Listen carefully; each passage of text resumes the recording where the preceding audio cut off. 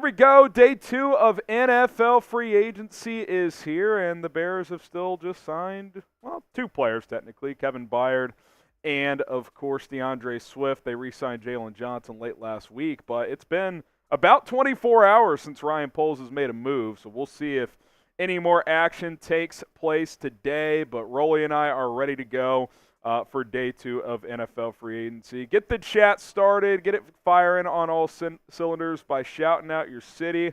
Let us know where you guys are tuning in from. And, yeah, we'll talk Darnell Mooney here in a second. Seeing a lot of people in the chat on that one. So, yeah, I mean, that was a nice little payday for Darnell. Ken says, what a peg. We got Bear Down from H-Town in Houston. What's up, Bear Down? We got Spitzer, San Jose, California, David in Medford, Oregon. We got Don in Clyde, Ohio. Let's see here. Ore Valley, Arizona from Chef. Livingston, Montana is where Austin is. We got Foxtrot in Houston. San Jose, California from Spencer Lyles. Tempe, Arizona from Jim. Highland Park, Illinois from Adrian. Let's see. Happy for Mooney. I am too, man. And let's actually talk about Darnell Mooney for a second. We'll bring Nick Roloff into the chat as well, conversation as well. We'll have time. We can talk Mooney for a few minutes here. We'll talk Darnell Mooney here. He gets a deal with the Atlanta Falcons, 3 years and $39 million. And when you consider his numbers this year, his numbers in 2022 not being that great, it makes you jump to some interesting conclusions, right? One, to get $26 million guaranteed and 3 for $39 total if he is there the whole time, that's like a real payday. That's like solid wide receiver 2 type of money. So what does that tell us? Does that tell us that Justin Fields, is this more like thought that the NFL doesn't feel great about Justin Fields? Is it completely disconnected from that? Like, what do we make of this? What do we make Darnell Mooney getting this kind of payday? Is it just a massive overpay? It doesn't seem like it because it sounds like the Chiefs were there until the end. Another conclusion is the Atlanta Bears continue. Shout out Ryan Pace for getting that done. But I don't know. It's I like the fit for Mooney. I think he's going to fit well with Kirk Cousins. He'll be a good complementary piece to Drake London. I also say this as well, and I think Rolly would agree with me. This is actually good news for the Bears, unless you really wanted Mooney back, which I was cool either way. Hopefully, the Falcons will now not draft a receiver number 8 right before the Bears at number 9. I think that's a potential benefit here of that. So it's certainly very interesting. So Darnell Mooney, 3 years, $39 million. That's $13 a year, $26 guaranteed. Do you guys trust Poles and Eberflus? T for trust, D for don't. I'm not stretching, Ken. I'm posing the question. Stretching the narrative. I'm just asking what you guys think about it. Do you guys just think it's an overpay? Because a graphic came out recently that Darnell Mooney was among the NFL leaders in wide receiver separation against man coverage. I think he was 3rd in the NFL or something like that. So it's not like he can't play. And clearly the NFL agrees because he got this nice contract. Mr. Perry says don't. Johnny says don't. Wayne and Jordan saying trust. Jordan Heflin back. We're going to get you taken care of, Jordan Heflin. Don't you worry. Once things slow down, we'll get you taken care of. Mark Phillips says trust. Sports Edits says trust. Daniel says trust. So we'll see. I hope the Bears make a move today. We'll talk about Danielle Hunter as well. But let's talk about our sponsor first here on today's show. That is, of course, Prize Picks, which I have not yet made any entries today. Hopefully Rolly has. He has made an entry for today. I'll get one going here in a little bit, hopefully. But listen, 2 to 6 player entries, NBA, college basketball, esports. You got MLB and a whole lot more. PrizePicks.com. tampering.com/CLNS. Use the code CLNS. Rolly, what are we firing off today in the NBA? I think this tells you a lot about each individual person here. I'm more addicted to Prize Picks than most. I like to play it, and I like to get my picks early on. I love daily fantasy sports. I just absolutely can't get enough of it. And especially when they're offering deals like this, Taco Tuesday! Let's go. They're giving you a lesser stat total for Tyrese Maxey. I'll take the more than on him to score 21.5 tonight and down from 26.5. I'll take the less than on Chet Holmgren on 16.5 points. And then I'll throw in a little goblin. I really feel like I need to get my cash flow up. I need to hit today. So I'm taking the more than on Shai Gilgeous-Alexander, 29.5. Listen, the Pacers play absolutely no defense on the perimeter. I expect SGA to have a big game. I'll just take a nice little easy one with a more than on 29.5 points. With the Taco Tuesday, with the little goblin in there, it's to win 4 times my money. It could have been up to 5 times my money if I didn't use a goblin, but I went a little soft today. These are my picks, but this is just another example why Prize Picks is the best, because look, Taco Tuesday, goblins, you got it all. It's not the same old on a daily basis. Yeah, different deals on different days, weekly specials. Go check it out, prizepicks.com/CLNS. The beauty of daily fantasy and the beauty of Prize Picks is it's different every day. You don't have to have the same lineup day in and day out, week in and week out. You can mix it up. prizepicks.com/CLNS. Use the code CLNS to get that deposit match up to $100. Link is in the live chat. Go check out Prize Picks right now. Okay, let's hit some of these super chats. We can flash the super chat menu here in a minute as well.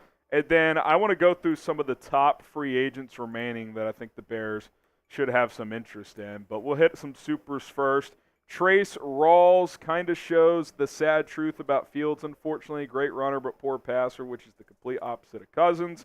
Also a Michigan State fan, so happy Cousins got his money. Yeah, he got a big old contract. And look, it's just interesting because DJ Moore did have the best year of his career with Justin Fields, so it's not like Fields is incapable, but Rolly and I said it all year. There was just something off with Fields and Mooney. I don't know why they couldn't connect. There would be times where Mooney was open, Fields would miss him. There'd be other times where it's like, is he in the right spot? Like, you just couldn't figure out what was going on there. But, I mean, clearly the NFL still values Mooney to, A, give him a 3-year deal and to give him pretty significant money, Rolly. Yeah, I mean, listen, Darnell getting $13 million per season. It's what Gabe Davis got with incentives up to $50 million for him in Jacksonville. So you really don't know where this wide receiver market is because these mid-tier guys are getting $13 million a season, yet we see the top-tier wide receivers and free agent, Calvin Ridley and Marquise Brown, still be out there. And no one really knows what their market is. Could it be up to $20 million? Could it be between 17 and 20? Like, no one knows where those top free agents are, but we do know where the mid-tier free agent market is in terms of, like, Darnell Mooney, Gabe Davis at $13 million. Listen, I like Darnell Mooney. I think he's a good separator. It's just, like we said, didn't have that connection with Fields last year, which was unfortunate. I feel like he's going to be a really, really good weapon for Atlanta as wide receiver to Drake London. Man. Yeah, I think it was time for both sides to just move on, but I do think he's going to be a good fit in Atlanta.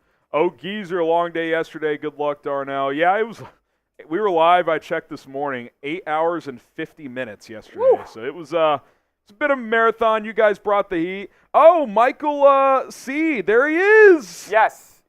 We got you, Michael. So he said, message us on both. Michael, I will get back to you.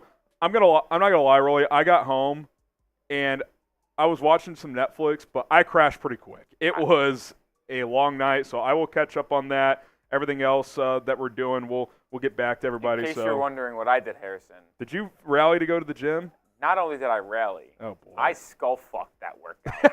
I took, like I said on stream, like I was going to do, I took 2 scoops of pre-workout, and I was locked in. I got to be honest, Harrison, it might have been the most locked in I've ever been at the gym. Wow. I was, and it might be because of the 2 scoops of pre-workout, but I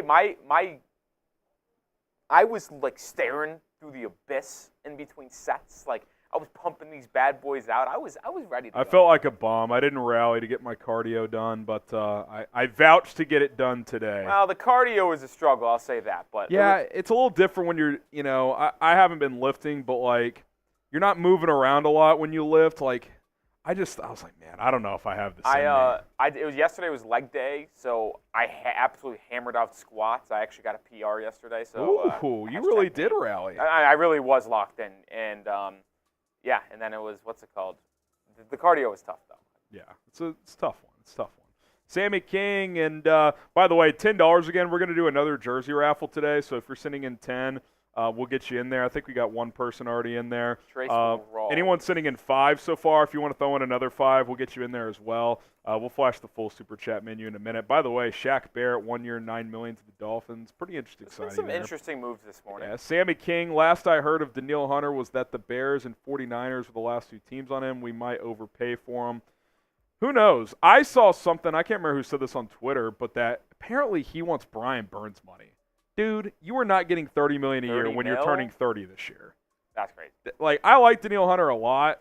That's too rich for me. 30 mil's nuts. I think if I could get him at this point under 25, I'd probably do it. But 30? 25 is probably the number.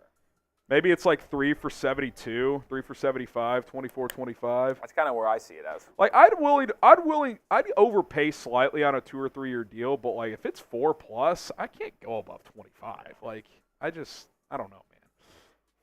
Furnius Fields, a one-read quarterback. I actually thought this year his progressions got better.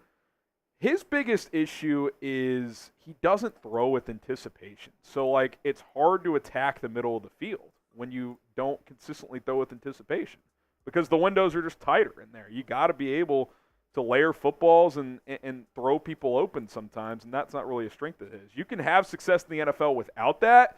It's just harder. And I think that's where we're at with Fields at this point. Like, you just have to work. You got to work to his strengths, which I don't think Luke Getsy did a good job of, and you got to try to, hide some of those weaknesses and limit those type of throws throughout the course of a game. Michael Zaprinsky, we got you. You are the winner. You are in. If you want to throw in another 5, you can enter again today. You can get 2 jerseys in 2 days. How about that?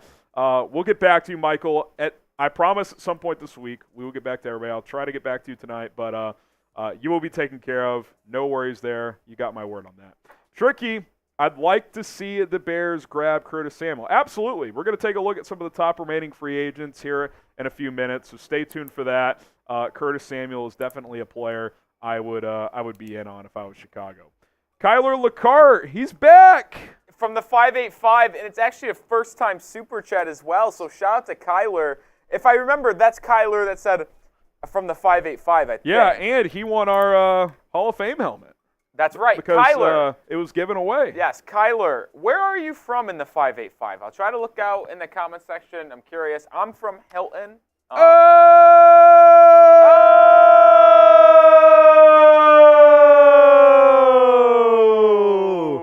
From Chase Tomney. Boom! Best Bears content out there. We appreciate that. My whole family and friends follow you.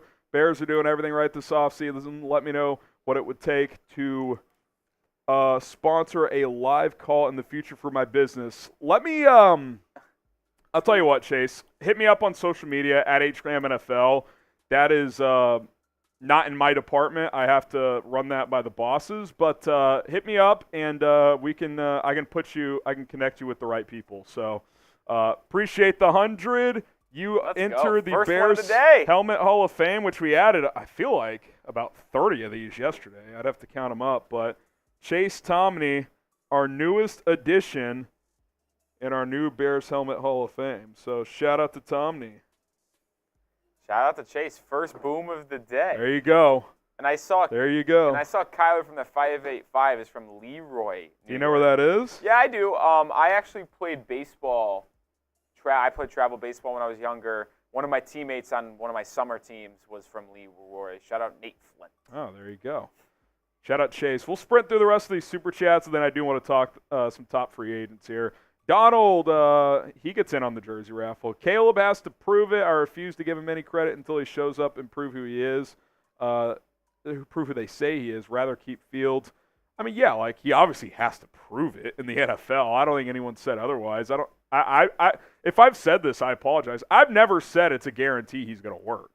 I've just said that's the direction I would go in. I don't think I've said that, but I do think he has a high floor and a high ceiling. So, but obviously, yeah, he's got to prove that. You get in there with that raffle. So does Jordan. He says, thanks for the shout-out, boys. I read a rumor the Bears are targeting Dallas reverse at 9, so who would you want as a wide receiver 2 then? So this is interesting, Rolly. The Bears social media team put out a new episode of 1920 Football Drive that they do on their YouTube channel, and there's a clip from Poles and Eberflus at the Combine in their little suite watching the workouts, and Ryan Poles basically says if he's there, we'll draft him. And then if Flus says, let's take 2 of them. So everyone went into investigation mode, like what position are they talking about? What player? Well, people narrowed it down to the defensive line day based on what they were wearing. People were able to figure that out.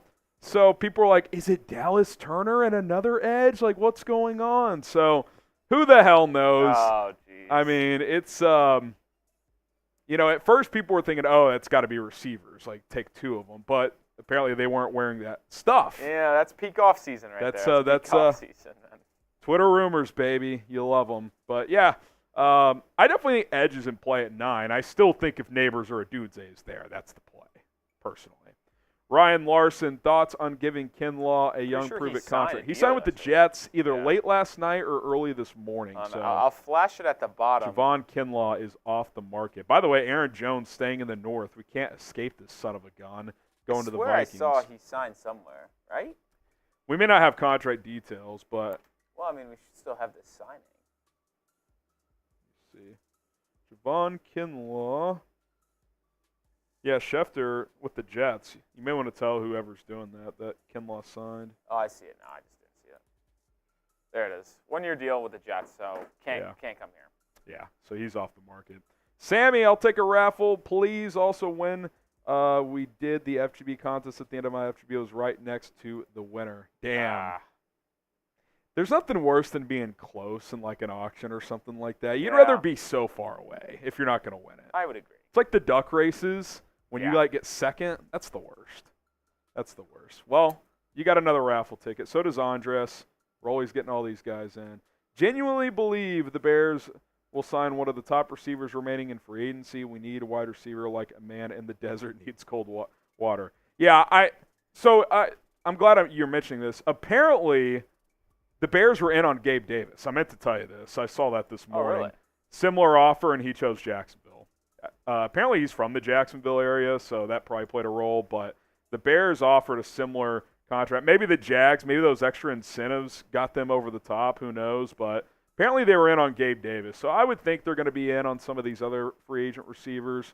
Tyler Boyd, Curtis Samuel, we'll have to wait and see. But I could definitely see that being the case. All right, the like monster has woken up.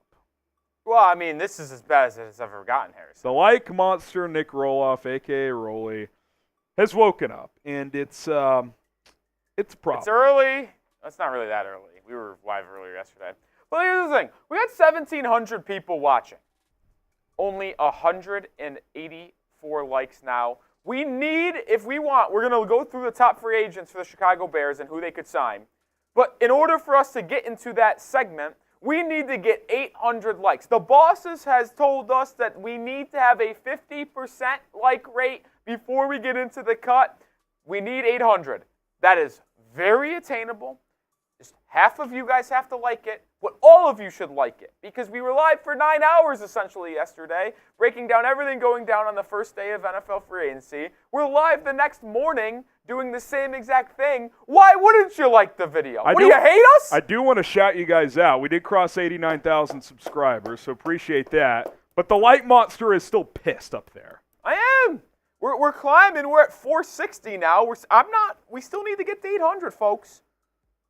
Let's go. We need more likes. We're still taking shots for every 300, so Rolly we already owe you 1. We'll wait until we get to 800 and take 2 for crossing 600. Come on. Smash that like button. Let's go. Like the video. 530, so we're inching closer. Inching closer. Do we have any other super chats to hit in the meantime as they try to get us to... A couple, but 50% here. Get a few more likes. 550. We're climbing, but we like got to button. get to 800. Let's make it happen. We're not talking about the Bears free agent targets until we get there. So, Which would be disappointing. You can make me the villain all you want, but it's really you guys. It's one button. You click one button. It takes 1 second. Not even. And it's free. AJ with the 2. Where do you think Fields ends up getting traded? I don't know, man. I have no idea. I mean, Vikings are off the board. They signed Sam Darnold. Raiders obviously came off the board. I mean, I guess they still could, but I don't think that's happening. I mean, Denver's and the Giants are the only teams left with clear starter needs. And if they don't budge, unless the Bears keep him as the starter here, I was going to make a little joke probably that be a could really backup. cause chaos into the chat. It's a little early, so you choose at your own peril. I'm gonna hold off. Maybe later. Victor with the 2, appreciate it. Chastity, you get a raffle ticket. I hate to see Darnell Mooney go, but he deserves to play and be a standout elsewhere. Love this group. It's amazing. Hopefully we make some mind-blowing picks today. Appreciate the love and support. We got you down in the jersey raffle. Michael C. is back for more. Michael C. is back for more. And this time, unlike what Coop did yesterday, I'm going to put his full name so we know who it is. Classic Coop. What gives me pause about Caleb is the hype around Lawrence and that whole draft class that turned out to be mediocre. I'm stuck in the devil you know is better than the devil you don't. I get that. I would say this, though. Lawrence, has still been pretty solid. I don't think he's lived up to being the number 1 pick, but he's still been pretty solid. I think he's had back-to-back 4,000-yard passing seasons, which the Bears have never had a 4,000-yard passer, so it's not like he's been bad. David says, love the show, guys. You get in there as well. Do you believe we will be better than Green Bay next year if we pick Caleb at 1? I hope we keep Fields, but I'll rock with them either way. I think there's a chance. Look, the Packers and Lions are still going to be good. I think regardless of who the quarterback is, the Bears are a better team than the Vikings next year. I feel good about that. The Lions and the Packers, that's still, that's who you're chasing right now in the division. Now, I think if this offense can be a top 15 offense next season, then you got a shot in the division. But the NFC North, in less than a year, really, Rolly, went from this division might be down for a little bit to this is one of the most competitive divisions in football all of a sudden. So it's not going to be easy, but you gotta keep attacking this and continue to improve the roster. Just like we got to get the like numbers up. We owe you 2 shots. We're not at 800 yet, though. Once we get to 800, we're hopping into our first segment. We are so close. We will get there. Let's go. 692. We got 2,000 people watching. The like monster could really say we need 1,000 now, but he's being generous. He's keeping it at 800. I am a kind soul. Deep down. Always. Ooh, there's Agent Chartreuse. While they're trying to get to 800, let's flash the Super Chat menu just real quick here.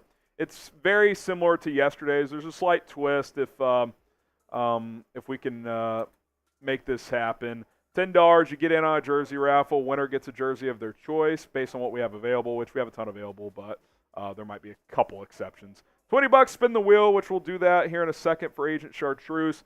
$50, you can Instagram call me, and you can give your hottest Bears take. We'll get you, we'll have you on for a minute or so. So if you want to call into the show, I'll Instagram, FaceTime you, or audio, whatever you're comfortable with, and you can give your take. $100, Bears helmet, Hall of Fame. You can join our guy Chase Tomney, who joined the club today, and then every 1,000, we'll keep it rolling with the beer boots again. So keep that going today, and we'll get it popping here. 15 likes away from 800, Rolly. 15 likes away. You're there. We are almost. Who's going to get us across the finish line? Who is going to get us across the finish line? 10. Need 10. 10 more. We're almost there. 4 more. I see 796.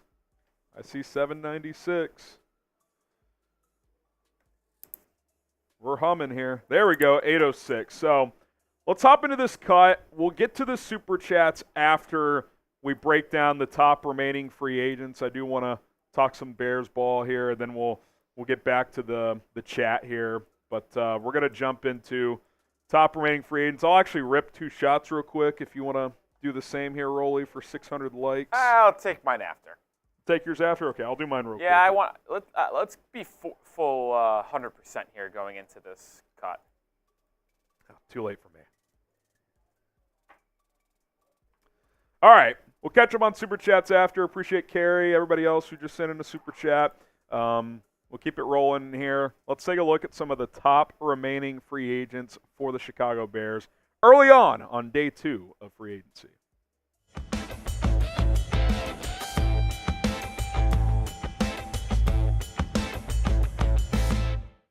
Chicago Bears Now is presented by True Classic, the best, most comfortable, and best showing t-shirts on the market, polos and other things as well. Simple t-shirt here, fits great, comfortable.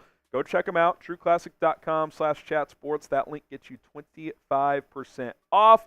We appreciate them for sponsoring today's show. Which on today's show, we're breaking down the top remaining free agents that the Bears could pursue.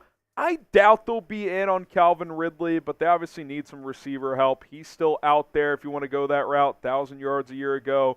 Obviously missed about a year and a half before that with the gambling issue, then the season before some personal stuff. Still hasn't signed as of yet. Sounds like the Patriots are in. Jacksonville trying to bring him back, but he is still out there. I think he'd be a great number 2. Just kind of comes down to price. Do you want to throw big money at a receiver of this caliber, or do you want to get a big-time receiver in the draft and go for more of a number 3 in free agency? We'll see what Ryan Poles and company feel like doing. Tyler Boyd still out there, and I think this would be the perfect number 3 receiver. That's kind of what he's morphed into the last couple of years after Cincinnati added Jamar Chase and obviously T. Higgins. We'll see what happens with Higgins moving forward. But Tyler Boyd is an excellent number 3. He's a good number 2 as well if you need him to be that.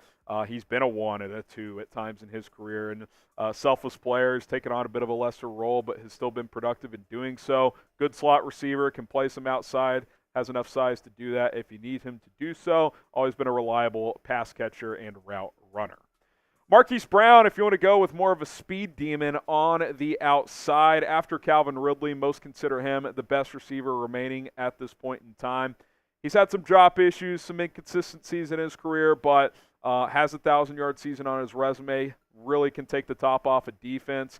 If you just want to go with that pure speedster on the outside, Marquise Brown is probably the best option in that regard, as he's a sub 4.4 guy and can really fly. So I'd be open to this. He wouldn't be my top guy. I think he might end up getting paid a little more than he probably should. But if the price is right, I'm definitely open to this. I'm really open to Curtis Samuel, who has been linked to the Bears at times this offseason. Obviously, former teammate of DJ Moore in Carolina. That's how you talk, Harrison. Curtis Samuel has been very consistent. Went to Washington, had a couple of good seasons there, over 600 yards. That's kind of who he's been. He's like a 600, 700-yard guy. He's always in that range. Really good number 3. He can give you some gadget stuff as well if you want to use him on jet sweeps, if you want to run him out of the backfield sometimes. He's basically just a much better Velus Jones. Velus Jones can do the gadget stuff, but he's not a good route runner and doesn't have good hands. Curtis Samuel can run routes and does have pretty good hands. You could use him as a returner if you want to as well. So I would definitely be in on him. I'll be curious to see what his market is with Darnell Mooney getting $13 million per year with the Atlanta Falcons. Does Samuel touch that number? He's a little bit older. I would think he'd be a little less, maybe in the $10, $11 million range, but we'll have to wait and see. By the way, just one other wide receiver note before we talk about some other players at different positions. The Bears were reportedly in on Gabe Davis. They made him a similar offer to what Jacksonville did. He ultimately went with Jacksonville, so I do think the Bears are actively trying to pursue a wide receiver. Now, shout out your city and let us know where you guys are watching from. Also, name a wide receiver that you want to sign. Who is a receiver that you want the Bears to go out and get? Some other guys like Josh Reynolds I'd be in on. I'm not high on DJ Chark. He seems to always be hurt, but name a receiver you want the Bears to go get right now in the comments section.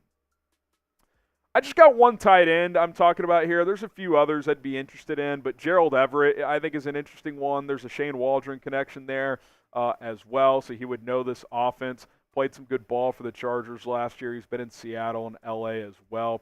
All similar offenses throughout his career. Really good pass catcher. I think he'd be an ideal tight end 2 behind Cole Kmet. Blocks just well enough, but obviously can work the seam a little bit. Good check down guy, so would certainly be open to bringing him on board. Let's go to the center position. Connor Williams still out there and doesn't seem like he's going back to Miami as they signed Aaron Brewer yesterday. Obviously, he's recovering from a torn ACL, but similar offensive system, so that would be a fairly seamless transition for him. And I don't mind this either because if he's not ready week 1, you've got Ryan Bates, so he could certainly play that role. It's unclear how they view Bates. There's been some reporting that the Bears might roll with him as their starter. I would like to get someone else in here, and I don't mind the Williams combination because, again, if he's not ready week 1, well, you've got a capable fill-in guy in Ryan Bates. So we'll see how that goes. But when he played last year, he was the highest-graded center per PFF, so he was pretty damn good for Miami. Today's show is sponsored by True Classic, guys. True Classic is just the way to go when it comes to upgrading your wardrobe, getting just some simple but comfortable T-shirts right now. And look, as a bigger guy, as someone whose weight fluctuates at times, I don't find T-shirts that fit great all the time. That has completely changed with True Classic. It shows the parts of the body it doesn't. It hides the beer gut pretty well that I've got going on these days. But if you have a six-pack, it's going to show that off pretty well. It shows the parts of the body that look good, and it hides the other stuff. It's comfortable. It's snug. You can buy in bulk as well. 3-pack, 6-pack, 9-packs, and get better bang for your buck. They've got hoodies, shorts, polos. If you want to hit the golf course also, I've got a couple of those.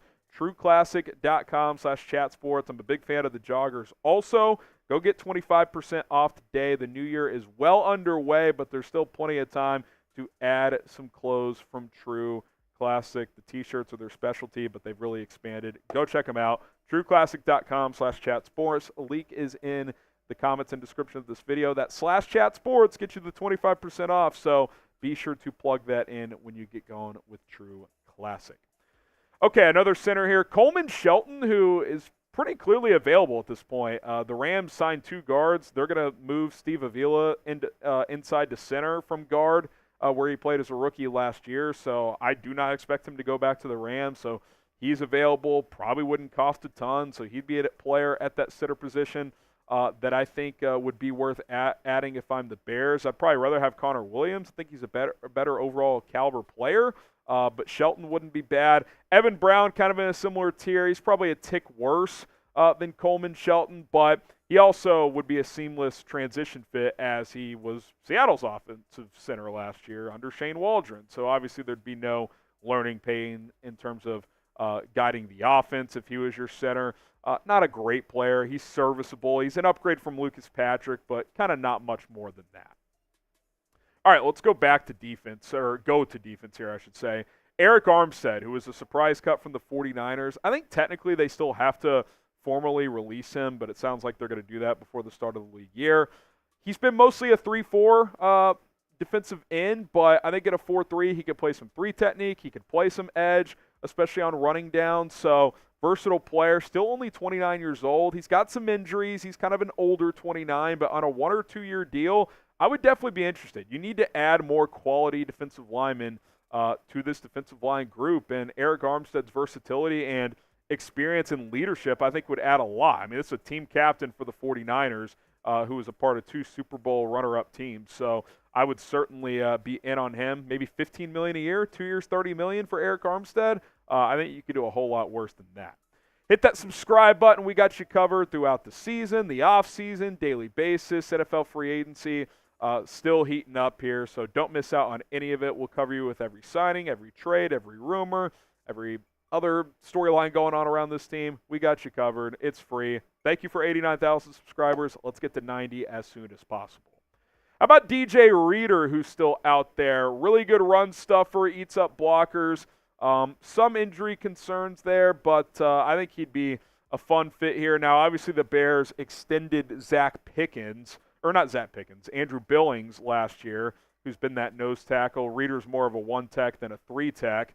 But DJ Reeder is a guy that I think would be worth adding to this team. How about Danielle Hunter here? Danielle Hunter, who kind of entered free agency as the top edge after Brian Burns and Josh Allen were franchise tagged. Obviously, Burns got traded and signed a new deal with New York yesterday. Hunter's still out there. I'm a little surprised that he is not signed at this point in time, but he is very productive. He's going to be 30 years old, so I think there's probably a battle for him. Like, he wants top dollar, but he's got some injury history, and he's going to be 30 next season. I'd be in if I was the Bears if it was under $25 million. Like 3 years, 75, 3 years, 72, something like that. I think I would be willing to pay that at this point. Again, you need another dude on that defensive line, and Danielle Hunter is pretty damn good. Knows the NFC North, obviously. Minnesota's not going to bring him back, I don't think, after they paid Andrew Van Ginkel and Jonathan Grenard yesterday. So he's kind of the top overall free agent out there. We'll see if the Bears get in on him.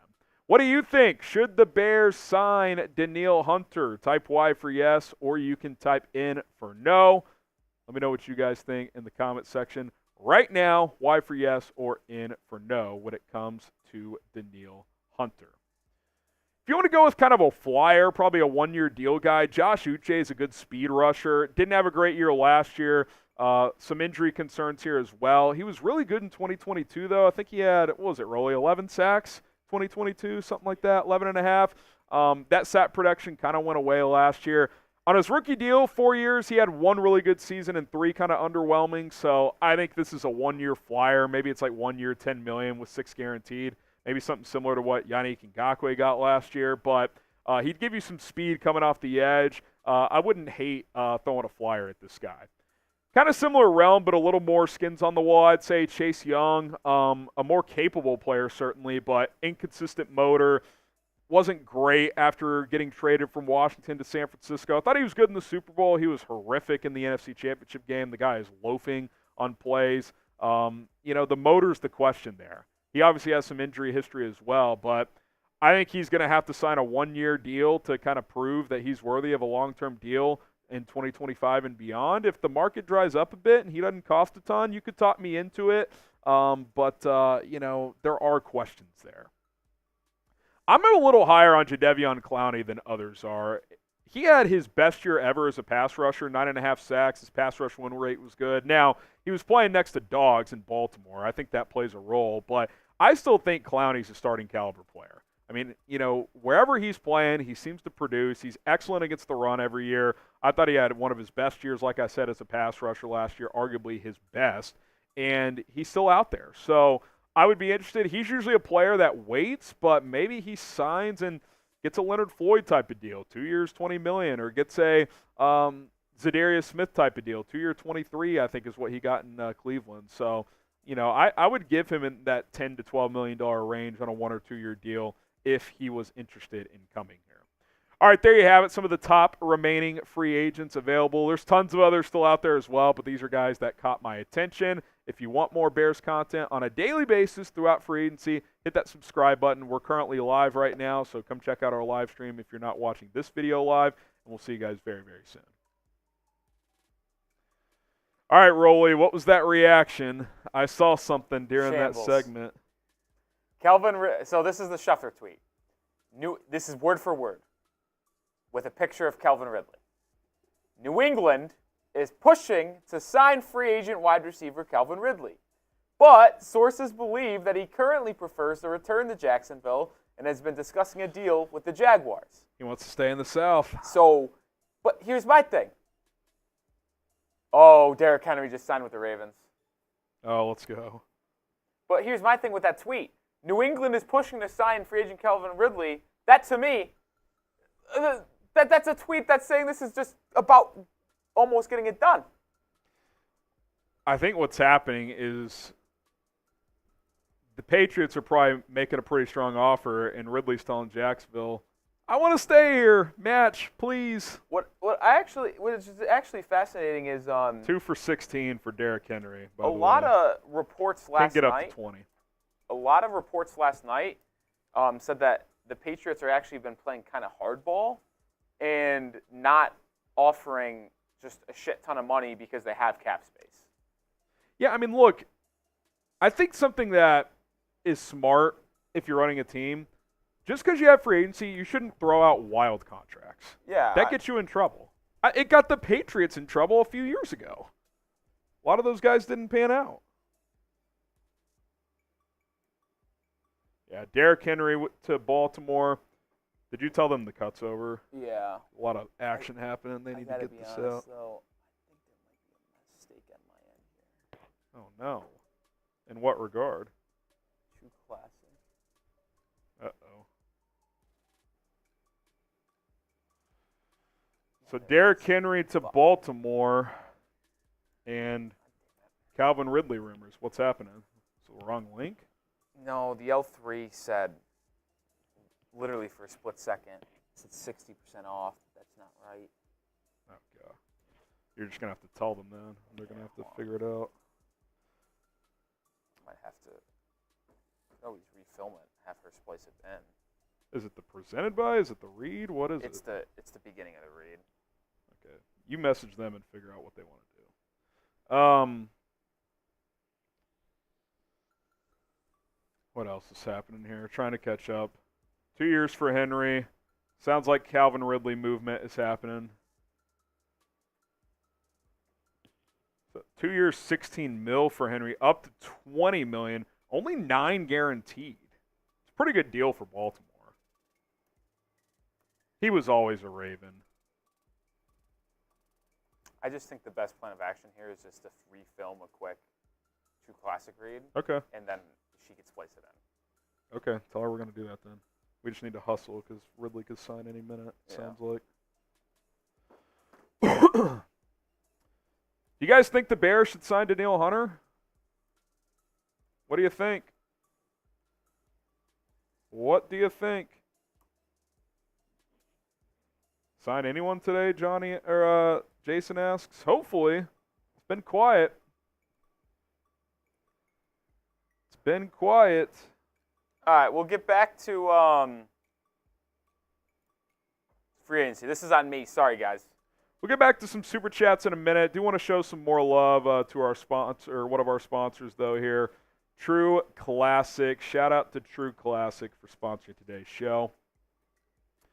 Today's show is sponsored by True Classic. You can get up to 25% off right now. It's a hell of a deal at trueclassic.com/chatsports.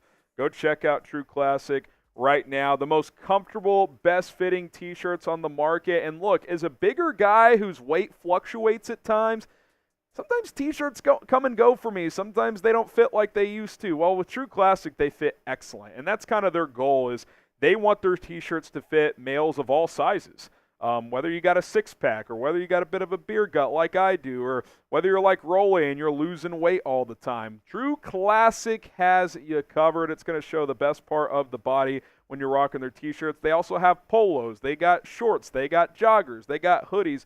Very comfortable and very stylish as well. They keep it simple, which I like. A lot of these new companies, they're throwing crazy designs on the shirts. You don't need that. Like, look at these hoodies.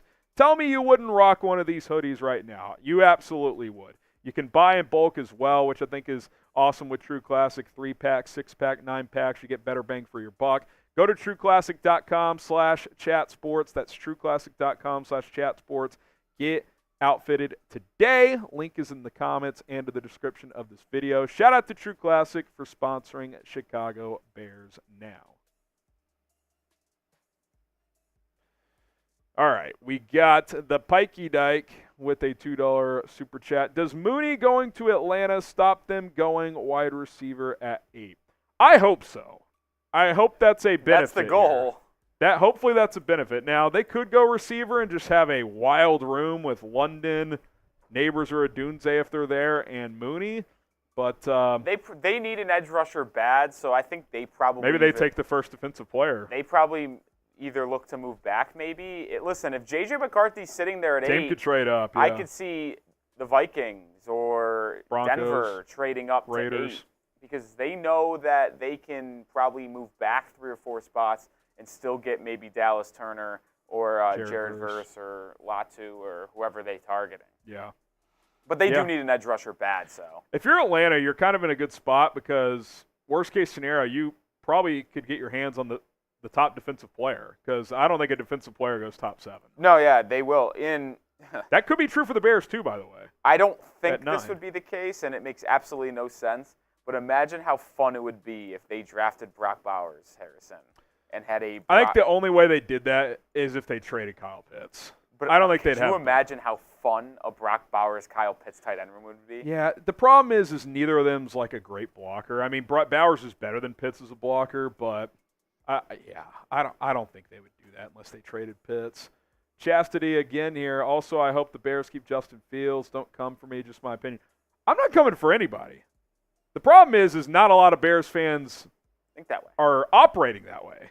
They are going after people. So I've said all along, I'm cool if your opinion is keep Justin Fields. I think this team could be successful with Justin Fields.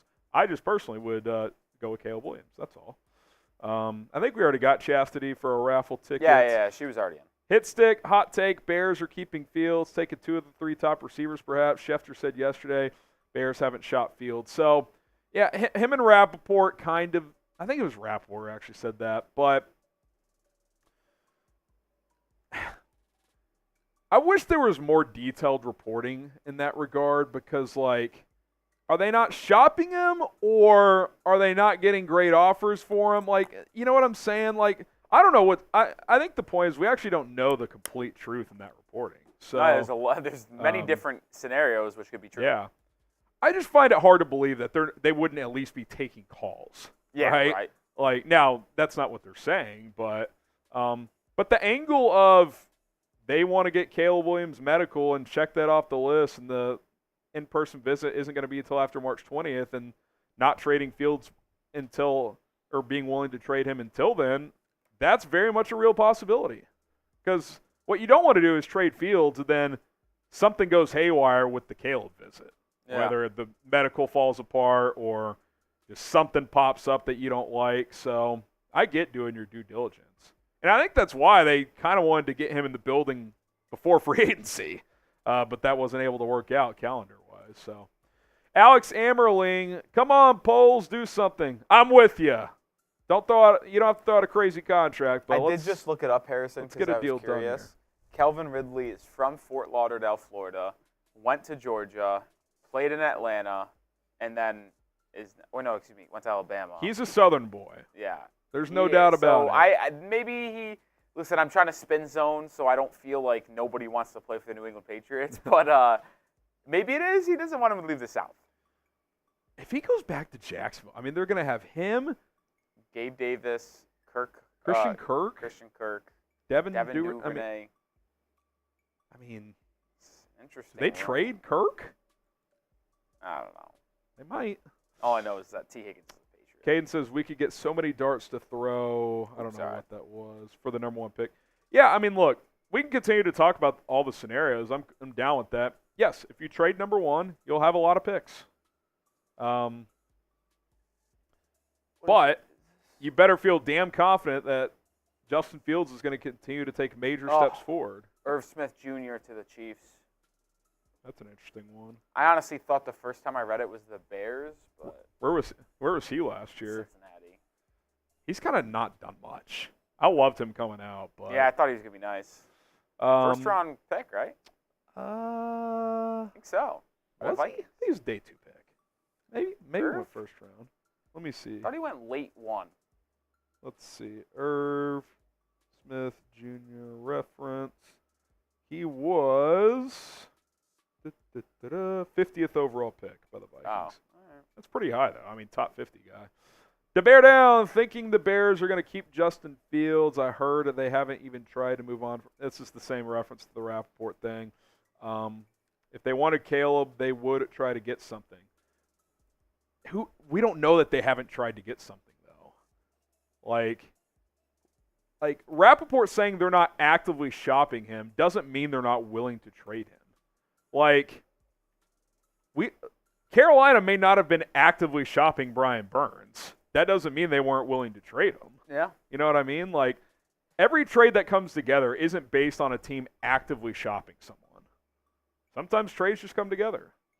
Agent Chartreuse, that's a wheel spin. He also gets in on the raffle. Thanks for keeping us updated. That is all. We got you. We'll spin the wheel here in a minute for you. Daniel Schultz, I would take Armstead and a combination of Uche or Young over Hunter, then get Boyd. It's an interesting idea. You could go 2 for 1, get Armstead a little cheaper, then take a 1-year flyer on Young or Uche, and then go sign Tyler Boyd. I wouldn't mind that. Maybe you get Armstead for like 15 and Young or Uche for like 10 or 12 instead of paying Hunter 25. I'm not opposed to that idea at all. I would like Eric Armstead, man. I mean, the guy has been on a key player on some big-time defenses. Jamie, trade Justin Fields for preseason WNBA ticket. See, this is the crap I'm talking about. Like, why do we have to be so extreme on both sides? Like, why does it have to be you keep Justin no matter what? Caleb's a joke. He's wearing dresses in GQ magazines. The guy's a loser. And then on the other side, trade Justin Fields for a bag of Skittles. He's a fucking bum. Like, it doesn't have to be that way. Like, you could just be like, yeah, man, I like Justin, but I'd rather go Caleb, or vice versa. Roll bar, he gets in there. Is this a reference to you, by the way? No. Would you rather have Aaron Jones or DeAndre Swift? I'll say this: Swift going for 1 for 7. You mean Jones? Yeah, that's what I meant. Yeah. That's a good deal for the Vikings. Now, he is 29. He's kind of sneakily gotten up there, but I've always liked Aaron Jones. I think part of the problem with Aaron Jones now is he's not an every down back anymore. I think that's pretty clear. That's why they brought in A.J. Dillon when they did. But he's still explosive. He catches the ball well. It's a tough call, man. I mean, if Swift plays like he did last year and continues that level, I'd probably say Swift. But Jones clearly has more skins on the wall. I mean, he's been a consistent player for a long time. So, you could talk me into either if I'm being honest. Kerry Franklin, that's another wheel spin and a raffle ticket for you. Bears will be lucky to get a third-day pick. I mean, they'll get a day 3 pick. Mac Jones got a day 3 pick. Like, it's not like no team's going to give you something for him. It may not be great value return, but someone will trade for him. At this point, if the Bears don't trade Fields by the draft, they should release him. Better to take the loss than to have a divided clubhouse. Great job covering the Bears, I assume you're saying. I don't see a scenario where he gets released. Me neither. The only way he gets released is if Ryan Poles is only getting Mac Jones offers and he just wants to do Justin a solid and basically is like, hey, you can go choose where you want to go. Because he has said he wants to do right by Justin regardless of what that ends up being, but I think that's the only way. I don't think he gets released because 0 trade offers come in. I just refuse to believe that. They may not be good trade offers, but I don't think a lack of, just literally no trade offers will come in. All right, Dennis Henman, is it not weird that Rapp said the Bears haven't taken – that's not what he said. See? He did not say they haven't. He said they're not actively shopping him. That's different. You're telling me if a team has called Ryan Poles about Justin Fields, that Poles is just sending that to voicemail? he's just not even answering. But yeah, the sure on Caleb part, I think there is something to that. I think they want to get Caleb in the building, make sure the medical checks out, make sure they feel comfortable with him at Hallis Hall and all that stuff. I don't think they're having second thoughts, Dennis. They tried to get him to Hallis Hall 2 days after the Combine. It just didn't work out schedule-wise. I think they feel good there. They just got to check a couple more boxes. It's a process. So, but yeah, maybe they aren't willing to trade Justin until they are 100% sure on Caleb. But I don't think it's a second thoughts thing. I think it's continuing to check more boxes thing. Sammy King, that's our third wheel spin. He gets a raffle ticket as well if he doesn't already have one. I don't think the Bears will trade Fields during free agency. I think they'll trade him after their convo with Caleb. That is if they decide to trade him at all. I think this is a very logical and plausible scenario, which is what I just discussed. Maybe they do end up keeping him. I do wonder, let's say Fields is here through the draft and they draft Caleb, Roy. Does he request a trade? Justin Fields? Yeah. Well, what does it matter if there's no one that... Well, but again, I still think a team will do the Mac Jones trade. Yeah, but still, I don't think you have much legs to stand on at this point. I don't either, but that doesn't mean he wouldn't do it. I don't think he would do that. He doesn't strike me as someone who would request a trade, but it gets pretty contingent at that point if it's May 1st and Caleb Williams and Justin Fields are both on this roster. That just seems like I don't know. That's not a route I would go, but maybe it ends up being that way. Who knows? Something I do know is I love Prize Picks. Best daily fantasy sports app in North America, the largest as well. Daily specials, discounts. Listen, you pick 2 to 6 players on any given entry for different sports available right now. NBA, college hoops, NHL. Those are the big ones as they are pushing toward the postseason. Conference tournament week in college basketball right now. Playoff push in the NBA and NHL.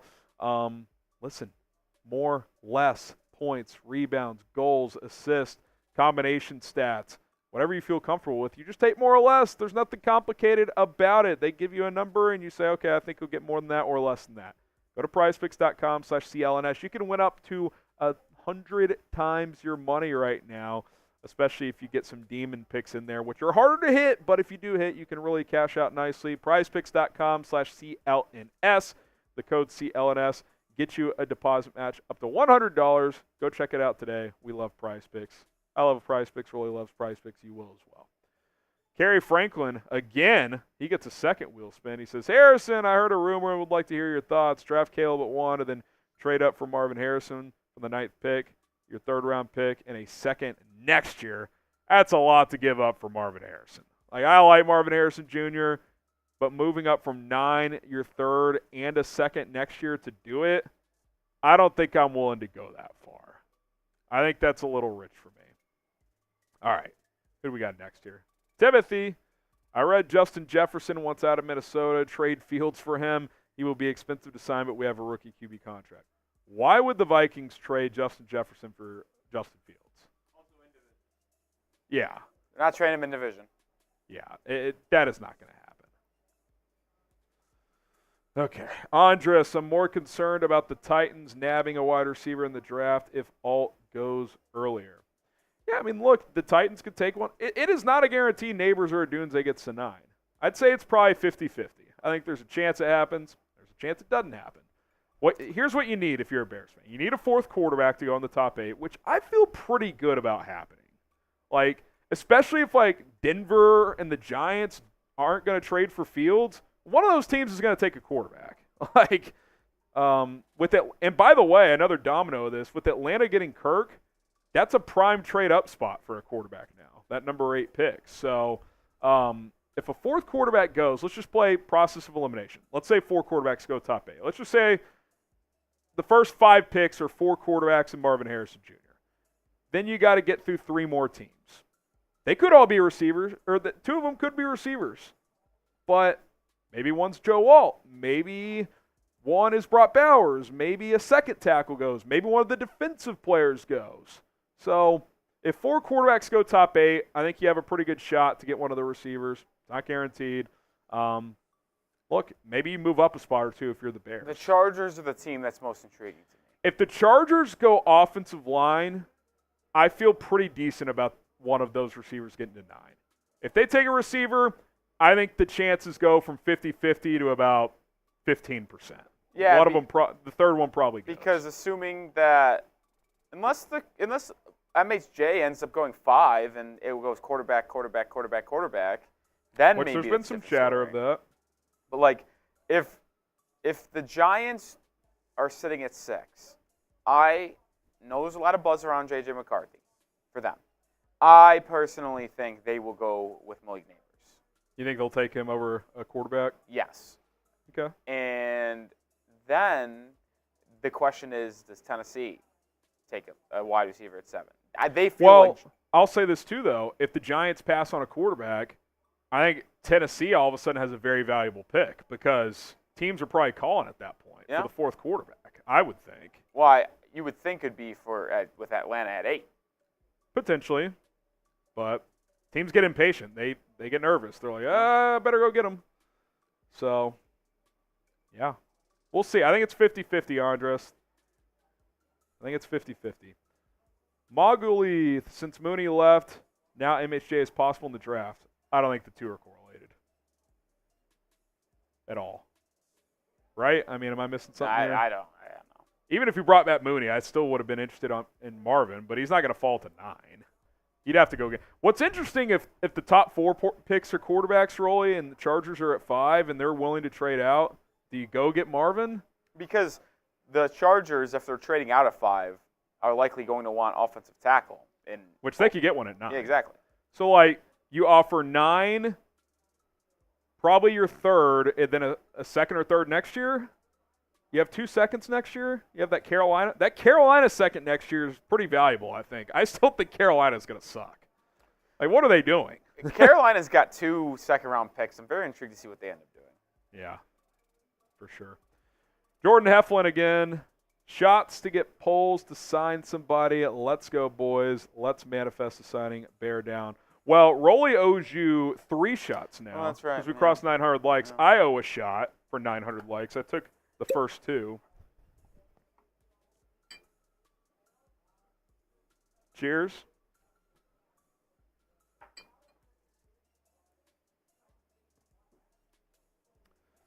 All right, sweet. That Bears got out.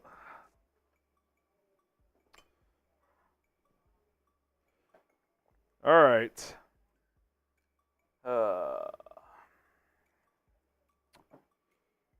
Okie dokie. Who do we got next here? Alex, even if we trade number 1, we still probably take Daniels. Jaden Daniels? Like if you trade down from 1, I'd go May over Daniels, but that's just me personally. Oh, Drake May's a Patriot, man. What a life I live. Malcolm Roach to the Broncos. 2-year deal. Drake May's a Patriot. Is that you locking that in? I feel like it is a lock, dude. Maybe. I do think with the Commanders signing Marcus Mariota, a backup for Drake May. That's all I'll say. What does that mean for Sam Howell? Do they keep all 3 and Mariota is just like the scout team quarterback? Like, that's kind of Sam Howell, you are the starting quarterback for the Denver Broncos until J.J. McCarthy is ready. I don't hate that. It's an interesting thought. Because, like, he's better than being a third string. Yeah. He's a good He's better than Marcus Mariota. Yes. That's my point. So, like, is Mario – but you don't give someone $6 million to be your third guy. Unless Sam Howell's the starter and the Commanders are trading back from down? 2. I don't think that's happening. I don't know who would trade up to 2. Whoa. What? Monitor shaking? My knee. Table's too small for me. Oh, man.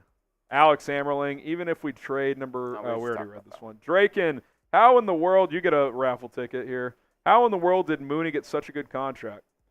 The NFL still thinks he's good.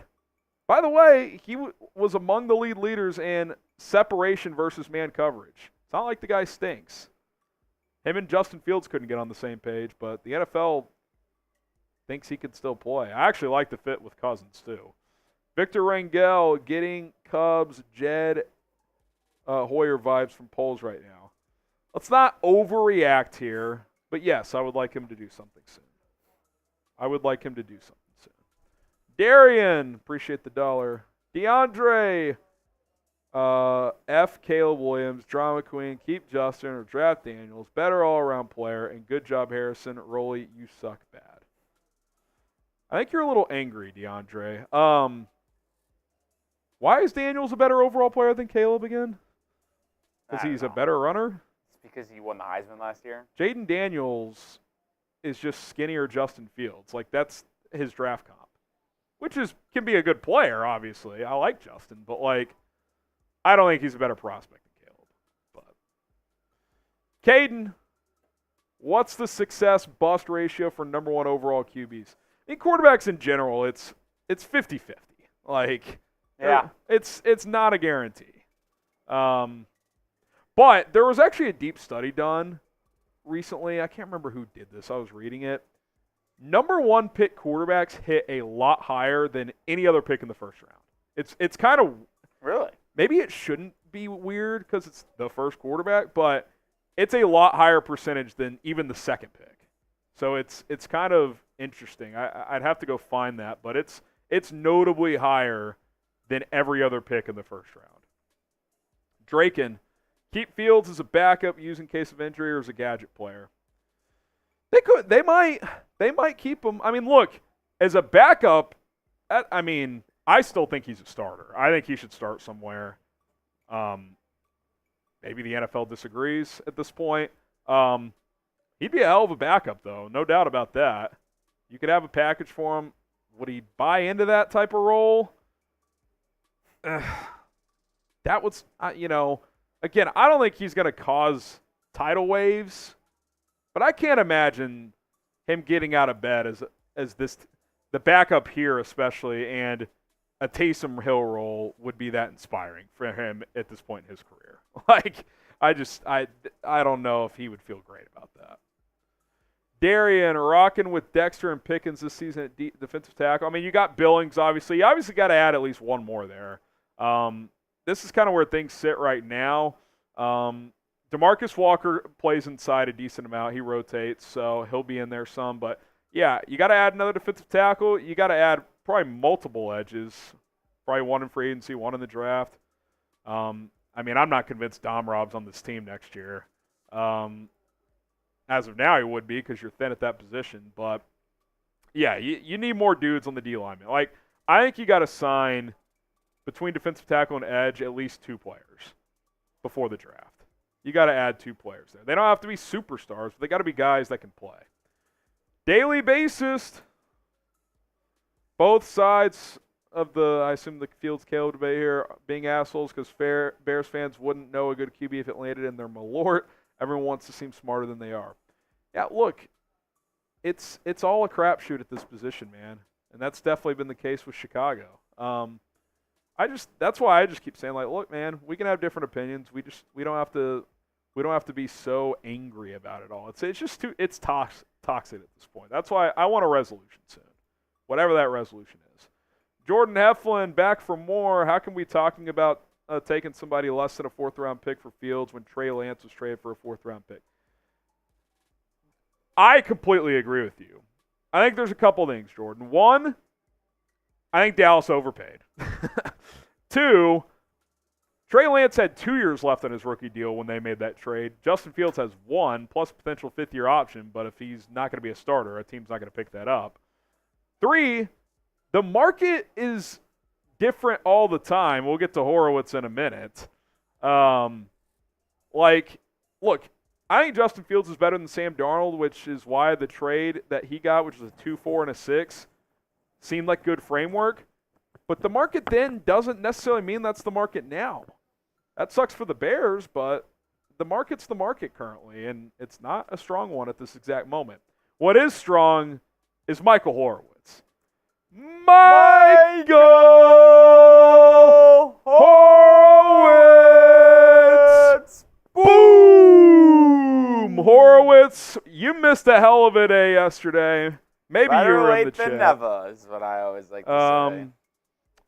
But you have arrived. You get a raffle ticket, and welcome. Welcome to the stream. We had a blast yesterday, and we're having a blast today. Michael Horowitz with another sticker.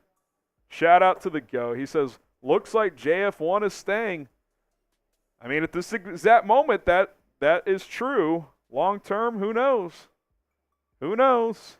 Ooh, Jeff Howe said it's only down to the Jaguars and Patriots for Calvin Ridley. That's what it kind of seems, right? That Patriots are pushing. Jags are probably trying to give him reports are both offer. Teams field are in it. So it sounds like Ridley's going to sign today. It's just a matter of when. Yeah. I think he's going to get a pretty good deal based on how this is going, too. My thing is, here is my prediction, Harrison. It might be wrong. It might not be wrong. Patriots are offering Calvin Ridley $19 million a season over 3 years. The Jaguars are offering 17. Yeah. It does feel that way. Like New England's offering more. Calvin wants to play in Jacksonville because he's a Southern guy, but he's like, do I want to take $2 million per less to stay in Jacksonville? Right. That's what it feels like it's going. And if the Jaguars up their offer to maybe 18 and a half, he'll probably take it. That's Yeah. my prediction. I don't know shit. But that's how high kinda would you go if you're New England? You go 21? 22? I think I would. I would be comfortable offering the Mike Williams deal, which is 3 for 60, 3 for 63, something so like that. I feel like New England's offering 19 just based off how the wide receiver market's moving. But I would be willing to give 20 because to me he's on the same tier, if not better than Mike Williams. So I would do that. Yeah. That'll be interesting. That's a big domino to fall. And that's also something with Jacksonville that's interesting to keep your eye out for is like they probably don't want to offer him that much money because if they do sign him to an extension, they lose their second-round pick because it goes to Atlanta. I thought now that free agency started, that goes away. It's an extension.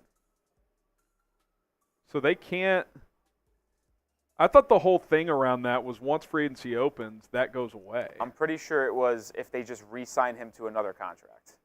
What's the difference between that? Well, it would just be a re-signing right now, but he never left the team.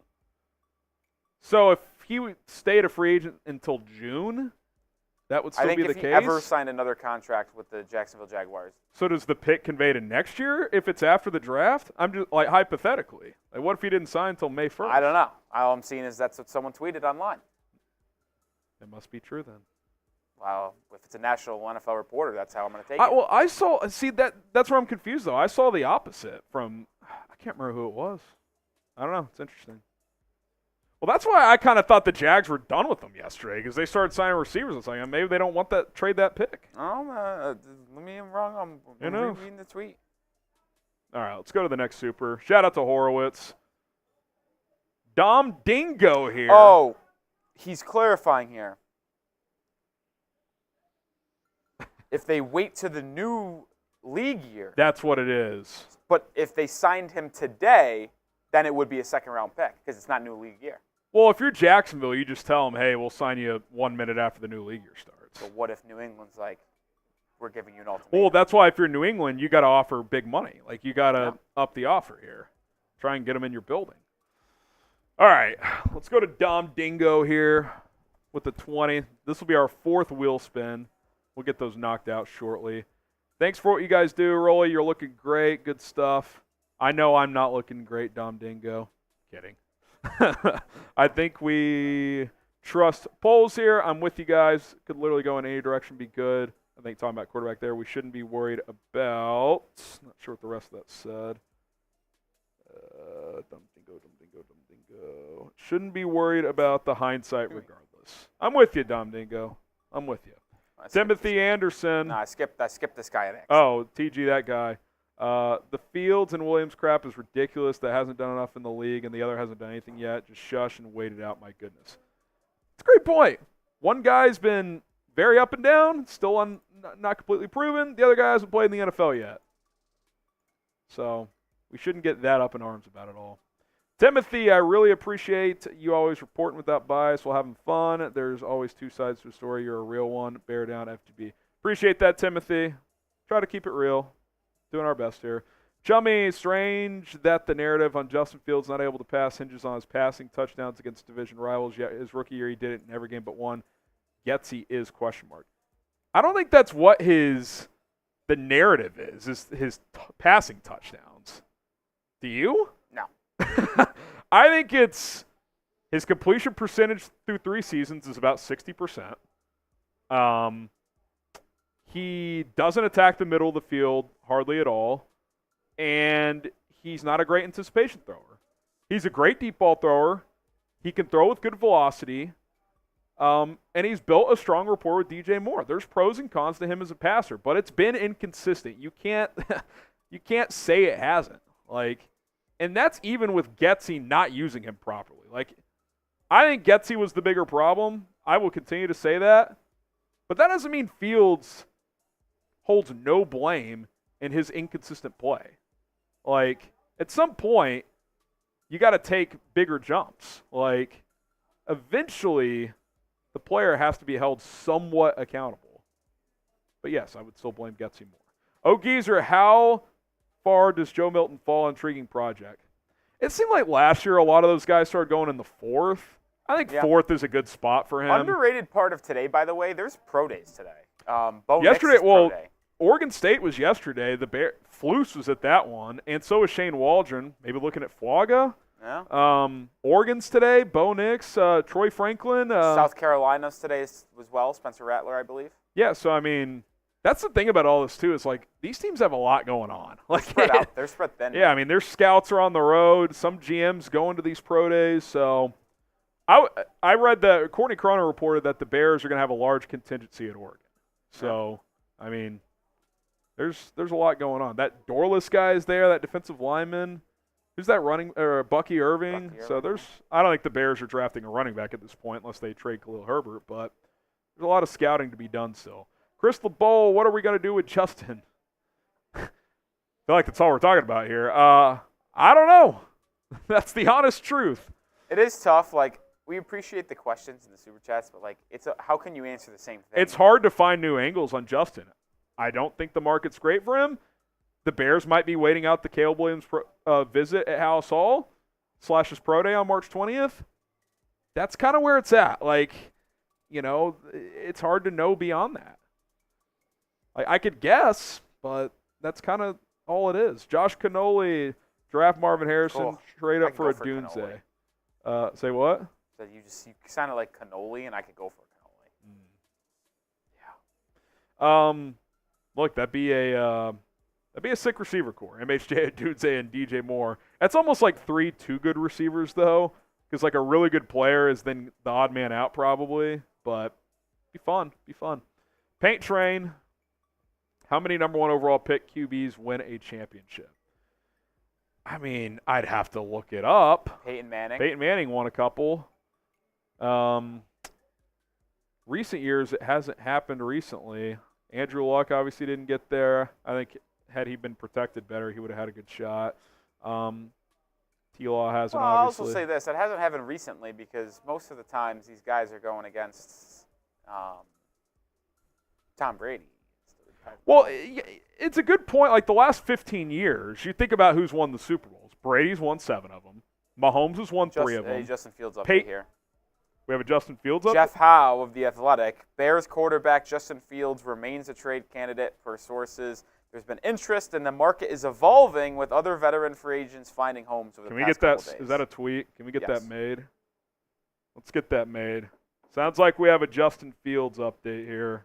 But here's the thing: he's going to be a backup next year. He's not going to start. It seems that way.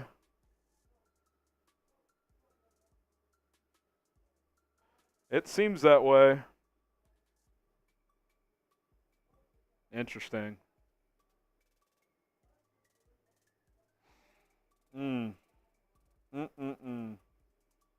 Get Justin Fields in the title here.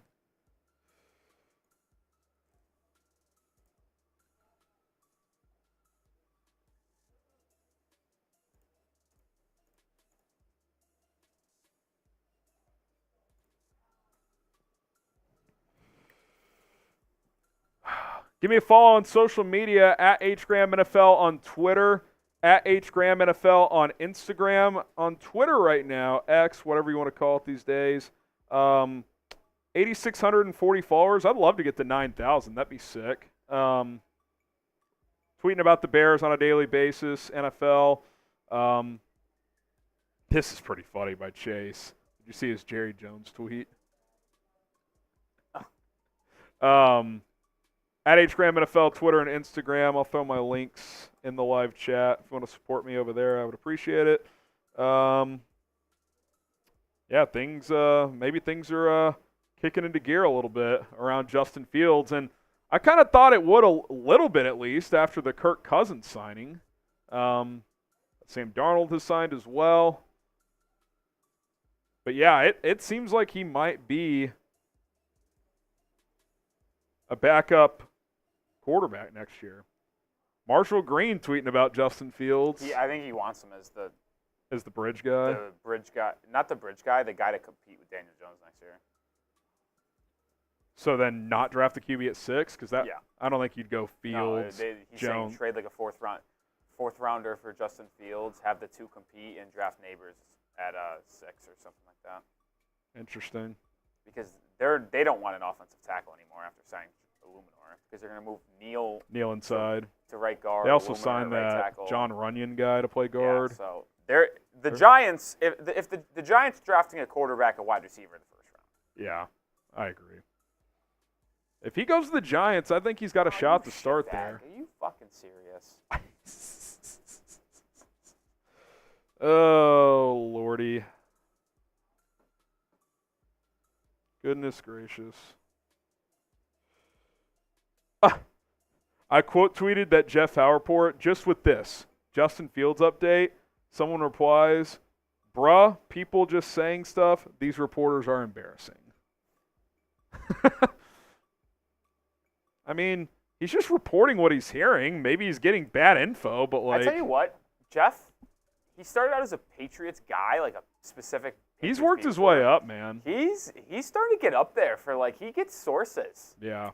He's like the Athletics like top guy almost now. Here's the update that he remains a trade candidate. There's been interest. The market is evolving with other veteran free agents finding homes over the past couple of days. So we'll see where it goes from here, Rolly. Do we have a Justin Fields question we could throw up there? You guys think he gets traded? I do. Will Justin Fields get traded, yes or no?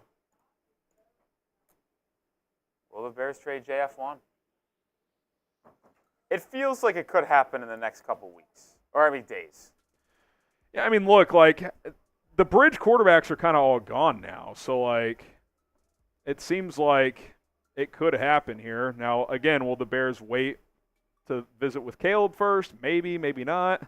We'll see. My question is, who is going to be the Bears' backup next year? Obviously, I know a lot of you guys just say Tyson Bagent, but if Caleb Williams is your quarterback, I want a veteran, dude. It's also a little bit of a contrasting play style. Like, I assume the offense is not going to be the same as last year. It's going to be more tailored around Caleb Williams if he is the quarterback one for Chicago. So you would think that Tyson Bagent, who doesn't fill that role or play style at all, would not be the backup? I would keep Bagent as the third on your 53 because I think he showed enough last year that he's worth developing. Like, there's no doubt. I also want like a vet in that room for a rookie quarterback.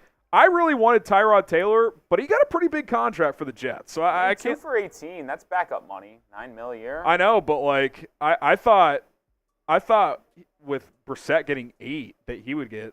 I think Brissett's better than Tyrod, so I thought he'd get maybe 2 for 12. But I think the Jets also were like, we just have to get somebody after last year's debacle. Can I interest you in a Zach Wilson? No, I'd rather have Bagent. Not joking at all. I don't know. Zach Wilson plays more like Caleb Williams. Random dude that runs around. Good arm.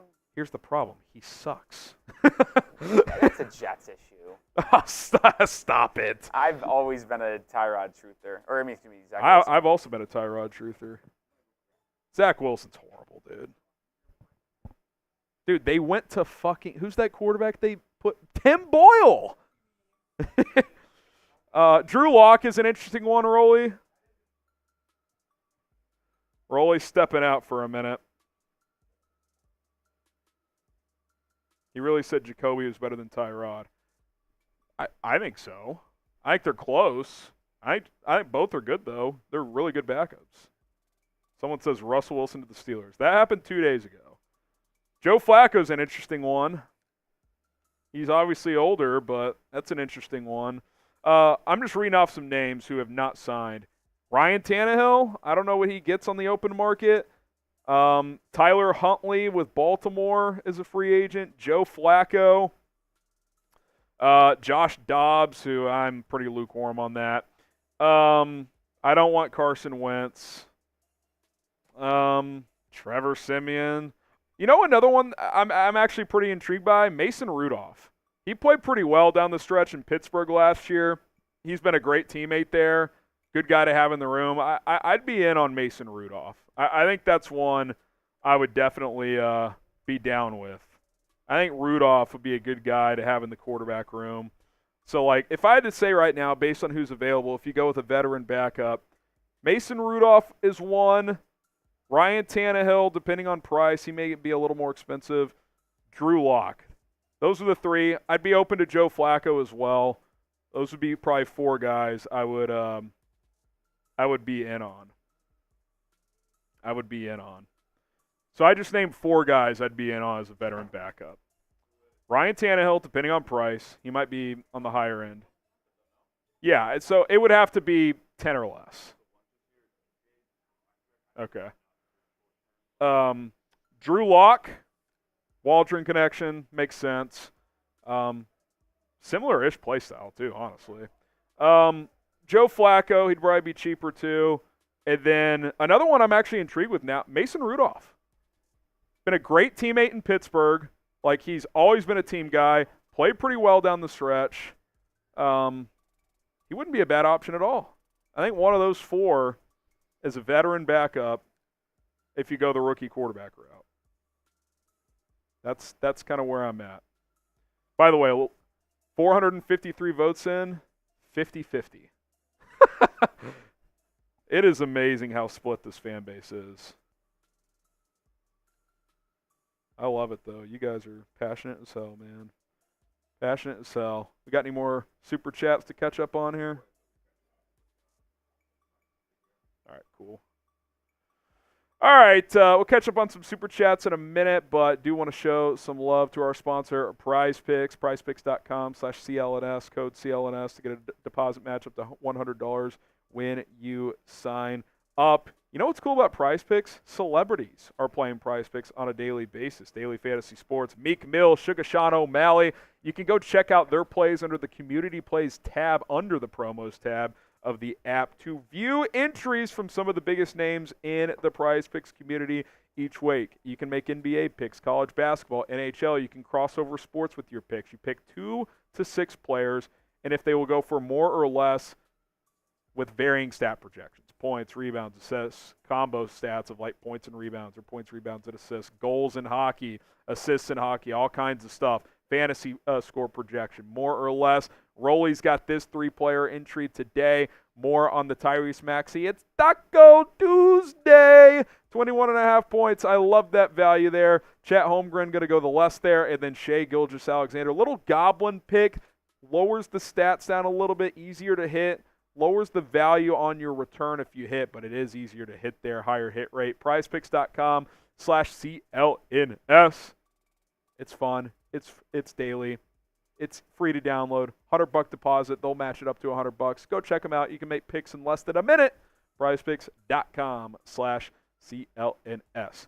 All right, let's sprint through some super chats, and then I'm going to go hop off for a sec, get some food as well. Honestly, that was so stupid of me. I went out there to refill my coffee. Did you not get food?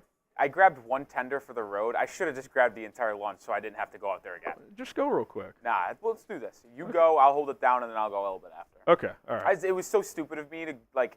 I'll grab like an extra tender or something when I go. No, it's fine. I'll just go out there. All right, McLovin Yo Madre. Love the YouTube name. Do you think we jumped on Swift too quickly? I don't actually. I think you had to. I think you got him at... I think like the initial was like, this might be a tick high, but you see Saquon get almost 13 a year. Jake, with incentives up to 15 a year, by the way. Jacobs got 12 a year. He was better than both those players last year. Now, it's 1 year versus more skins on the wall. I get it, but to get him at $4 million less per year than those guys, and his cap hit's less than $6 million this year. So I didn't mind that at all. Khalil Herbert's still going to have a role if he's on this team. You still got Roshan, so I actually liked getting him in here and just kind of checking that box. You don't have to worry about running back now. You're good there, so I was cool with that. You know how you usually say draft a running back late every single year, which it can be true for special teams reasons, but with the limited draft picks that Chicago has, especially late, they don't have a pick after the 4th round. I would say running back probably not going to be used in the draft. I would agree, unless they trade Khalil Herbert and use that pick to replace him. I just don't see the Bears, because they have Roshan as running back 3. Homers are there at that 4/special team. Yeah, they're good at running back. I don't think they're going to target running back in the draft this year. Yeah, they don't need to. Maybe undrafted free agent, but that's it. Yeah. Chris, you get a raffle ticket. Would the Bears use Justin Fields in a Cordell Stewart type role? I mean, look, it'd be fun to use him that way. I just think he's better than that. Like, he's not Taysom Hill. Like, he's a real quarterback. Like, he's got strengths and weaknesses like every other quarterback, but, like, he's not a gadget player. Like, he can be a starter or at least a high-level backup somewhere. So that's how I feel about it. Heinrich's 2, he gets a raffle ticket. We got all these down rolling. FanDuel has Jaden Daniels at plus 2,500 to be drafted first overall. Tempting. That's not going to happen. See, this is why Vegas wins. Yeah. Because people bet on that stuff. Even if it's $5, it's not worth it. No, it's not. You just donate to charity, man. You just built another casino by betting on that. Dom Dingo, love you the most, Harry G. Appreciate the support. Andres with the 5. Let's just draft quarterbacks with all picks. Keep Justin. F it. One of them has to be good. I've heard people throw this idea out there before. Take a QB at 1 and 9. One of them has to be good. JJ or Caleb will be good. It just doesn't work that way. Christopher Watson, I love Justin, but Daniels is not just a skinny Justin. Much more accurate with a quicker release. Processes defense much quicker at the same stage. Daniels will be a problem. I actually don't really. What are you basing the processing like? You realize his throw over the middle rate, which requires a lot of processing and anticipation, is like among the lowest. It's less than 10%, which was Justin's biggest problem coming out. So their skills as a passer are very similar, except for I think Justin has a stronger arm. Now, his release probably is a little quicker. I will give you that. I think Jay Daniels has the quickest release. Yeah, his release is Caleb's pretty damn quick, man. So Drake's is quick too. Like these guys have quick releases. I've seen a lot of people say that Jane Daniels, like in the draft circles, like is there like a break? Okay. A lot of people say Jane Daniels is the quickest. Okay, he's got a quicker release, sure. But like the biggest weakness he has is Fields' same weakness. He doesn't throw over the middle. So it doesn't mean you can't work around that, but it limits you. It doesn't mean that can't improve, but you got to remember too. Justin Fields coming out of Ohio State was a very accurate passer. Like, it's not like his completion percentages in college were low. So I think maybe it's not the perfect comp, but like, I'm not the only one who said that, by the way. Skinny Justin Fields that's been used a lot when evaluating Jaden Daniels, who I like Jaden Daniels. Rolly and I were on Jaden Daniels in September. Like, this guy's gonna be a good pro. Like, he's gonna go in the first round. Now, I don't think at the time we thought he'd be a top 3 pick. Now, I remember talking mock drafts back in September and October and mocking him 34 to New England in our Patriots Today videos, and people were like in the comments like, "Isn't that a little early for Jaden Daniels?" Now he's a lock to go top 5, if not top 3. Justin Zoop. That's 5 wheel spins now, which we should do those soon before we forget. Justin Zoo, why hasn't anyone signed Hunter? Your opinion? Money? I think he's trying to get a massive deal. He's going to try to get 26, 27 mil. I don't know if that's going to happen. Well, and the longer he waits, the harder that gets because money dries up. Could he be the Yannick Ngakoue? No. He's not like to that extent, but like it takes way longer than you'd think. I mean, Ngakoue signed at basically the preseason. Just saying. He could be. Maybe he's a guy that waits a week or two, but I can't imagine like he's not on a roster before April. Like, you know what I mean? I still think he signs this week. Carrie, I think Carrie already has a raffle ticket. Yep. Great show, guys. If I win the raffle, please donate to someone in the chat. I'm not on XIG, etc. I mean, I'm sure we could figure out a way if you end up winning it, but if you want to donate it, that works too. Very generous of you. Yes, Justin Fields will be traded, and I am comfortable with Bagent as a backup. I think Drew Lock. I'm all in on Drew Lock. I think Bagent, the player, is good enough. I just want a vet in that room, a guy who's played somewhat extensively. He's seen a lot of different things. Someone that can, help on the whiteboard and all that stuff during games. Like, I'm not saying Bagent can't do that, but like, I think like adding someone who's been around makes more sense. I am all in on Drew Lock. Yeah, Drew Lock could be a good fit. I mean, he knows the offense. He's a little younger, but he's still been in the league 5 years. Wonder what Drew Lock is going to get. Does he get more than Sam Darnold? No, I think he's like probably around Brissett, 7-8 million. I would give him Sam Darnold making. I don't get 1 the for Darnold 10 thing. is so bad. Why do people like Darnold? Like Is he going to start for them? I think so. I think they're going to draft JJ, sit him for a year. So you think let Darnold trade take the for Bulls? JJ? There's been a lot of buzz around Minnesota. Them in Denver, man. There's no way they don't trade up for a quarterback with Sam Darnold as their only QB, right? Like, I don't get the Darnold thing. I think he sucks. Yeah, me too. Like, he had like a decent 3 weeks, like month in Carolina 2 years ago, and people are like, he could still be salvaged. Yeah. I don't get it. Ricky. Now, this is an intriguing idea, Harrison. Titans plus 750 to land Fields. Round 1 pick swap with Justin would guarantee Bear snag receiver. At this point, 9-7, you give them Fields. I'd probably do that. Because you're right. You're almost, it's not 100%, but you're what, 90% to get one of the top 3 receivers at that point? I'd be willing to bet. Can't say 100 because there's been mocks where it's gone 3 quarterbacks, 3 receivers, top 6 picks. But I would be shocked. I mean, it's 90-95% that you'd get one of the. I like that idea. And quite frankly, if you really loved Marvin, you'd kind of be in range to move up a couple spots to get him.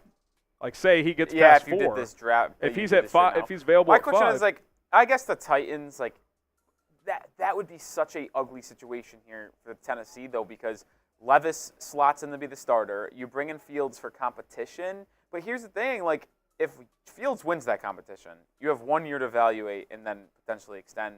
And, like, Levis is cooked then.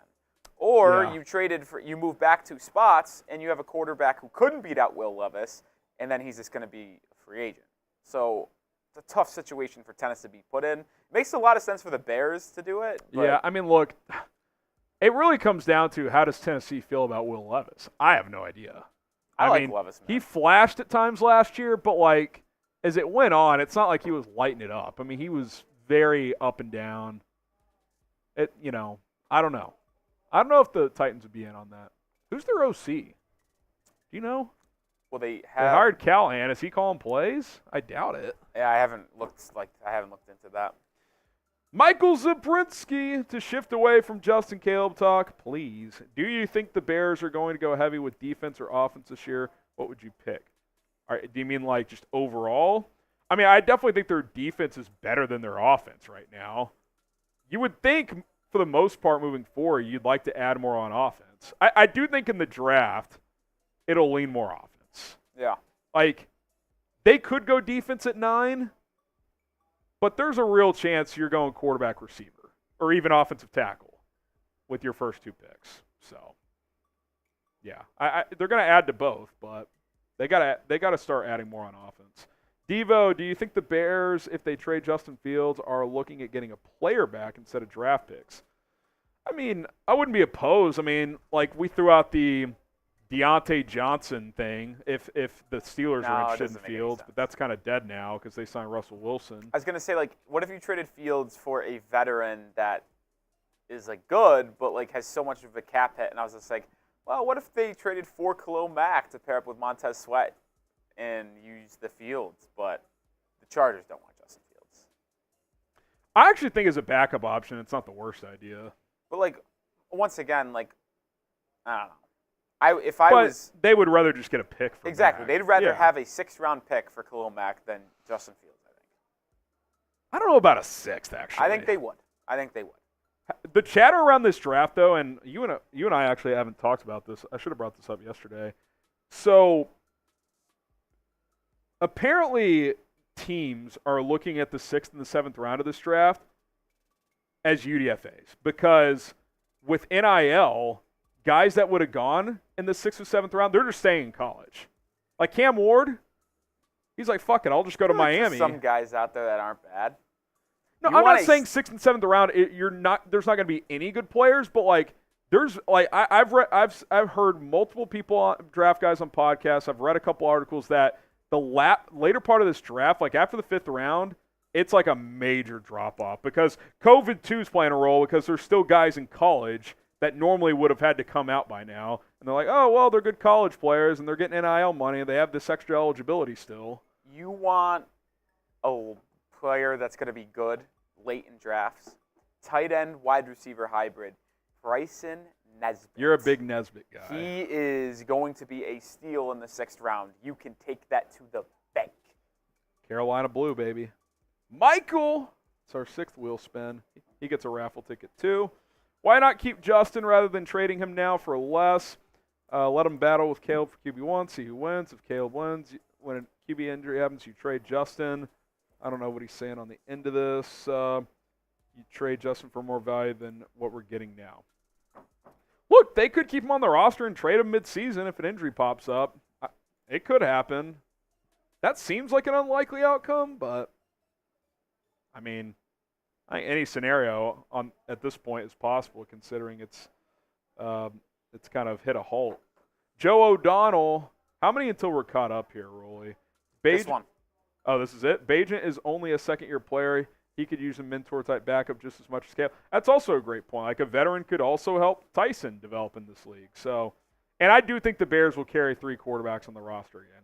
I hope they get someone better than Nathan Peterman. That's all I'll say. That's all I'll say. All right, let's get Christopher and then spin the wheel 6 times. 7 now. 7, and then we'll do the food swap here.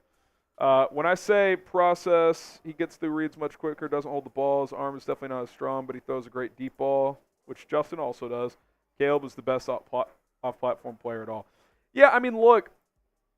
Yeah, Justin, a weakness of his is he holds onto the ball too long. That's been well documented.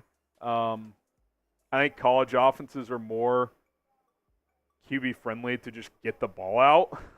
I do think that has to be a part of the conversation, especially when you have 2 top 15 picks at receiver. You just get Malik Neighbors the ball in space and let him go. But, yeah, I mean, that's a valid point. All right, 7 wheel spins here. You know we're bound to get a beer bong here. Yeah, which I can go grab when I go out as well. But we're bound to get one. Here's the first. Yep, we're due for one. Which, by the way, we're less than $300 away from the first beer boots of the day. Ooh, all right. So, tell you what, for the next minute, everyone who follows me on Instagram, at HGramNFL, I will follow you back. Oh, you got it? Yeah. Next minute, at HGramNFL, I'm following everybody back. Give me a follow. Links in the chat. Rolly's going to keep on spinning here. Second wheel spin here. We got 7 total. I'll follow you back. Oh, shit. Now I got to scroll back. Helmet sticker. Yep. Who gets the helmet sticker? Got Nathan. The second person to send in the 20 today was Kerry Franklin. Kerry Franklin. The second person to send in a 20 All right, today. I'll get him a sticker in a minute. So Kerry Terrence, Franklin Dominic, gets a helmet Devin, sticker. Alex, Dan, Sports Tears, Michael, Austin Z, T5, Z-Man, Andy, Sean, Luis. Oh, look at this. We're getting all the socials here today. The wheel is telling y'all to follow your boy on Twitter. Go follow Rolly. Producer Some of Rolly. y'all already do. I mean, I got Bears Now people hitting me up. Let's go. All right, one more refresh on the IG. Following everybody back. One more refresh here. I will do the same deal as Harrison. Everyone who follows me in the next minute, I will follow y'all back on Twitter. Jordan Heflin followed me. The link is in the live chat. For the next minute, I'll follow everyone back. The Hefman. That is 3 wheel spins so far. Here's a 4th. 4 out of 7. What do we got here? You know what? I'll be nice and say that one doesn't count. Yeah, we'll respin there. So still number 4 out of 7. Yeah, you knew this was going to happen. Yeah. You have yet to get a beer bong, by the way, on the wheel. You've been dodging bullets like Matrix. All right, 5 out of 7. All right, getting the final follow backs here. Oh, man. Harrison, you want to do another minute or? Respin that one since we just did that. Still number 5 out of 7. Yeah. Kerry Franklin for the sticker. Oh, look at this. Shot for your boy. Pounding Harrison Paul. 6 out of 7. I'm seeing some follows. I'll give back. It finally got me. Gary Franklin, you got a sticker up there, my friend. That was 6 out of 7 I was shot. This is 7 out of 7, but Isaiah Harris just came in with a 20. Yeah, so we'll do an 8th So as well. That's an 8th. Oh, no. Ooh. Oh, no. Oh, no. Oh, looks like a beer bong race coming up, Rolly. Oh. I'll bring those back in here. Yeah. Here's my shot, by the way. Rolly owes one as well. All right, last one. This one's for Isaiah Harris. Wow, the social media game is just ridiculous. This one's is you, though. All right, I'll do the same thing. Follow me on Twitter for the next minute. I'll give you a follow back. I am going to go follow back everyone who just followed me on Twitter. We got, let's see here. We got George. Oh, we got 14. Much easier to follow. Oh, shit. Look at you guys coming out. Yeah, give Rolly a follow. Got Nick. I'm following him back. Oh, here comes a bunch. Austin, At Dude, HGram NFL. JD, Chastity, Preston, Depressed Bears fan, Gabe, Alex, Brogan, Above the Rim, Chris, Tyler, Nick, Wes, Kiss, Zach, Wang, Matt, David, George. Boom. I'll get some shout-outs here on the follow backs.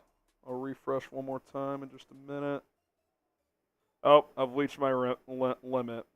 Twitter sucks. Like, in a short period of time, you can only follow, like, I think it's 30 people back. Oh, really? So I got JD's Barbecue, Olis. You got Zach, Matt, Owang, Travis Gatling, Chastity. What's up, Chastity? LS, Nathan, Glatt, Jamie, Bradley, Sports Guy, Bears Monsters, Johnny, Steve, Jake, Cairo. We got Nick Garcia, Chris LeBowl. We got Noah, Brian, Jonathan, Tom, Fat Man Up, Austin, Scott Miller, Quentin Young, DDO. Oh, here we go. It's now letting me follow again. Harry Spencer, Andy, Marco Glow, YT2K. We got Mike C, Loopware, HD Cantona, Bobby Portis. Surely not the real one. Keith, Thorny, Steven, Kaylee, DJ. We got Nick, Kevin, a different Noah, Adam, Brandon, Gabe the Pats fan. There you go, Rolly. Gabe. Ben, Dylan, Dad, DJ, Damian, Tim, Derek, Kyle, and I'm maxed out again. I'll try to follow everybody else back later as well. I'm going to hop off for a few minutes, get some food in me. I'll bring back the beer bongs, and we'll keep this party rolling. Sounds good. I'll rotate through some super chats here. I'll tell you what. You guys can play the game while I'm gone. I'll be nice. I'll be nice. All right, first super chat coming in from Tony Williams, $2. Why would anyone trade for JF? Bears have no leverage. I do get the idea that the Bears don't have leverage because, well, if everyone knows they don't want Justin Fields, why would they trade? The answer is he's still on a cheap contract and has talent. Well, Harrison says he's got a cheap contract and has talent. Well, I mean, you can't tell me someone has, like, no one has any level of interest whatsoever. I don't know, Jim. I'm not saying that's like a starter. I'm just saying if Mac Jones can go for a 6, so can Justin. Yeah, well, yeah, but I think he's more of asking, like, why would anyone trade, like, anything of value? Sure, like, he may not get a third. Yeah. Zach with a $2 super chat. Trade Caleb 1, trade number 9 Field, or take Caleb 1, excuse me. Trade number 9 Fields to Pats for 3. It would have to take a lot more than that. As we kind of detailed, Justin Fields' trade value is not as high as Bears fans once thought it was. I know there was the pipe dream of a pick number 20 from the Pittsburgh Steelers in the first round, but unlikely.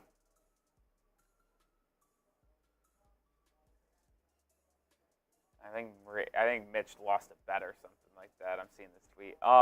Yeah, it would take a lot more than that. And Patriots probably don't want to do that anyway.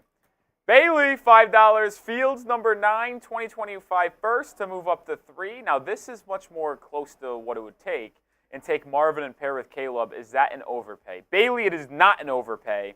That is what it would likely take to move up from 9 to 3. Now, the thing is, it's interesting, is trading up to 3 to use that pick on a wide receiver. If you wanted Marvin Harrison Jr., I think it would be better well served to target that 4th overall pick from the Arizona Cardinals. The Cardinals pick at number 4, if they're willing to trade back, is the one that you'd have to sought and go after for Marvin Harrison Jr. Because I think New England really does actually want to stand firm at pick number 3 and take either Drake May or Jane Daniels, whatever one is not taken by the Washington Commanders. So to me, it's number 4, but this is still a potential framework. And maybe you substitute Fields here. Maybe it's number 9, a 2025 first, and a 2025 4th-round pick. Maybe that's what it takes. And are you willing to do that? Who knows? Who knows if Poles is willing to do that? I know a lot of fans want Marvin Harrison Jr., though. Isaiah, we spun. This was that 8th spin, by the way. I just want the Bears to win. I have to trust Mr. Poles, FGB, bear down. Appreciate you, Isaiah Harris, for the $20 super chat. NRG, bro. We've taken an RB, which we didn't technically need. We are the O-line. We are the O-line prospects. Need? I don't know. Fix our damn holes. I think NRG is saying the Bears need to sign and draft more D linemen, O-line guys, and then get vet wide receivers. So I expect that. I think the Bears will target one of Tyler Boyd or Curtis Samuel in free agency to be that wide receiver 3/slot guy. And I think they will look at number 9 for wide receiver. Now, who knows what the Bears do at offensive line with Braxton Jones? Do they view him as a left tackle guy, or are they going to want to draft an Olu or Joe Alt at left tackle?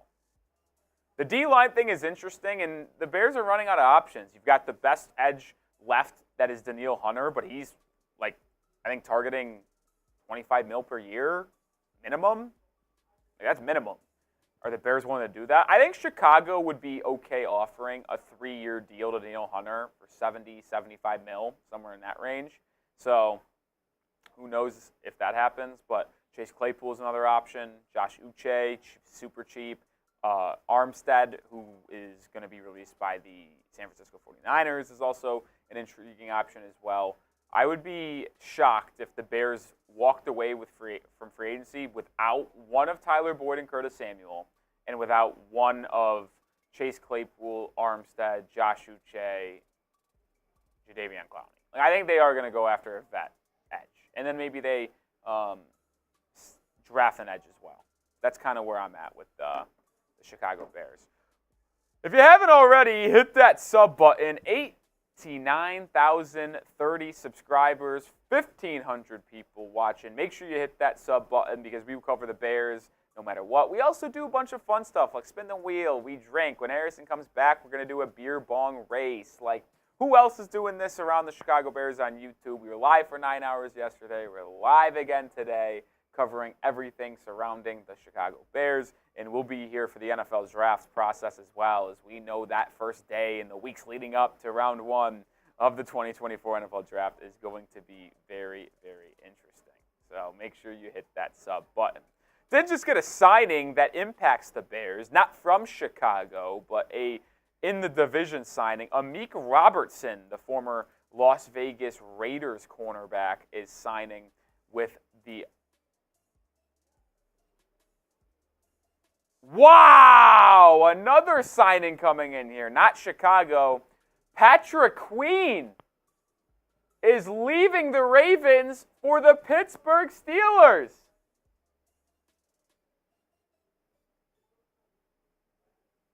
Patrick Queen goes from Baltimore to Pittsburgh and is joining that Steelers defense. That is quite the shock. 3-year, $41 million for Patrick Queen. That is a wow move, not because the Bears were interested in Queen or anything like that, because they obviously still have TJ Edwards and Tremaine Edmonds returning next year in the middle of that defense, but you very rarely see players in the middle of their prime switch from Baltimore to Pittsburgh and vice versa. That is a very shocking signing there. And that's the biggest shock to me. Wow, that's crazy. That one's a shock. That one's a shocker. And did I say Chase Claypool instead of Chase Young? Because I saw some people comment Chase Claypool in the comments, and then I see Jimmy King saying, "Roll, you meant Chase Young." Did I say Claypool instead of Chase Young?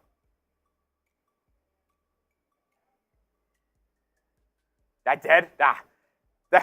Hand up, that's on me, Bears fans. Obviously not Chase Claypool.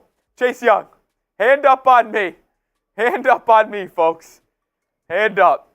No wonder why everyone started saying, "What did he just say in the chat?" Oh, yeah. Sorry, folks. That was hand up on me. Oh, man. Thank you. Thanks for the forgiveness. Thanks. Yeah, before the beer bong. Now it's going to be very tough. Very tough.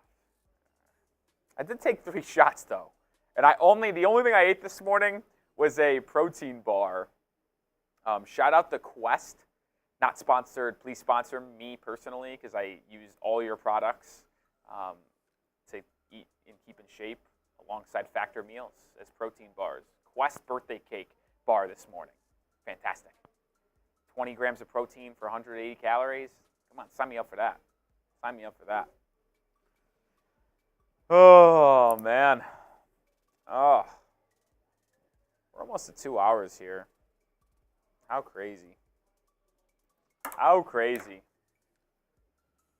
Mason says, "Rolly, leave the Patriots to come to the Bears." Listen, the Bears are my NFC team. That's fair, right? They're my NFC team. We don't play each other. There's no rivalry between Chicago and New England.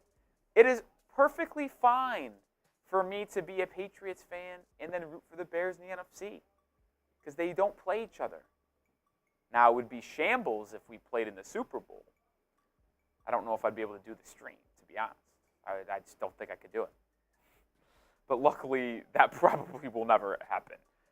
For the Bears to be in the Super Bowl and the Patriots at the same time in the current state of the teams, very unlikely. Very unlikely.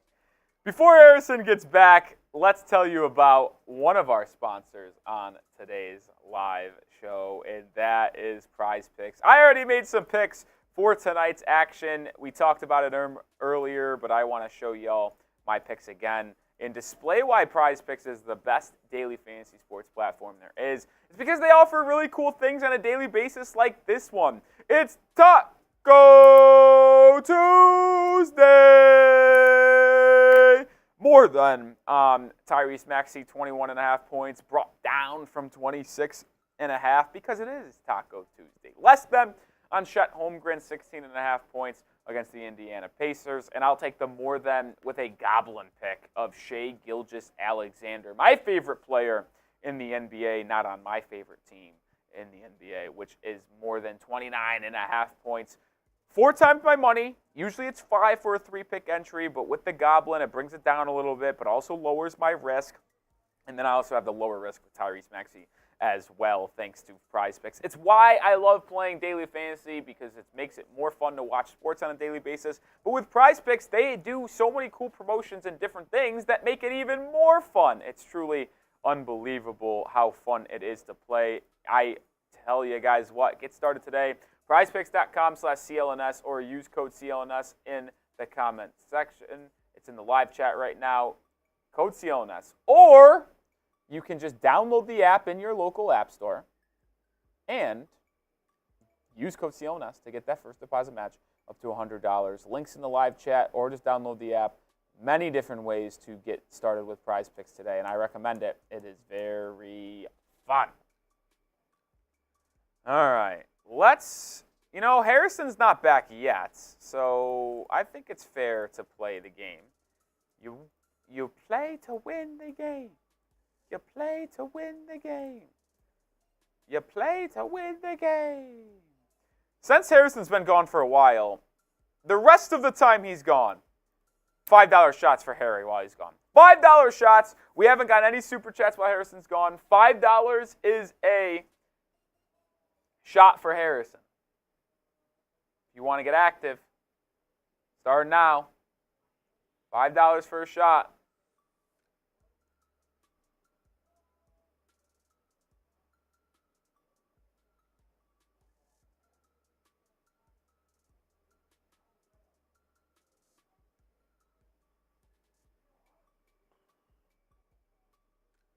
$5 for a shot here. Matt says Justin Fields to the Lions. That makes no sense. But the biggest news of the day so far is Patrick Queen going from Baltimore to Pittsburgh. 3-year, $41 million deal to switch over to the rival Pittsburgh Steelers. That's a wild move, man. Fucking hell. Oh, wow. The Giants are signing Drew Lock. Oh, that's tough. Because we were just talking about how Drew Lock would be a really good backup quarterback for the Chicago Bears and potentially Caleb Williams, but Drew Lock is now going to be in New York, and that further to me tells me that the Giants aren't drafting a quarterback. Daniel Jones and Drew Lock feels like that's going to be their quarterback room for next season, which also tells me they're not trading for Justin Fields. So no Drew Lock for Chicago and no Justin Fields to New York as their backup / competitor to Daniel Jones. Kind of a double whammy if you're the Bears, and double whammy, which means if they're not going to draft a quarterback, because it's unlikely they sign Drew Lock and have Daniel Jones as to add a young quarterback to that room, well, probably means they're also going wide receiver as well, so expect Malik Neighbors or Rome Odunze off the board at 6. Or trade back, but I still think they could draft. I don't think that. No chance to me. Absolutely no. Why would they draft a quarterback in the top 6? Yeah, but for 2024, you're telling me they're going to have a 6th overall pick at a quarterback room with Daniel Jones and Drew Lock? No chance. Well, the only reason I think there's a chance is if they really love one of these quarterbacks and they're sitting there and they don't like next year's class, they may draft one. I don't know. I vehemently disagree. I just think no chance is a little like. I truly do think it's no chance. If Drake May falls to 6, they might take him. There's no chance of that happening. I do agree that's pretty unlikely. Do I owe any shots? What am I looking at? No one took advantage. No one bit. No, right. It's crazy. So you want to do these beer bongs and then you can go get some? This one came in at the. All right, we'll this count one that counts. one. This one counts. We'll count that one. All right. How much did Lock get? Have we seen details? It looks like it's a 1-year deal, I think I saw. Also, Josina Anderson reported out, nothing new, but at this minute, the Patriots have an offer out to Calvin Ridley waiting to hear back. He wants to stay in Jacksonville. It's just a matter of will they get close enough on an offer to New England. It kind of hurts to know that Calvin Ridley isn't convinced on signing with New England, but hey, man, if you get him, balls, you just take him. Yeah. Who gives a shit? Tony, Bears have 0 leverage. Matt went for a 6 at this point. Polls sees he should have acted early instead of evaluating. But, how do we know, what was he supposed to do? Was a trade a month ago going to be for a second? I mean, doesn't seem that way, does it? I don't know. I don't think all of a sudden, it's well, a month ago you could have had a 2 and a 4, but now you can only get a 5. That just seems unlikely to me. By the way, I can't believe Patrick Queen went to Pittsburgh. That's a great get for the Steelers. That was a pretty decent price, too. Less than $14 a year. Pretty damn good, dude. Wild. Yeah, beer bong and then rotate food. Sounds good. Yeah, we'll knock out this beer bong and then Rolly's going to go get some food. I mean, I'll just come back in here and eat it so I can. Oh, yeah, that works. So that works. I'm not going to sit out there and eat. There's another 5 from the Prodigy. We'll get to that in a second, but let's knock out this beer bong race.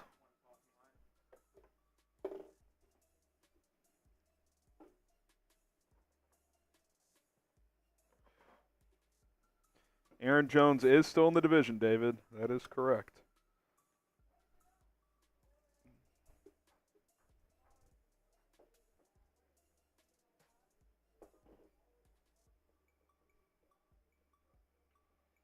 All right.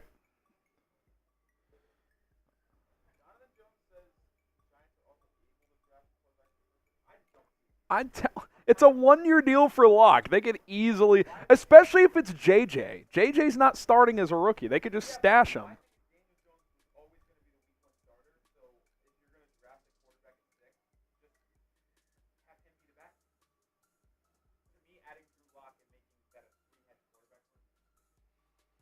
Yeah, I I don't disagree with that logic, but I do disagree with the idea that there's no chance they'll draft a QB at 6. I'd be willing to place a solid wager that the New York Giants are not taking quarterback. They may not, but that doesn't mean it's no chance. No chance. I love and hate your bluntness. Like your. But that's how I feel. Like I truly believe there's absolutely no chance. Okay. It makes no sense for them to do that, and especially with their biggest position of need. Well, it made no sense to give Brian Burns $150 million. They still did it. Is wide receiver. Why would Well, they take wide receiver? I would still say it's quarterback. Drew Lock or I Daniel actually Jones are would not the argue- I future. would actually still argue. You think Daniel Jones or Drew Lock is more viable moving forward than a single receiver on that team? You know who's on that roster. Yeah, it's bad, just like the quarterbacks. And quarterback's more important. The quarterback position is in a better spot than that wide receiver. Dude, that QB room is horrific. The wide receiver Is might be the worst. It's bad. It's bad. Darius Slayton, wide receiver 1, Jaylon Hyatt 2. What are we doing? It's bad. I don't disagree, but if you like a quarterback, you have to go draft him. All right. Let's see if I can get some redemption on Rolly today.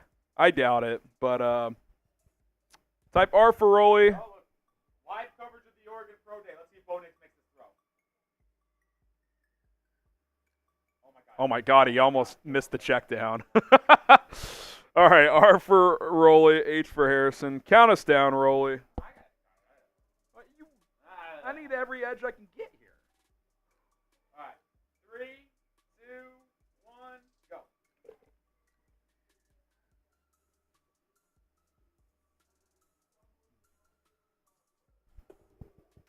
God damn it, Rolly.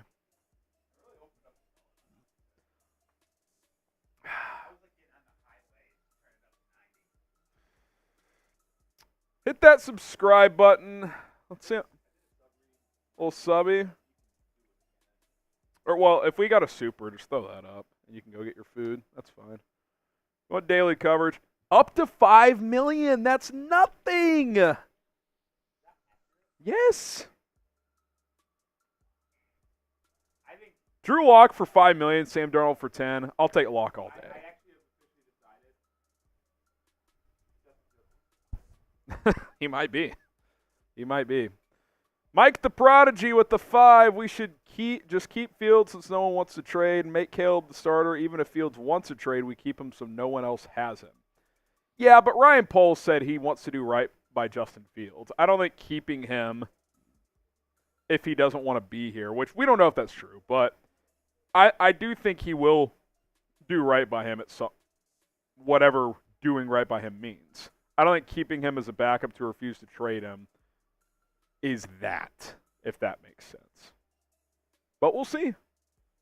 It's certainly quiet at this point. Jeff Howe did have the report earlier that he's still a trade candidate and that the market could start to evolve in the coming days. So we'll see if that happens soon here. Sam, Rolly just stepped out, but the raffle, same as yesterday, Bears jersey, winner gets one. So we'll make sure you're entered once Rolly gets back here. $10 to enter. Bo Nix, pro day here. Throws left side, caught. No, dropped. Dropped by the receiver. That's pretty brutal to drop a pass at a pro day. That is brutal. Shelby Harris, 2 years, $9 million, back to the Browns. Patrick Queen to the Steelers is a pretty interesting one that came in while I was out for a few minutes. 3 years, $41 million. By the way, someone dropped a pass at the pro day. That's got to be embarrassing. Simple out route, just dropped it. The sliders are hitting today. I think they're hitting better than the tenders. Oh, man. All right. Got two $10 super chats. We got to get them in on the raffle. We'll get those on screen as well as we continue our day 2 free agency coverage. Oh, Nick's deep ball. Let's see if it's accurate. Couldn't tell. Tony Williams, dude, he always knew it was Caleb. Don't pretend. I don't know what that's in reference to. Is that something while I was gone?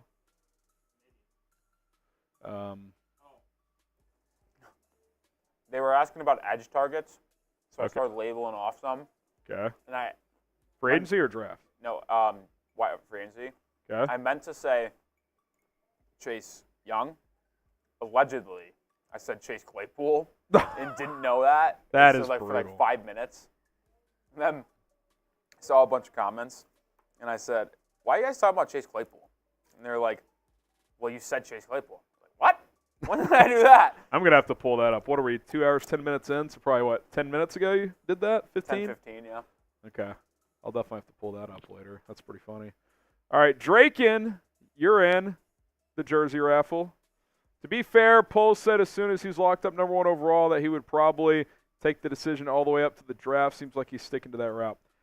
At the end of the season, he did say in his eyes this decision could go up to April. So maybe he's sticking to that. So definitely possible. Definitely possible. Samuel Lawless, you get a raffle ticket. What's the raffle? I already answered this out loud to you, but we got you in there. Bears jersey. Winner gets a jersey of their choice. Be mad. Being a UCLA fan and Bears, I wholeheartedly do not want Caleb. I get the argument about him having swagger, but he made USC about himself. He is Ryan Leaf 2.0 or Jamarcus Russell when you could have had CJ Stroud. Well, again, the Stroud thing, I will still defend the trade down last year. Bryce Young was considered the top QB among most evaluators. So that's number 1. And number 2, you needed to add more to the roster at this point. The rebuild was still very early on. And number 3, to just throw this guy out there as the next Ryan Leaf or Jamarcus Russell is a bit much. Even if you maybe you don't think he's the best football prospect, that's fine. But those guys had made they didn't care about football. There's no evidence that's the case here. So I don't think that's fair at all. Why is he the next Jamarcus Russell? Jamarcus Russell showed up to training camp at 300 pounds, did not watch any film. They literally gave him a tablet, and it said 0 minutes watched. That's not fair at all to Caleb Williams. Even if you don't like him as a prospect, that is an unfair thing to put on him. Completely. Fields to Seahawks. Rappaport, breaking news. Apparently someone in the chat saying that. Well, I haven't seen anything yet, but I do think Seattle feels like a fit here.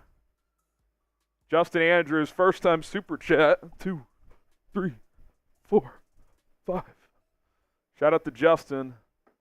Michael DiBartolo. Shifting from the Fields chatter. You get a raffle ticket, by the way. At this point, should Poles just push through a slight overpay on Danielle Hunter or one of the remaining high-level free agents bear down? I mean, look, you want to be careful on when you overpay because you don't want to do that too often, but I would consider it with Hunter. If the Bears value him at 20 to 22, I'd go up to 24, 25.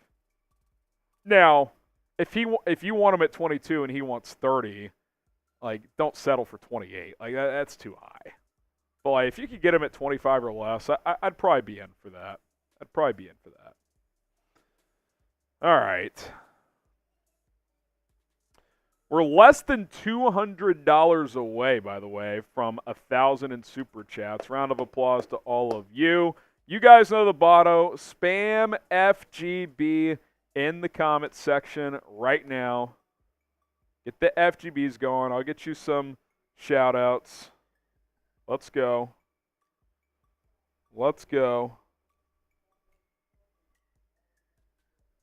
Got Chastity, Adam, Logan, Mason, Eric, Jake. We got Jeff, Espy, Austin, Sander, Michael, Keaton. We got Ryan, Noel, Jack, Love Golf, Andy Gomez. Let's get it popping here.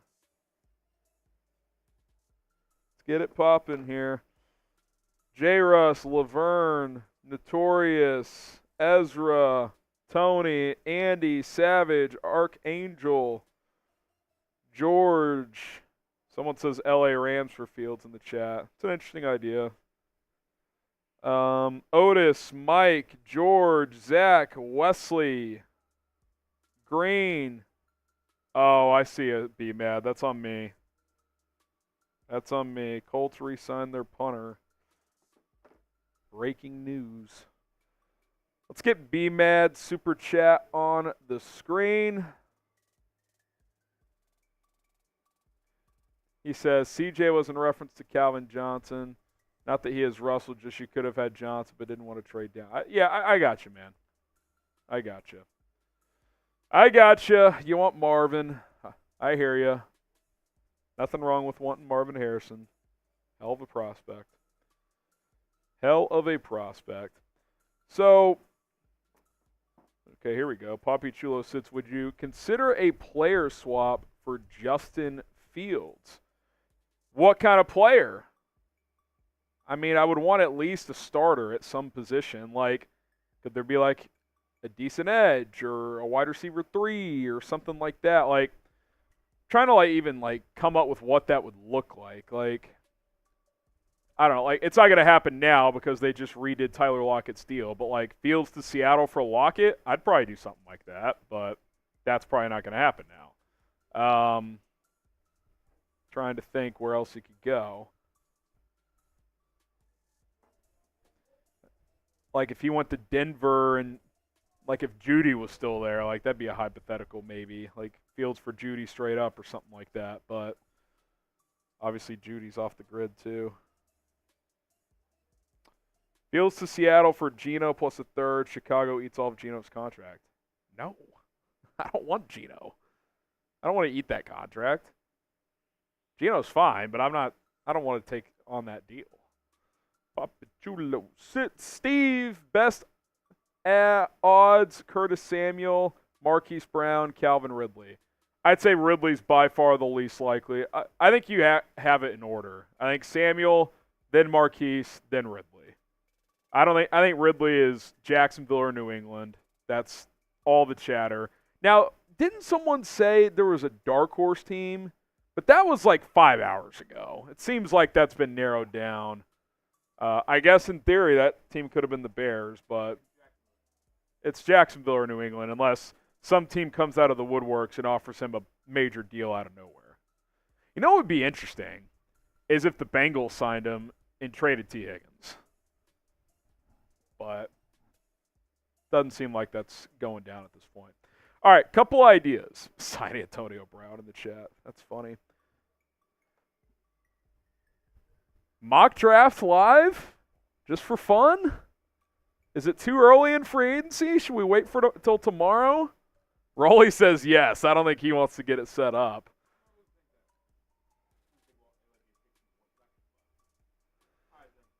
There's still stuff going on. I get it.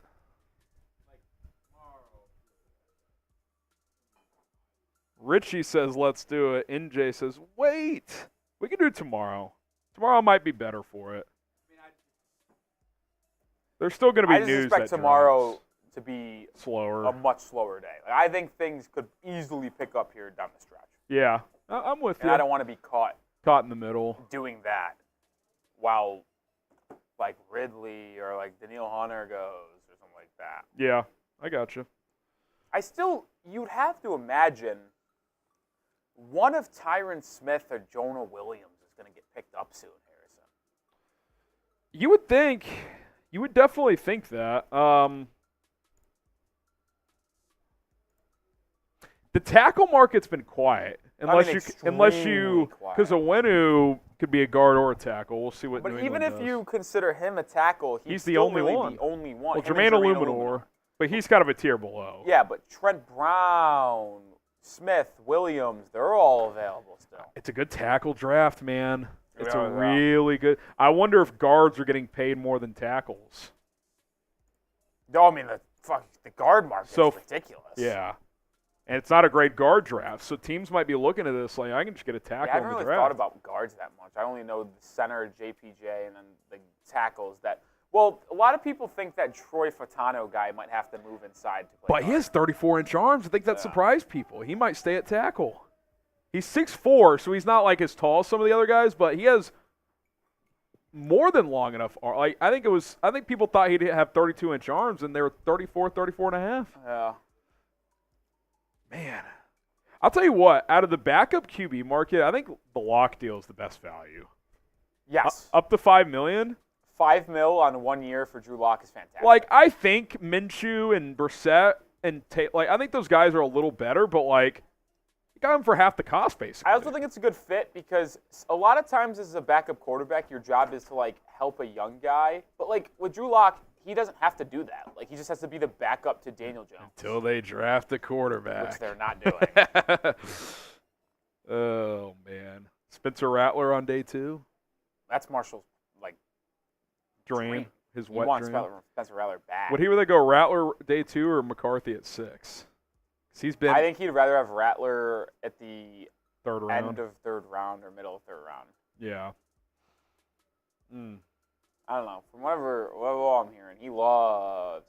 By the way, you were right about the sliders, and it's not even for the meat purposes. The bread was just Bread was fantastic. great today. Bread was I thought great. the tenders were a little stiff today. Yeah, I would agree.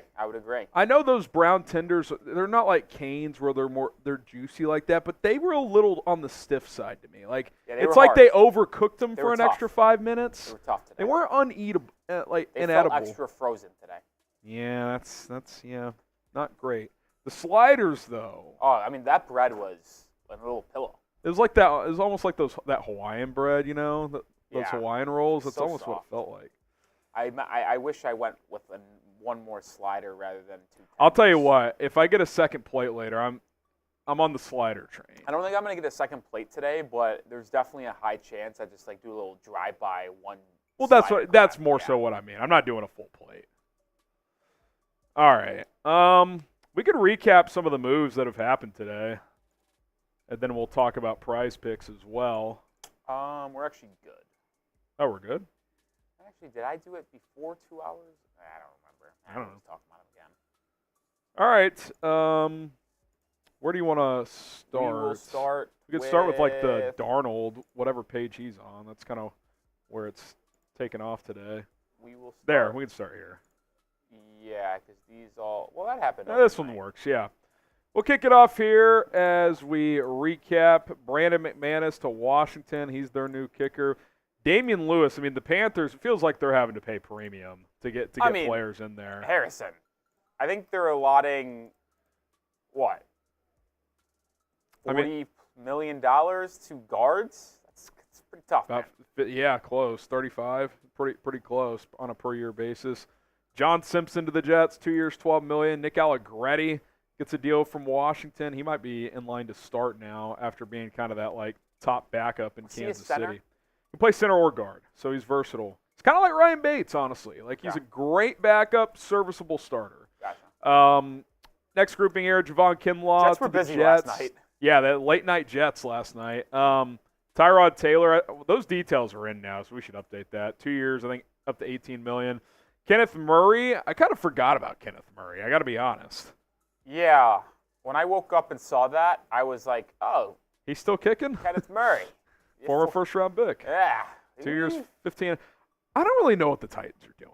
They've added a lot of players, but are any of them good? I think the Titans might They gave Cheeto $12 million a year. The Titans might be the team that's like, if you had to point to one team in the entire NFL that says what direction they're pointing in, and you would say, I have no clue, I think it would be Tennessee. Yeah, like, they've signed a lot of guys and players you've heard of, but, like, none of them are, like, great. Like, you could absolutely talk about how many other teams, like, even if teams that are bad, like, we still know what they're doing and what their goal is, but, like, the Titans, like, Will Levis, like, what are they actually doing? Yeah, I don't know. It almost feels like they're where the Texans were 2 years ago with Davis Mills and where the Falcons were last year with Desmond Ridder. Like, if things are ugly at least this year. the Falcons had a vision of maybe Desmond Ridder can be good. We're going to build a defense and give him weapons. Well, but I think the Titans think that with Levis. I think they think, maybe Levis could be good. They have so much more holes than that Falcons team. Yeah, I do agree with that.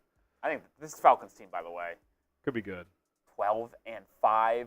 Book it. They do feel like the team ready to take the biggest jump right now in either conference. They will be third in the NFC next year. And then they'll lose in the divisional round because ultimately there's a ceiling with Kirk Cousins. If you had to give early prediction of the NFC, I'll take 1, the 49ers again. I'll take 2, whoever comes out the East. Dallas or Philly, I'll whoever it is. put the Falcons at 12-5 at 3, and then I'll put the winner of the NFC North. Maybe they just beat up on each other a little bit. Like maybe 11-6 winner, maybe a 12-5, but they lose the tiebreaker at that 4 spot. It's going to be top heavy again. Like you could see the division winners all having 11+ wins, and then like 2 of the 3 wildcard teams being 9-8. Yeah. Like you could you could see like the Rams again. They're probably going to win like 9 or 10, and they'll be a wildcard team. Like one of the NFC North teams will be a wildcard team. I could see a Lions Maybe the Bears happening a little bit by a couple wins. Packers probably still in that 9. Getting Ben Johnson back was big. That was pretty big.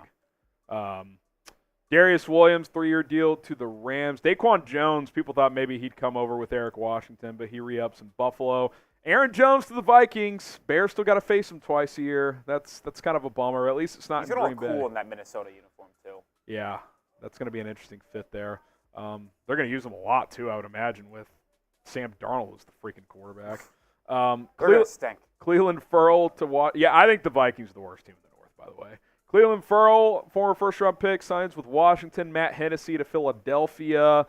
The Marcus Mariota deal, obviously notable. Do they trade Sam Howell? Most expect them to draft a quarterback at 2, so that's going to be interesting. A lot of Jaden Daniels chatter because Mariota's skill set is similar. Jameis Winston to Cleveland, so that means Joe Flacco likely signing elsewhere, so we'll see what that means. By the way, Winston will inevitably start some games this year. Oh, well, of course. Yeah. So that's going to be fascinating. I missed the Gesicki deal. What? I was not in here for that. No. Are we live yet, or is that like this? So it happened while we were filming Patriots, and as soon as we signed off, I was like, oh, Mike Gesicki signed with the Bengals. I must have just completely zoned out during that. I totally missed that. It was it was right after we filmed. Was it right when the Patriots Joe video. Mixon trade happened? Yeah. Oh, okay. All right. That's on me.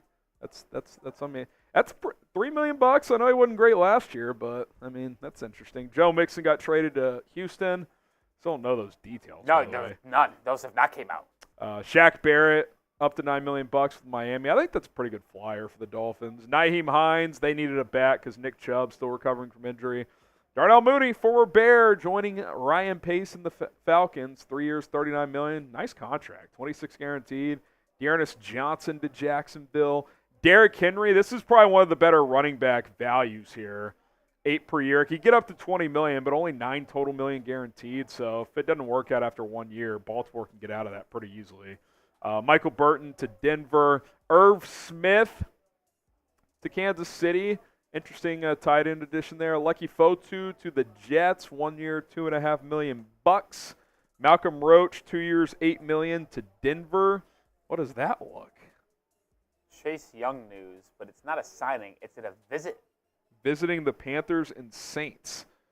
Is he in the category of player that teams got to see him up close? Yeah, what? Because of his free red agency. No one visits people during free agency. What are we doing here? Maybe long-time vets. Yeah, when you visit in free agency, that is what Yannick Ngakoue did last year. Visit the Bears. I don't even think he visited. I think they just signed first week him. of free agency, we got visit announcements. That's something else. Get on Zoom, Chase.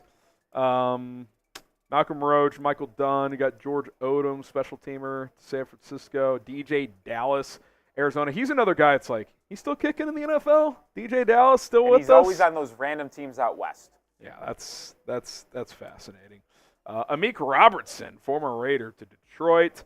Patrick Queen, the most notable one as of late. I think it's the biggest shock of the day. $41 million to Pittsburgh. Yeah, that's a big shock. You knew Baltimore was going to lose some of that defense, but that's a big one. I am shocked that he did not follow McDonald to Seattle. Yeah. Especially with them losing Bobby Wagner. Especially with that contract. It's less than 14 a year for a top 10 off-ball backer. I thought Patrick Queen was a lock for the Seahawks, to be honest. Drew Lock to New York. I thought maybe he'd be a backup QB option here, but he's off to the Giants. No quarterback for New York at 6. Yeah, we'll see. Shelby Harris re-ups with the Browns, 2 years, $9 million. Deion Bush, former Bear, back to the Chiefs. And then the Colts re-sign their punter, Mr. Sanchez. And that is where we sit. The latest news is Chase Young set to visit the the Saints and the Panthers. And if you're wide, like I still think like we've seen, obviously Darnell Mooney signed today. Still a lot of receivers. I don't think the receivers will start flying off the board in my opinion once Calvin Ridley makes a decision. Yeah. And the news on Ridley is that it's between Jacksonville and New England.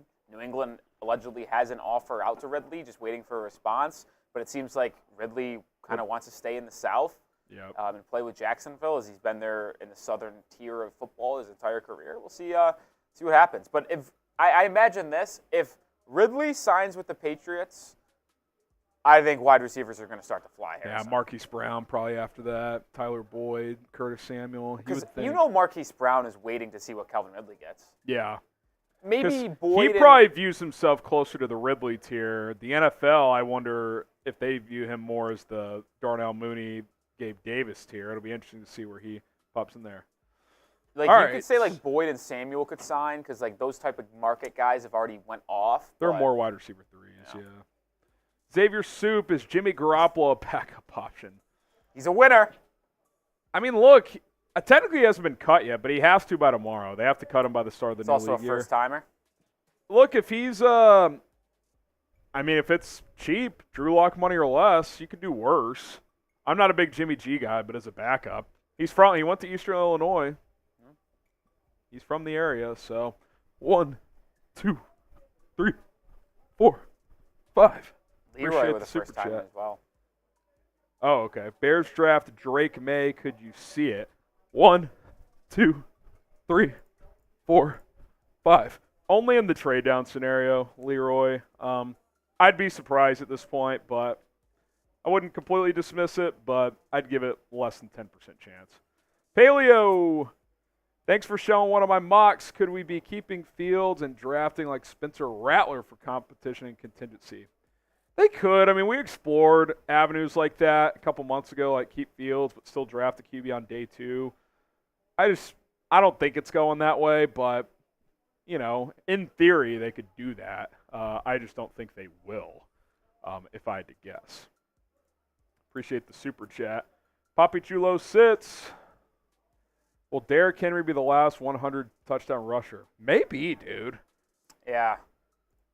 I mean, where's Christian McCaffrey? Like, he's got to be pretty high. I mean, he had a bunch. He had that touchdown streak, right? Like 18 games in a row or something. I could look it up here. Christian McCaffrey, career rushing touchdowns. It's only 52, dude. It's not as high as you would think. Joe Mixon's honestly kind of close, I think. 49. No, really? That's it? Yep. I just knew he's been a touchdown. McCaffrey's at 52. Yeah, I mean, getting to 100 is crazy. I mean, that's 10 a year for a decade. Derrick Henry is so he's not even there. He's at 90. I mean, they're just saying he'll get there. Yeah, I'd be willing to bet Derrick Henry gets double-digit touchdowns this year. Well, even if he doesn't this year, I think he's got at least a couple years left in the tank. So he should get there. He's had double-digit touchdowns every year of his career since 2018. That's wild, dude. He's one of the most underrated players in NFL history, I think. Dude, he's going to go to the Hall of Fame, I think. Oh, well, yeah, of course. 10,000 plus yards, 100 touchdowns. I think that's like he had a year where automatic. 2,000 yards and 17 touchdowns. That alone gets you in the Hall. 3 1,500-yard seasons. Yeah, he's going to the Hall. Super chat menu, if you want to donate to the program, $10 get you in our Bears jersey raffle. For $20, we'll spin the roulette wheel. $50, no one's bet on this. If you want to Instagram, call me into the show. We'll just kind of get you on my phone. You can spit your Bears hot take, whatever it is. $100 get you a sticker in the Bears Now Helmet Hall of Fame, and then every 1,000 total, which we're at 828. So if we get to 1,000, 130, we have to get there soon, guys. That's bad math by you. 172. 130 away.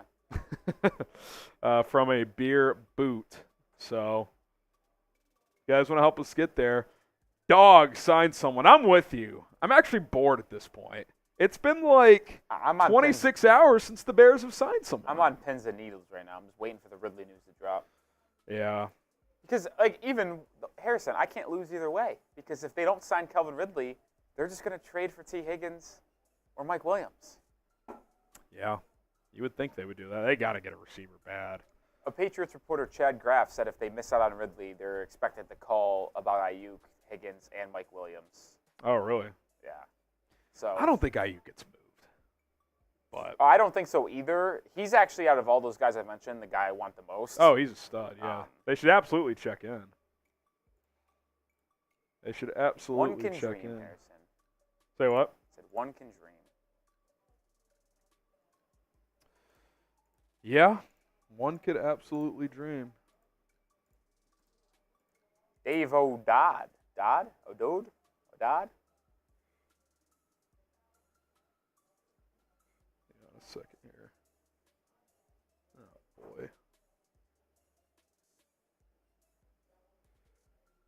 boy. Sorry, I was fixing something. Wild card, Washington gives us our second back for Fields, and they draft MHJ. They would be stacked on offense with Scary Terry. Why would they give us a second?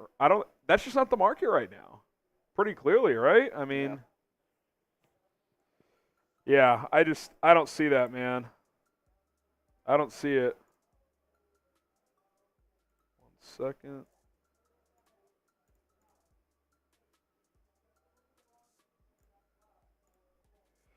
All right, that's all fixed.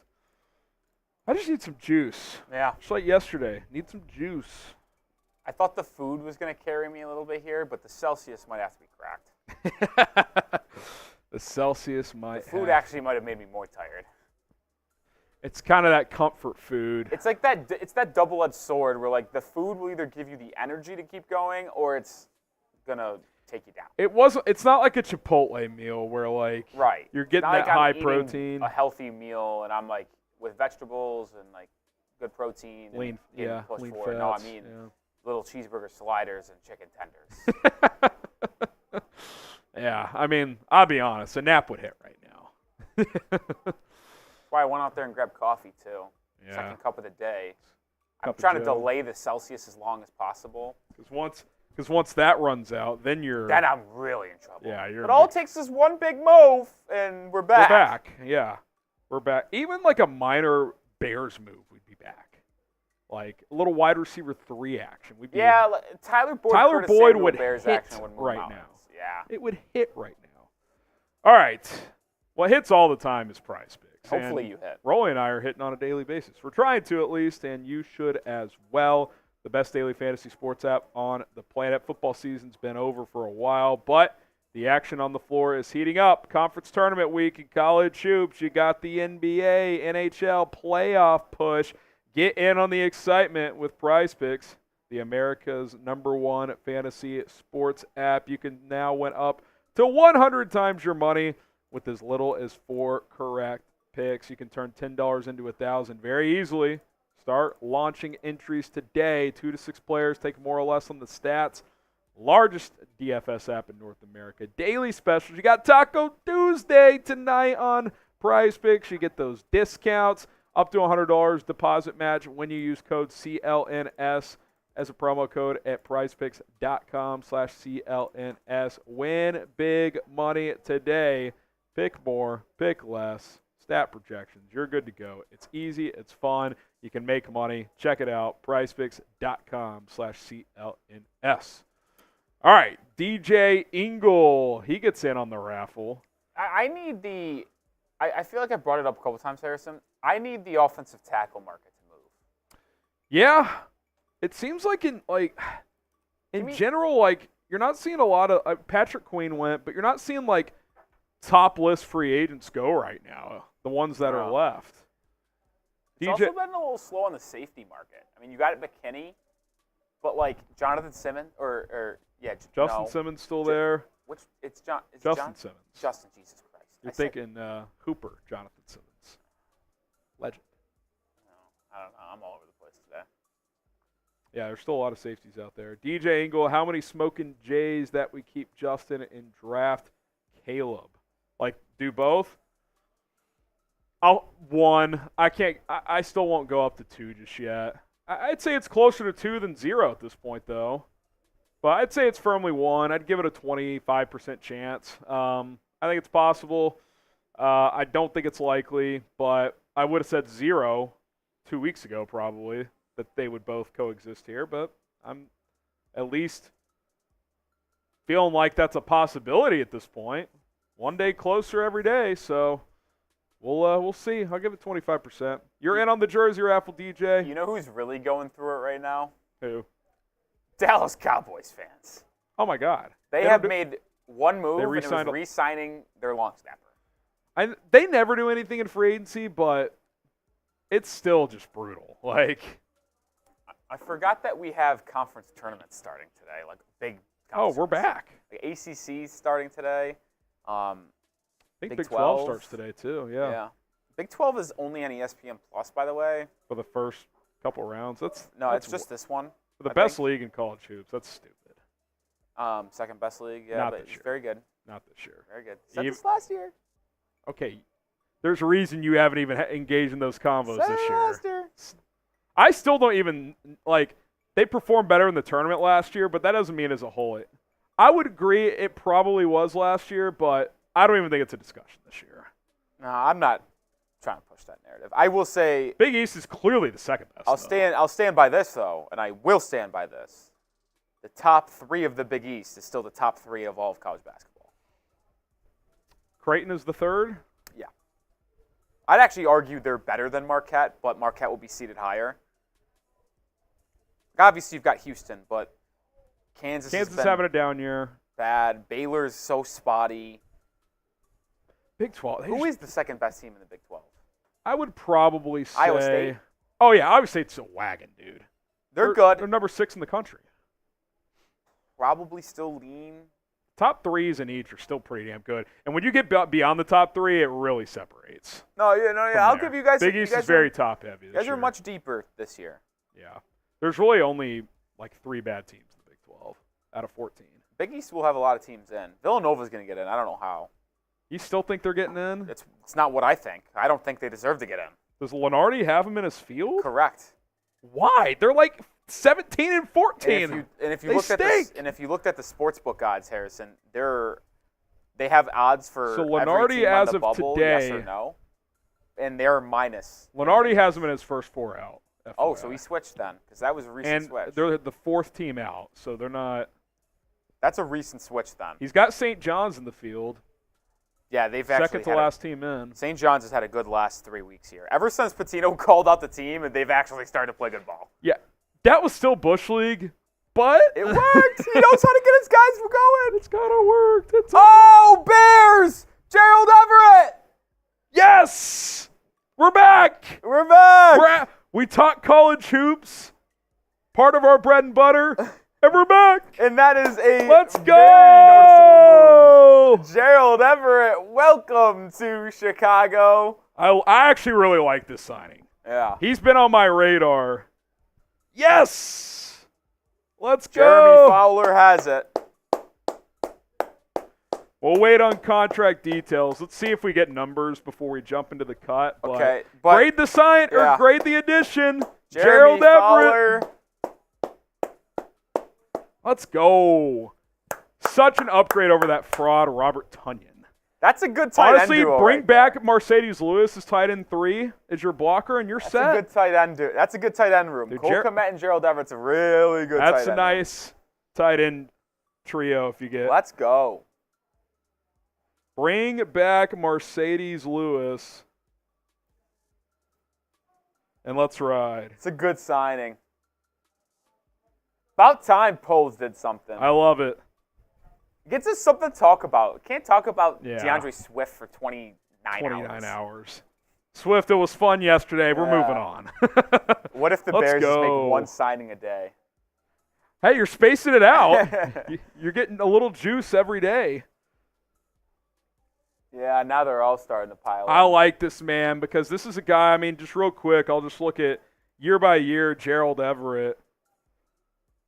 You got, this is a guy for 5 years in a row, Rolly, at least 37 catches and over 400 yards. Yeah. So he's been very consistent, and even his first 2 years, 244 as a rookie, 320 as a second-year player.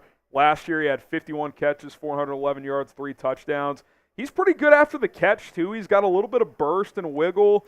And he's not as old as you think he is. Yeah, he's only 29. I thought he was 33. He'll turn 30 this season. You did think he was 33. Shane Waldron overlapped with the Rams when Waldron was on that staff. He was also with Waldron in Seattle in 2021. He's been with the Chargers the last 2 years. Best year of his career was in 2022. 58 catches, 555 yards, and 4 touchdowns. For his career, 10 yards per catch, 19 touchdowns. So this is a guy that can, be a reliable tight end too. Give you probably, 3-4 catches a game. He's going to be around 40, 50 catches, probably 400 or 500 yards. Good tight end too that can work the middle of the field, be a safety valve, guy that can work the seam a little bit. I'm a big fan of this move, man. You've added 2 legitimate contributors to your offense, a starting running back, a quality tight end too that would probably start for a few teams out there. I'm in. What do they always say too? It's cliche about tight ends and young quarterbacks, security blankets. Young quarterback's best friend. You got 2 now. You got 2 tight ends that are starting caliber tight ends. You have, think about this, Harrison. Without a doubt, you have 2 top 32 tight ends in football. Oh, agreed. And Komet's top 10, Fringe top 5. He's probably just outside the top 5. And Everett's probably between 25 and 30, I guess. I would actually say 20 and 30? 15 and 25. I like Gerald Everett. Yeah, I do too. I mean, is he going to put up gaudy numbers? No. But he is going to do a lot of nice things. He's very consistent. Like, again, if you average out, I can actually do this through reference. If you average out his last 5 years, he's 454 yards and 3 touchdowns. Yeah. It's really good tight end 2 numbers. So I'm in on this. We don't have numbers yet. How about this? I'm going to go do a short on this real quick while we wait on contract details. If you want to hold it down just for a second, talk with the people about Gerald Everett, and then hopefully we get a contract number and we'll come back and break it down. Sounds good.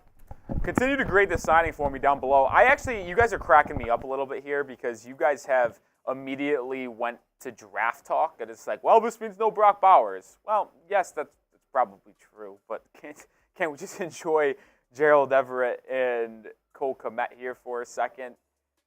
He did spend time with Shane Waldron, as Harrison mentioned, who is the Bears' offensive coordinator, so there's some familiarity there. And I think it's a good duo, man. The Bears will not shy away from being able to run 2 tight end sets, and that is something that you should be excited about. 2 tight end sets that you actually can both have people that run block and can run routes. Everett did a lot of nice things for the Chargers at times last season over the middle of the field in that 5 to 15 yard intermediate route range, and just adding another tight end and something that you have Kari Blasson game, so probably not going to happen often, but like I wouldn't hate some formations where you have Gerald Everett as fullback, Cole Kmet as that standard tight end, and you could have another versatile guy coming outside of the backfield in the passing game. Like, obviously you have Blasson game, so it's probably unlikely, but it'd be something that I would be intrigued about Shane Waldron running. A little Kmet on the line, little Gerald Everett in the fullback position if they go under center.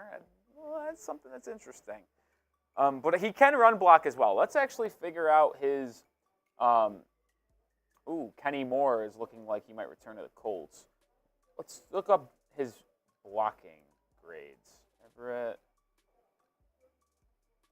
PFF grade. I want to know what his PFF grade is.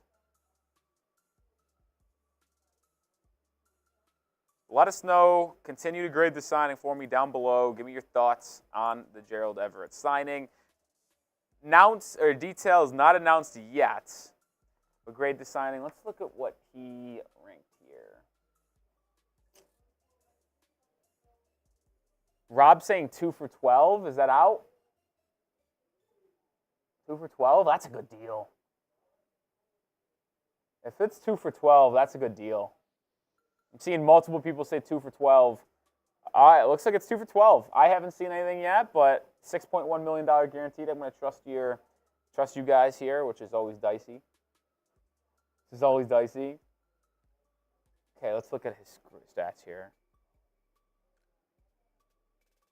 What do you guys think? 12 mil? That's a good deal. For 2 years? Combined 12? Gerald Everett. They have pass block grade. Can you give me your run block grade? Hold on. Gerald Everett graded out as a 51.3 run blocker, according to PFF last year. All right, not great. Not great, not the best grade in the world, but over his career, 54, 76, 58, 63, 57, 45, 51. So maybe not the best run blocking, but he's a good, nice little tight end too. At the combine, he ran a 4.62, if you didn't know that. Fun fact. So, oh, and there's the money details. 2 years, 12 mil, 6.1 mil. Ooh, add the Titans onto the Chase Young visits. Basically a 1+1 this contract. Yeah, like that. Yeah. Great the signing though. A, B, C, D, or F. Now that we got the number in. Let's ride. I like it, man. I'd go solid B+, A- again. I think the value's good.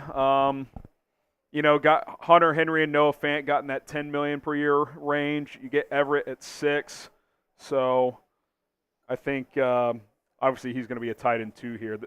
Those guys are both starters where they're at. But I think the value checks out, and another good signing here. So Kevin Byard, DeAndre Swift, Gerald Everett, all between $6 and $8 million per year, Rolly. So kind of all in that same tier. Okay, this is another True Classic sponsor.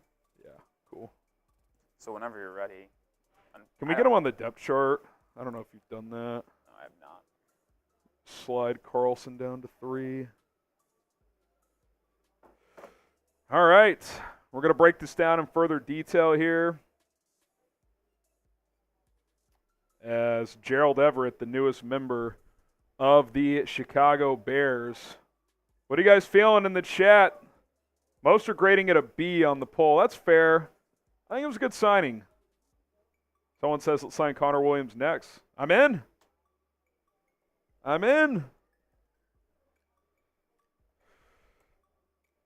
Alex gives it a B. Chastity, B. A- from David. F- from Tim Hawkins. You're hating. Denise says B. Calvin, B+.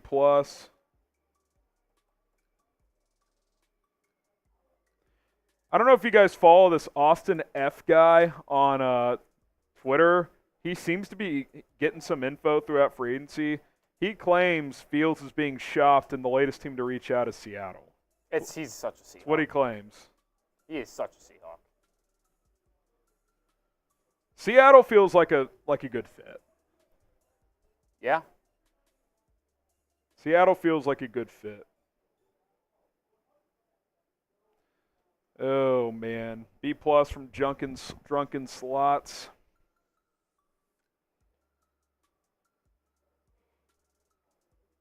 I'm excited by this, man. It's not like the sexy name, but like this is just like a smart signing.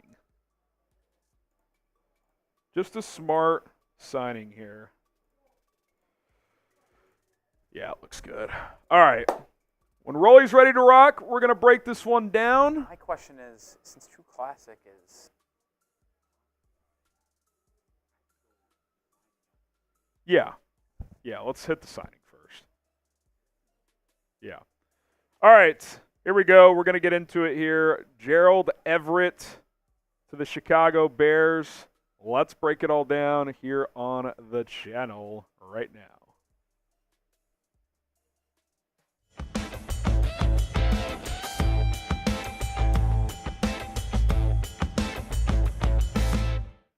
The Chicago Bears have finally made another signing after taking off about 27 hours. They have signed tight end Gerald Everett to a 2-year, $12 million contract, $6.1 million guaranteed. Also incentives up to $14 million, so about $6 million base per year. This signing presented by True Classic. Guys, get up to 25% off right now at trueclassic.com/chatsports. We're rocking one of their t-shirts today. Appreciate them for fitting us here on today's show. Link is in the comments and in the description. Gerald Everett, the newest member of the Chicago Bears, and he's a name I brought up pretty frequently. I put up an updated free agent targets video earlier today. Everett was the only tight end I mentioned. And the reason for that is, A, I just like the player. He's been very consistent throughout his NFL career. And B, he's got very good familiarity with Shane Waldron. He was with him when Waldron was on the Rams staff from 2017 to 2020. He was with them in Seattle in 2021. Everett's been with the Chargers the past 2 years, but he's been productive there as well. You see his numbers from 2023, 51 catches, 411 yards, and 3 touchdowns. If you average out his past 5 seasons in the NFL, here are his averages, okay? It is 47 catches, 454 yards, and 3 touchdowns per season. That's kind of what you're looking at. And you can see the year-by-year numbers there the last 4 seasons. But 5 straight 400-yard seasons. He's got 19 touchdowns in his NFL career. The Bears so desperately needed to add quality players to this tight end room after Cole Kmet. Let's just call it spade a spade. Robert Tonyan was a disaster last year. Gerald Everett comes in, clear upgrade at tight end 2. I'm excited about it. Are you excited about it?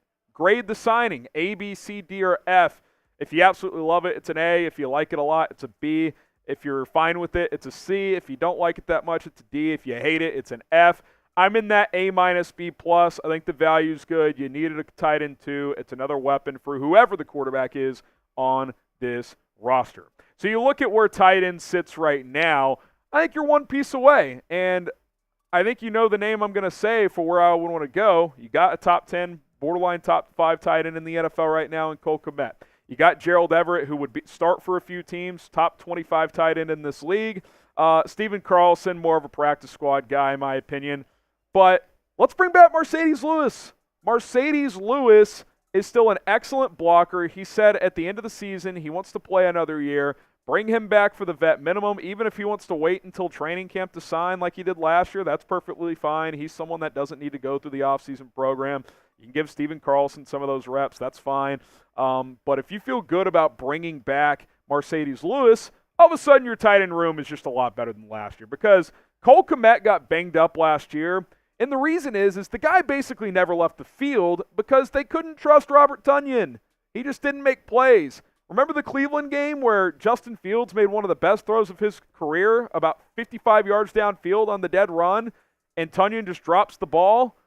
Yeah, Gerald Everett's catching that ball, and he's scoring, and he's finding the end zone. He is good after the catch. He's a good enough blocker, but he'll be used probably more as a U tight end, a guy who's going to work the middle of the field, be a safety valve for whether it's Justin Fields or Caleb Williams, whoever it is. He's going to be reliable in that regard, and he's just solid. Like, that's the word, right? He's a solid tight end. He knows who he is as a player. If Kmet gets hurt, he can start. If not, he's going to get a lot of snaps as a tight end too.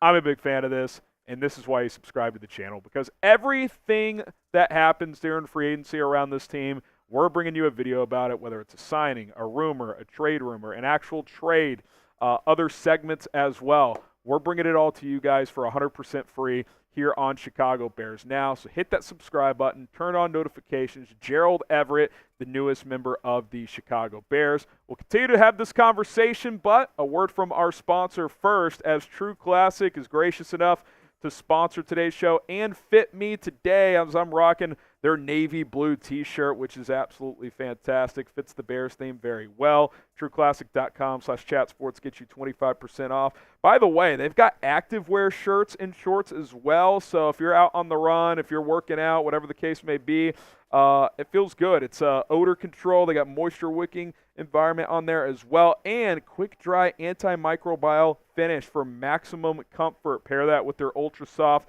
stretchy joggers and you are fitted out if you're working out or if you're just chilling out as well. I love rocking their active t-shirts. I also love rocking their hoodies. It's still hoodie season in most parts of the country. They're classic, they're comfortable, they're crisp. Go get going with True Classic. What I always say, too, when people ask me about True Classic, what's the best part about them? Well, other than being very comfortable and high-quality material and fitting your body just right, you get really good prices, especially if you buy in bulk. Buy a 3-pack of hoodies, buy a 6-pack of T-shirts, 9-pack of polos. You're set to go for a long time, and you get better bang for your buck if you buy in bulk with True Classic. trueclassic.com/chatsports. That link is in the comments, into the description. Get going. Get shopping today. Appreciate them for sponsoring today's show. Okay, so now this is where you're at in free agency. Obviously, you re-signed Jaylon Johnson as well. So you complete the secondary with Johnson back and with Kevin Byard replacing Eddie Jackson. You're pretty set there. You're set at running back. DeAndre Swift, 3 years, $24 million, 15 guaranteed, basically a 2+1 there. Cap hit less than $6 million in year one. Running back room's pretty full. Still need probably that third tight end. Again, Mercedes Lewis, anybody, but your top two is pretty set with Cole Kmet and Gerald Everett, 2 years, $12 million. We'll see what the cap hit ends up being. If it's anything based on how they've structured these other deals, I would guess probably between $4 and $5 million for year one, so that makes it even better. I like where the Bears are at. Now, moving forward in terms of what else do they clearly need to add, well, you got to start attacking that wide receiver room, right? Reportedly, they were in on Gabe Davis. That didn't work out. He went to Jacksonville. Darnell Mooney's off to Atlanta, so that obviously is not an option anymore either. But there's still some names out there. If you want to add a wide receiver, I think you got to get at least one top 3 type of receiver on a depth chart before going into the draft, which I think we all think they're going to get somebody in the draft as well. But that is certainly an area. Curtis Samuel's a name. Tyler Boyd's a name. Those are 2 guys I would love to see the Bears add. Josh Reynolds is another one I'd be cool with as well. Get one of these guys in here, then you feel a lot better. And then defensive line as well. Wide receiver, defensive line, you add some pieces there. You're pretty close at that point to like not having like glaring holes on this roster. It doesn't mean it's a perfect roster, but you're closer. Get another edge. Get another defensive tackle. You're feeling a lot better about where things sit. So I like the additions that have been made so far. It's nice to have your secondary, your running back room, your tight end room at least close to being complete. Not so much the wide receiver room and defensive line, which is the next 2 position groups I think you got to go after. But Ryan Poles is holding firm. What do all these deals have in common? Well, they're all in the $6 to $8 million per year range, right? Like these are not contracts that are just going to destroy you moving forward. He's told us all along he's very articulate in how he spends in free agency. He's not going to be a guy that consistently overspends. I would say he is not overspent at all on any of these. Even if you want to say Swift is a slight overpay, I mean, $8 million per year, cap hit of less than 6 this year, like for a running back better than any you have on your roster, like to me that's not really an overpay. And running backs have actually been getting paid here. So I think based on what the market has been, Ryan Poles has spent well, and now it's about continuing to add. And we'll see what that cap hit number ends up being for Everett. Obviously that impacts this year's cap situation, but they still have plenty of money. This is not one that breaks the bank, like I said. And now we see what's next. Who do you guys think that the Bears should sign next? Let me know down in the comments below. Do you want Danielle Hunter? Do you want Tyler Boyd? Drop a name down in the comments. Be sure to subscribe. Turn on the notifications. We're still live right now breaking down everything around the Chicago Bears. You're not going to want to miss out on any of it. My name is Harrison Graham. Bear down.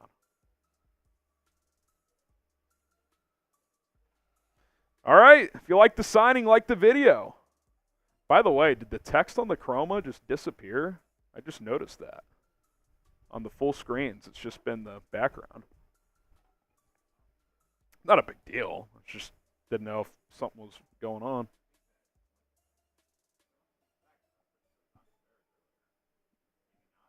I don't know. I just noticed it in this one. Again, not detrimental. Yeah, you're good. I'll probably trade you after that. I got to do that as well. Ooh, Danielle Hunter interest with the Texans, according to Aaron Wilson. They lost Jonathan Grenard, so they might look to replace him with Danielle Hunter. All right. All right. Poles being cheap.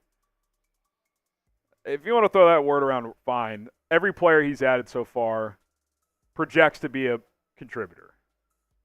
Kevin Byard's going to be an upgrade over Eddie Jackson based on how both played last year.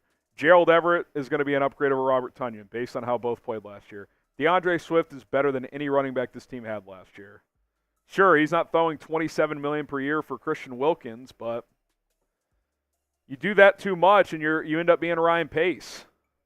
Ryan Pace just spent with just, with no, like, it was too much. You could say Poles is like maybe too conservative. I guess I could hear that, but at the same time, this type of approach keeps you flexible moving forward. Nothing they've done like detriments the future. Like, if one of these signings doesn't work out, it's not the end of the world. If they work out, it's terrific value. So, free agency is where you destroy your team, spend smart. Yeah, and look, I do think you have to utilize free agency. Like the Dallas Cowboys, for example, who never use it, I think that's a mistake. You need to spend some in free agency. But you shouldn't be a team that's throwing out $200 million every other year in free agency. So, I'm in. I like Gerald. I've always been a Gerald Everett fan. I think he's a good player. He will be a much more utilized tight end than Robert Tonyan was, unless he gets hurt. I feel very confident in saying that. Someone says sign Danielle Hunter. I'd be in, man.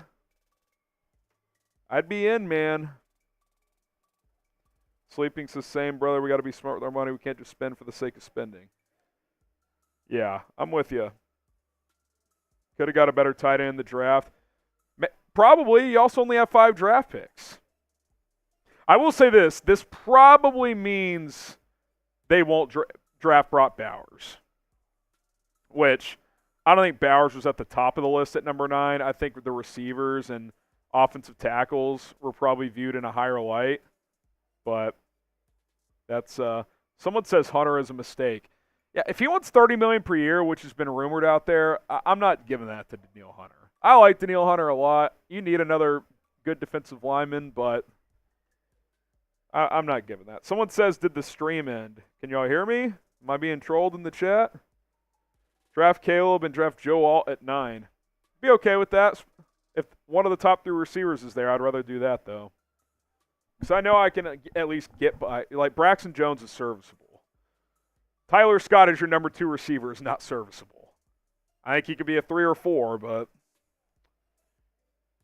NRG, get to your super chat when Rolly gets back.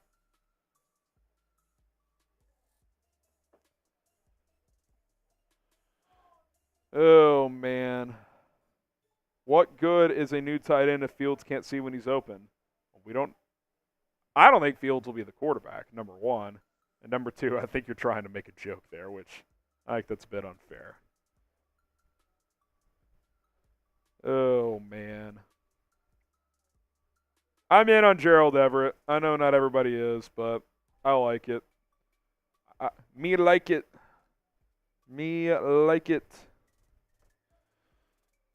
We don't need a damn tackle. Stop. Not for one of our first picks. We have bigger needs. So Dominic, what if all the receivers are gone? I mean, you could go edge there, but like if Joe Alt is the 6th player on Ryan Poles' board and Dallas Turner is the 12th, he's probably going to take Joe Alt. Someone in the chat says, Bears, Tyler Boyd, OMG. I hope so. Give me Tyler Boyd. I'm in, baby.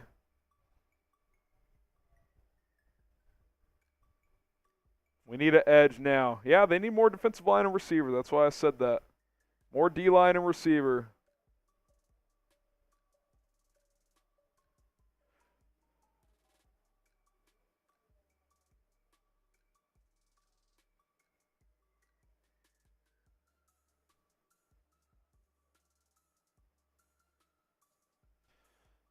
Oh, man. Calvin Ridley probably staying in Jacksonville. I agree. I agree with you.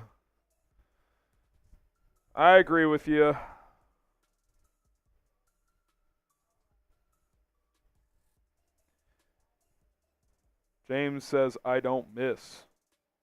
All right, James. All right, James. So Aaron Wilson says, while there's mutual interest between the Texans and Danielle Hunter, nothing is imminent. Fluid situation. multiple teams are intrigued by or with Hunter. So, there you go. There you go. Tyler Boyd's girlfriend was like Miss Universe. I didn't know that. The more you know. Jackson Powers Johnson at 9, MHJ at 1. JPJ at 9. I would love him. It's too early. Too early.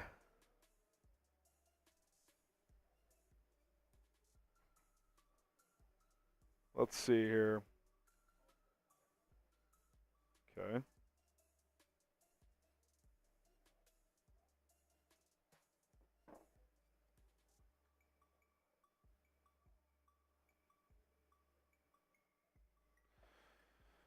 All right. What else we got? What else we got? Hit some super chats. I got to run to the restroom after that as well. Got Alex Ammerling. Some people are going to give us Fs for everything. It is what it is, man. I think it's a good signing. I'll say this. Some people just don't like to have fun. Like, I was having this. Dude, when that signing came in, that was live. Yeah. Brought me back. That sometimes I don't get it because it's weird. Like, I had an example on one of those other streams I was doing. Like, these fans were just trashing their own team in the first half of the game. And it's just like, why even watch the games and have these conversations if you're just going to always be negative? Yeah, I'm with you. What's the point of being a fan if you're actually not going to be a fan and have fun? You just want to train on If you're going to get bent out of shape over Gerald Everett signing, like, get a grip. Come on. All right, Joseph. Hey, Harrison, can this affect us not drafting Brock? I said this while you're gone. They're probably not taking Bowers. I said this right when the signing came in. Yeah. And you went to do the short. Yeah. Like, why would anyone even bring up Brock Bowers? Clearly you're not drafting Yeah, Brock I mean, Bowers. look, you can go. I still like Bowers a lot. It's not like Gerald Everett's better than Bowers, but it's just kind of like you've invested in a starter, you've invested in a number 2. You don't need to draft Brock Bowers. So I do not expect the Bears to be in on him. The mediocre Bears, Burundi. Same question from KBD does, yeah. I'd be shocked if they were in on Bauer. The only way I could see it is if they traded down from 9 and he was still there, like in the late teens, and it's like, well, he's just by far the best player available. Yeah. We just have to take him. I'm trying to think of teams that would draft Brock Bowers. Like Tennessee could at 7, but they probably go wide receiver if anything. I think Chargers. I just think 5's too early. Like, he'd be a really good fit there. Like, I'm trying to think of the teams in the mid-teens. You know what makes a lot of sense if he falls there to 18 is Cincinnati. Yeah, let me see the draft order real quick here. They re-signed Drew Sample, I believe. I think the Jets at 10 could happen.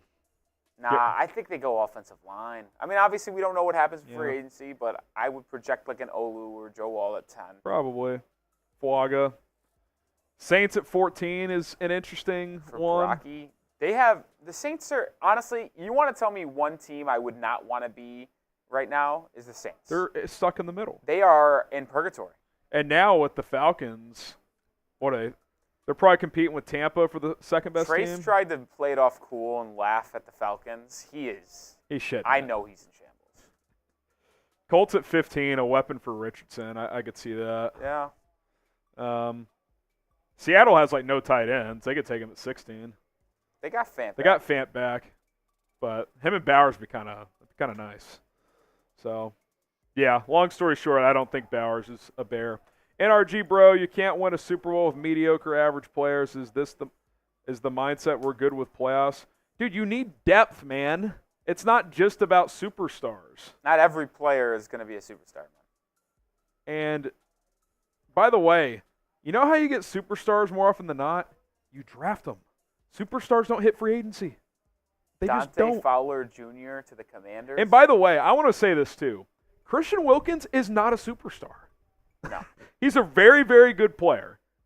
Danielle Hunter is probably similar. Very, very good player. Like, superstars do not become available. Like, you know why they're free agents? Because the current team doesn't want them. No, that's not always the case. Okay, a lot of the time. They don't want them for X number. Like, my point is like, I don't know, insert wider, big-time wide receiver. Like, there's a reason Mike Evans never got to free agency. There's a reason T. Higgins gets franchise tag. Like, they're just not letting these guys go. Free smoke. Likelihood of us keeping Fields and draft Kale. I think I said one smoke and Jay earlier. There's a chance. I don't think it's a great chance, but there's a chance. Jordan Peacock, best available edge and defensive lineman in free agency left. Dino Hunter and Eric Armstead, if you go in. Yeah. DJ Reader. I don't know if you heard me, but Dante Fowler Jr. To the Commanders. Another Dan Quinn guy. Yep. He's been with Quinn basically his whole career, Atlanta and Dallas. Yep, there you go. William. We got, what would a T. Higgins Bears trade look like? The one people were throwing around yesterday, Rolly, was swap 9 and 18 and get T. Which I think is very possible. It just comes down to, do you want to pay him $25 million? Yeah, I actually do wonder, too, Cincinnati's case. Would they rather have 18 and, say, 34? Or would they rather just have 9? Like, when you're evaluating a T. Higgins trade. Like, what would be more enticing to them? Well, they'd still have 34 in that scenario. They'd have 9 and 34, but no T. Higgins. Well, no, because they'd be getting 34, hypothetically, like, from New England. Oh, I see what you're saying. Would you rather have 9 and be up in the first round, or just get another draft pick in the top 50? If you want to, do they want to replace T. Higgins with a top-tier guy? Probably 9. If they're not as concerned about that, if they like the depth of the receiver class, which is considered good, maybe the latter. I think a team like, honestly, Cincinnati, who probably needs to fill a lot on this roster, as they're losing a lot of guys, I think more bullets in the chamber might benefit them. Worthy at 34 would be interesting for them. They haven't had that true burner. I know Jamar's fast, but like just a guy that's like, just go run flies and get the ball in space. By the way, the draft tech point, so basically dropping from 9 to 18 to match that is basically like the 55th pick. So late second round pick to go from 18 to 9. But typically you pay a premium in the first round, so maybe it's like the 45th pick on average.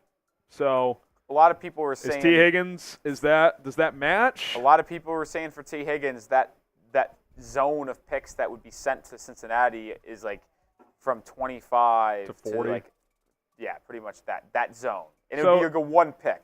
So it'd be a slight premium, but again, to get into the top 10 of the draft, you typically pay a premium. So that could add up. Maybe the Bears would have to send like a future day 3 pick or something back. But David Plazinski, I really appreciate what you do. You get a raffle ticket, David. Seriously, who we bring in to back up and mentor Caleb if we trade Fields, and most notable backups are signed. So the ones that are still out there are Joe Flacco. You've got, who did I mention earlier? Mason Rudolph, I think, is pretty interesting. Ryan Tannehill. I think those are the 3 now that stand out to me. I don't view Carson Wentz as the mentor type. I mean, like lesser guys, Blaine Gabbert. I mean, he's a vet. I like Blaine. Blaine Gabbert for cheap, I wouldn't mind, but I feel like he's just going to re-up with KC and keep winning Super Bowls. Yeah, Why wouldn't you? If you're going to be a backup quarterback, might as well do it on a team that's always in the playoffs. Exactly. And if you have to play, well, it's Andy Reid calling plays. So, yeah. Cargeni, how many more draft picks do you think Poles would get come draft day? I mean, at least 1 or 2, I would say. I mean, hopefully Fields nets you at least 1 or 2. I feel like at some point they'll trade down, whether it's from 9 or 75 to get more capital. So, yeah, I think they will. I think they'll get – I don't think they'll have like 10, 12 picks in this draft, but they have 5 now. I think they probably end up with 7 or so. Bears signed Everett. They sure did. Gerald Everett, you are a Chicago Bear. Timothy Keaton enters the raffle. How big's the raffle today? 27. 27. Better odds for the folks right now. MHJ 1, McCarthy 9. Nope. And by the way, if the Bears really wanted MHJ and they didn't want to take a QB at 1, they would not draft Marvin Harrison at number 1. They would trade the number 1 pick, right? There's no scenario they're drafting MHJ number 1. No way. Chastity.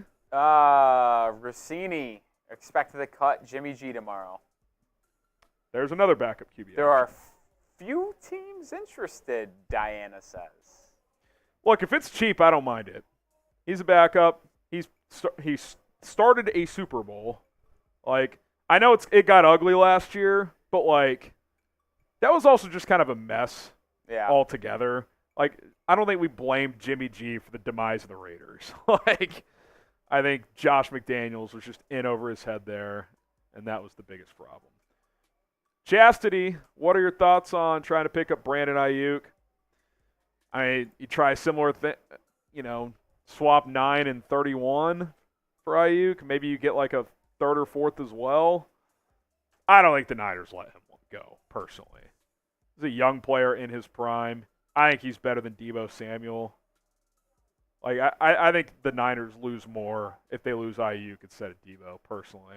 So, I'd be interested. I just don't think it's likely. By the way, we're $84 away from 1,000, which would be a beer boot. Pat says, need Armstead or Reader, maybe Hunter or Uche. Yeah, different tiers there. Uche, speed rusher, probably a one-year flyer. Hunter's probably getting $25 million a year. It sounds like he wants 30, which I don't think he's getting that personally. But, yeah, we'll see. Armstead, he's probably somewhere in the middle, maybe 15 to 18 maybe. DJ Reader, what's DJ Reader? It's mostly a run stock. 12, 15 mil? He's a good player. Yeah, that sounds right. 3 for like 40 3 for maybe? 40, 45. I could see that. Sammy King, I'm a big Notre Dame fan and a big Bears fan. I would love if they got Joe Alt at 9. Also, Komet's underrated. Yeah, Komet's at this point, he's just like, I think the league knows. He's just a good player. He's really improved the last 2 years. I would like Joe Alt at 9. I would not like him over Neighbors or Adunze, but Joe Alt, it seems pretty clear, Rolly. He has separated himself as the top tackle in this draft. I think his tape was the best this year. Athletically, he tested better than Olu, which kind of surprised me. I knew he was a good athlete, but I was a little surprised that he tested better than Olu in like every metric. So I think he's the top tackle. Tackle 2 could be interesting. I would not be surprised if Fuaga went ahead of Olu. I could definitely see that happening. But they'll all 3 go top 15. So, yeah, I mean, if the top 3 receivers are gone and you end up with Joe Alt at 9, I would not mind that. What happens to Braxton Jones at that point? I don't know. He's either your swing tackle or you probably trade him on day 2 or day 3 of the draft. So, something to consider. Justin Andrews. 34 for Fields plus MHJ, Ridley, New England offer helps both. I'm not gonna lie. Trying to put this together. I've been thinking about the super chat, Harrison. What's he saying? 6 minutes. It makes no sense. What's he saying? He's saying because nothing. the Bears don't have MHJ. How are they getting him in this trade? Like, I'm confused. I don't understand how New England would get Fields and MHJ for pick 34. Yeah. I don't know what you're saying. I think they're saying, like, trade 34 for Fields, it will draft, and then they'll draft MHJ at 3 maybe. Okay. Ridley, I don't get the Ridley part, though. Saying if he goes to New England, maybe they won't want Marvin at that point. Is that what he's saying? I have no clue. Sorry, Justin. I'm a little confused. If you want to follow up, please do. There have been 5 teams that have not signed a single outside free agent yet. Cowboys, Saints, Seahawks, Colts, and Buccaneers. Dallas. That Jerry Jones photo in that tweet is classic. Missouri Mauler's back. It's been a while. I don't remember. You don't remember the Mauler? Mr. Mauler? I don't know. Prediction, Bears will trade Fields for a 4th rounder to be a backup. That team will then flip him to the Vikings for a 2nd. I don't think that will happen. I don't think the Bears will get a 4th and then that other team flips him for a 2. And I also don't think he's a Viking at this point, considering they've signed Sam Darnold. Yeah.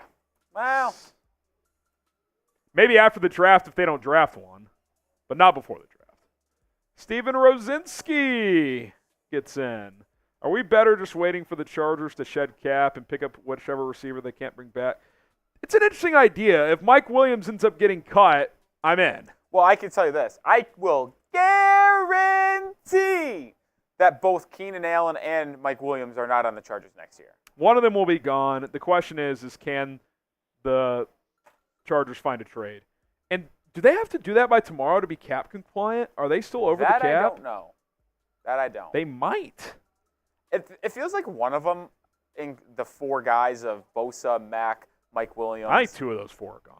I would agree. I one think in each position group. One edge will stay, one wide receiver will stay, but one. And I'd be interested in whichever 2 aren't there. I don't think the Bears are in business for trading for one of them right now. My thing is I doubt they will cut one of the wide receivers. Maybe they cut I don't think they cut Bosa. If they cut anyone, to me, it would be Mack. Man, he was still good last year. I think he had like 16 But Bosa sacks. is so much younger, right? I think he's like 30 now, right? I mean, he's not. Joey Bosa's 30. That's not. He's that feels 28. He'll impossible. be 29 this season. Khalil Mack, he's 33. So yeah, he's 28. Yeah, he's 5 years younger. So you'd want to. 4.5. Mack just turned 33. Wait, how old is Mack? He just turned 33. 33? That's Yeah. what I thought. So Mack would be the one that gets cut, in my opinion. Yeah. And to me, it's a toss-up at the wide receiver spot. Like Mike Williams is younger, but Last he's year not of his better, deal, I could see and them he's got cutting so him. much injury history. Yeah. I love Keenan Allen. I know he gets hurt a decent amount, but he's one of the best route runners in football. I mean, he is just so smooth. Like Keenan Allen, you look at his career. Last year, he's only 31, by the way. So that's an old 31. He'll be 32 this season, but dude, he put in 13 games last year. He had 1,243 yards. It's just under 100 yards a game. That is He nuts. is very consistent. I will say this as well. Justin Herbert kind of hyper targets him a little bit, where like doesn't really need to, but But it is efficient though. Like 150 targets, 108 were caught. I mean, like the guy. Well, I mean, they're not deep. They're mostly. They're comebacks and crossers Yeah. and slants. It's not He's like not taking the top off. He will not beat you deep. No. Yeah, I mean, for his career, 11.6 yards per catch. So he's an intermediate guy. He's good though, man. Khalil Mack could be. I mean, if he got cut, I'd be interested. Mark Buccalo, first-time super. You also get a raffle ticket. What about McCole Hardman, Poles and Fields connection? Think he's a free agent now. Yeah, they overlapped at Georgia for 1 year, Fields and McCole. I mean, what's McCole at this point? That minimum, maybe a touch. Well, if Devin Duvernay can get 2 for 12, Hardman might get something similar because he can return kicks. He's a jet sweep guy. He can run some of the route tree. I bet he's $5 million a year, something like that. If you didn't have Tyler Scott and Velus Jones, I'd bring him in, but he kind of just does what they do. Like, you don't need another one of those type of receivers. 1, 2, 3, 4, 5. How many more to catch up, Supers? 2. Okay, let me catch up. And then Bobby James? I got to run. Is he a first-timer too? Yes. 1, 2, 3, 4, 5. He says with Atlanta Cousins, if they trade out of 8 to a QB-needy team, 4 QBs go for the Bears at 9, we could get one of MHJ Neighbors, Odunze, All, or Olu. For sure one of those 5 would be there. You would hope one of the receivers is there. But, yeah, I mean, you want as many quarterbacks to go in the top 8 as possible. 4 would be great. I doubt a 5th gets in there, but I guess you never know. Nick, I have Kmet firmly top 10 overall tight end, 7 to 9 range, but firmly have him as the second best complete tight end behind Kittle. Love Gerald Everett signing. Nick, you get a raffle ticket. Second most complete. I mean, he's an excellent blocker. He's a good receiver. Better blocker than a Kelsey, but, like, I'd still call Kelsey more complete. It's not like Kelsey can't block. I mean, Kmet's very good. He's firmly top 10, fringe top 5. He's a good player. Justin Andrews, all right, Fields for 34. They draft MHJ. Talking about the Patriots at 3. Have an offer to Ridley right now. Sorry, I was trying to cram it in. Helps both teams get the better. message earlier. Okay, Fields so just isn't going for 34. that's the issue. You're not getting 34 for Fields at this point. You probably wouldn't even get 68. Probably not. Probably not. Unless it's like really close to the draft and the Patriots are just like, we don't like the 3rd QB. That would be the only way. So, we caught up or we got one more here? We are caught up. All right, I'm going to run to the restroom and then I will be back. So, Rolly's going to hold it down. $50 away from a beer boot. Yeah, I'm going to tell the people about Prize Picks, and then we will We'll see if we could get to 1,000 in super chats by the time, Harrison. Here's the stat. In the Super Bowl era, 40% of QBs taken first overall at least get to a Super Bowl. 40%. Okay, That's a high number. so your mic isn't working right now. So 40% of quarterbacks drafted first overall get to a Super Bowl. At least get to a Super Bowl. 60% of QBs taken first overall get to a conference championship. 60% get to a conference title. If you take a quarterback number one, you have a better than 50-50 chance to get to the NFC Championship. So, in summary, if you take a quarterback first overall, you have more than a 60% chance to get to the conference championship game. I like those odds. Those odds are good. May the odds ever be in your favor. Shout out to Katniss Everett D. Shout out to Prize Picks as well, the #1 daily fantasy sports app in North America, and they make playing daily fantasy sports so much fun. It's easy. All you gotta do is pick 2 to 6 players and pick more than or less than on your stat projections. And you can win up to 100 times your money nowadays. I'm not going to lie. I almost just got by a fake Daniil Hunter to the Bears tweet. I was very close to being got. That was crazy. Sorry. All right, back to Prize Picks. Another reason why they're the best is, well, they have daily specials and discounts. Like today is Taco Tuesday. What does that mean? Well, it means you're actually getting discounted on some other picks. Like, for example, I made some picks today, and it is Taco Tuesday, which means I don't have to get the normal stat projection for Tyrese Maxey. It was more than 21.5 for Tyrese right now, but it's usually 26.5. So I am getting a 5-point discount on that for Taco Tuesday. It's also just fun to say Taco Tuesday, by the way. But I also have other picks like more than on SGA, 29.5 points, less than on Chet Holmgren, 16.5 points. I make picks like this on a daily basis, and it's fun making these picks with Prize Picks, the #1 daily fantasy sports platform in North America. All right, we did get a first-time super chatter from Rent-A-Fur. Thank you, Rent-A-Fur. We are also $50 away from 1,000. 50 away. When we get to $1,000 in super chats, we do beer boots. It would be our first beer boot of today. So can we get to 1,000 before Harrison returns? All it would take is one little 50-piece tender, or just a bunch of us coming together and getting the job done. Can we get to 1,000 before Harrison returns from the bathroom break so he comes back and knows he has to do a boot? David Sanchez with a $2 super chat. Hope to at least get Connor Williams. Yeah, probably the best free agent center left on the market. Issue for him, he's coming off a torn ACL. Those don't really mean as much anymore, but it's still something to keep your eye out for. Another first-time super chat, Mateo.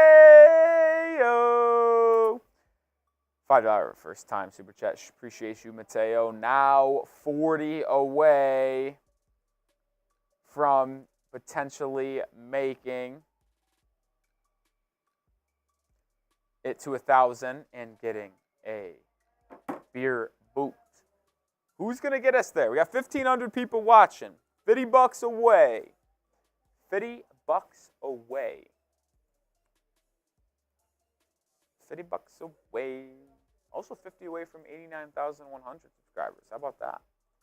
How about that? But the most recent NFL signing is Kenny Moore returning to the Colts on a 3-year, $30 million deal. It is now the highest paid nickel cornerback in the NFL. So that's interesting. Mateo with another $5 super chat. So I'm going to give you a raffle ticket for coming in with back-to-back fives. Appreciate you, Mateo. This time gets a message in. Forgot to put a message. But what are your predictions for the Bears offseason and record next year? Well, obviously, this is probably going to go towards Harrison. So we'll leave this up unless a super chat comes in for when Harrison returns. Prediction for the rest of offseason. I would expect and predict that the Bears sign one of two players.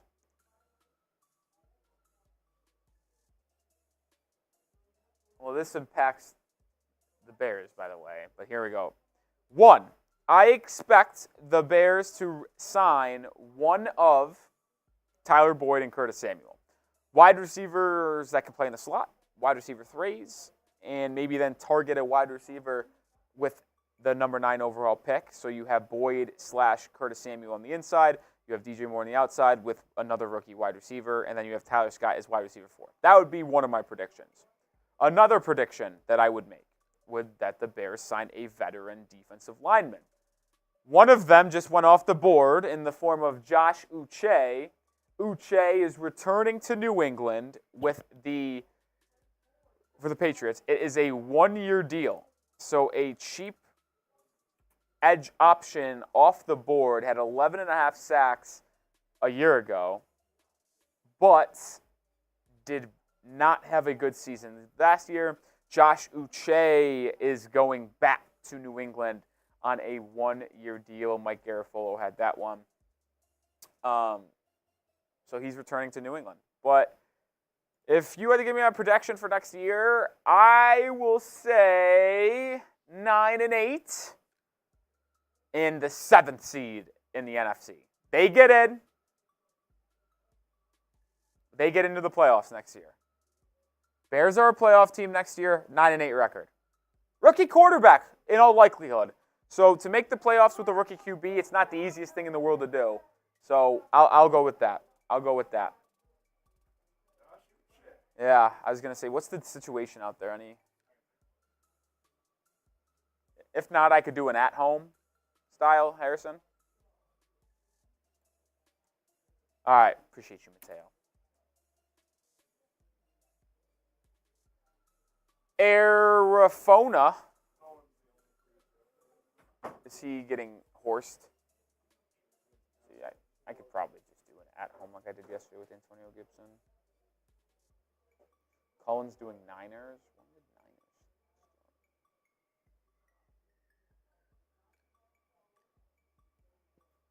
All right, Harrison's returning. I didn't even read this super chat, so. Yeah, I can. It's a 1-year deal. It's up to you. If you want to go now, you can go. Just didn't know if you wanted to wait on money or not. Kenny Moore signs Josh Uche, another edge off the market. You a little surprised he's back to New England? 1-year deal. I'm going to guess it's $8 million. Okay. That's my guess. Who knows if that's the case? By the way, Ian Rappaport was just on NFL Network talking Justin Fields, Caleb Williams. He basically said, this is all about Caleb Williams. It's about the Bears being 100% sure there. They got to do the top 30 visit. They got to do the pro day visit. Once they're 100% sure, then they will look to trade Justin Fields. That's what he's saying. So he's saying it's going to take a while then. Potentially. He said this could be one of those trades that's right before the draft that you see sometimes, or even during the draft. Oh. So another month of this, Harrison. Get prepared. He did say, though, he fully expects the Bears to take a QB number 1. But they're just not going to, again, they don't want to get caught okay, they're pretty sure they want Caleb, but they want to do the visits first. So if what he's saying is accurate, a Fields trade doesn't seem like it's happening today or in the next few days. What I'm going to do is start working on stuff here. Yeah, you do what you need to. I can still move super chats across. Yeah. But that's what I'm just going to do now. Give me a sec, guys. Get the tweet out.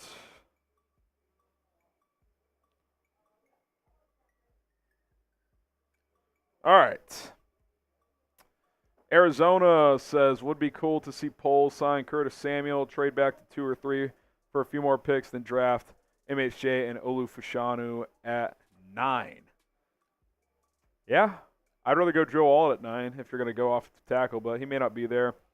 Obviously, in this scenario, you're keeping Fields, getting Marvin Harrison with Curtis Samuel, DJ Moore. Maybe. Your boy. If you listen to what Rappaport's saying, though, by the way, this is not like they're full steam ahead drafting a quarterback. It's just about being 100% sure. Your boy, by the way, Jonathan Jones, said that he drew strong interest from 2 other teams, Josh Uche. He wanted to stay, it sounds like. But placed the priority. I know this for a fact, and it was reported that they didn't really offer him anything before free agency started.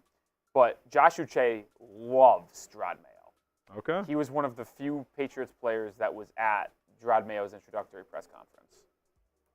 Okay. So that doesn't surprise me that he wanted to stay there and play under Gerard. That probably takes them out of any Daniil.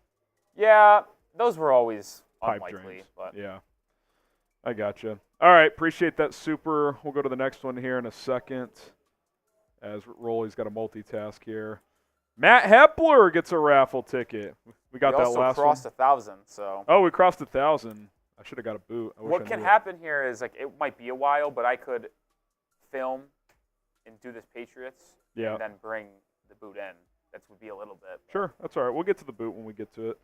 Matt Hepler, you get a jersey raffle ticket. He said, had an interesting idea. I think the Chargers are a dark horse for Justin Fields as a backup. I mentioned that yesterday. Greg Roman's the OC there. Jim Harbaugh got his ass kicked by Fields twice at Michigan. I think that's an interesting idea.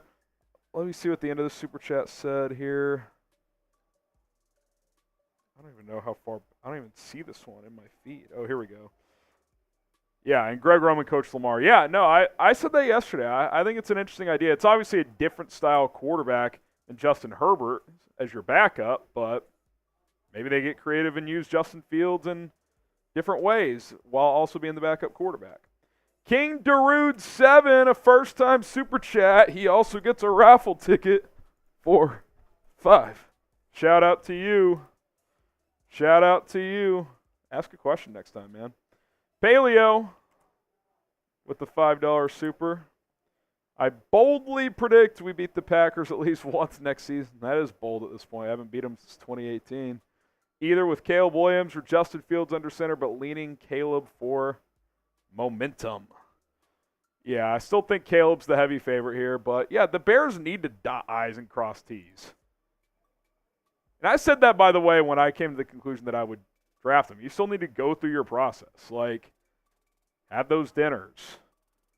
Bring them in. Get the medical evaluation. Like, you gotta do all that stuff. Pat Tedeschi is next up here. Who do you think are winners and losers of free agency? Who do you think the biggest winner is so far? Ooh, the Panthers just signed defensive tackle A'Shawn Robinson.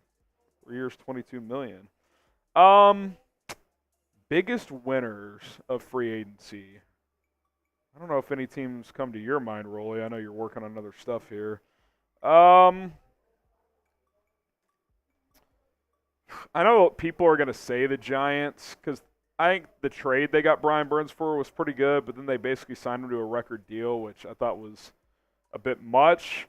You could say I think Baltimore getting Derrick Henry, but they also lost Patrick Queen.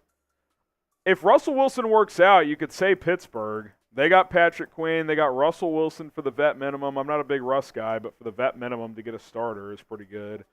They're under consideration. I don't like what the Titans have done. They've just thrown out a bunch of random contracts. A big loser. I think Dallas doing nothing. I don't know how I feel about the Eagles. I mean, it's not, obviously 2 players retiring is out of their control, but they gave Landon Dickerson a record deal at guard. I like Saquon, but I think they overpaid him. I don't know. There's not one team that just massively stands out to me of being a clear winner. I want the Bears to add more, but I'll be honest, the players they've added at the prices they've gotten them at, I think is pretty good, especially if you factor in Jaylon Johnson and Kevin Byard. You get Jaylon Johnson on a 4-year deal, less per year than what his franchise tag number would have been. That's pretty damn good. You replace Eddie Jackson for less than half the cost and still come out $5-6 million ahead based on cutting Jackson and signing Kevin Byard. That's pretty damn good. You get DeAndre Swift, $8 million per year. Cap hit of less than $6 million this year. I like that. You get a quality tight end too in Gerald Everett. I like it. Keyshawn Nix returning to Keyshawn Nix, special teamer for the Packers, who's 3 back. for 18. Yeah, he's really good on special teams, and he can play in a pinch as well on defense. Good returner as well. All right, let's go to the next super chat here. We got Phil Dorsett, first-time super chat. How do we feel about Tannehill or Flacco as our backup? I'd be cool with either of those. I just think it's smart to have a veteran there, especially if we go the rookie QB route. Completely agree. If they go rookie, I'd like a vet. Both those guys fit the mold. Tannehill will probably be on the pricier side, but if it's less than $10 million, I'd probably be down for it. 1, 2, 3, 4, 5. Appreciate it, Phil. Shout out to you. Super chat. Brady Fisher, $2. Is this a first timer? It is. Oh man. 1, 2, 3, 4, 5. Shout out to Brady Fisher. Shout out to Brady Fisher. All right, hit that subscribe button. We're trying to get to 90,000 subscribers now after crossing 89 late last night, early this morning. Bears news, rumors. We're live during free agency. We'll be live again tomorrow as well, probably on Thursday too. So don't miss out. We got you covered all year long. Something Eagles just just signed Devontae Parker. He sucks. 1 year, 4.69. Oh, man, he's horrible. Devontae Parker to the Eagles.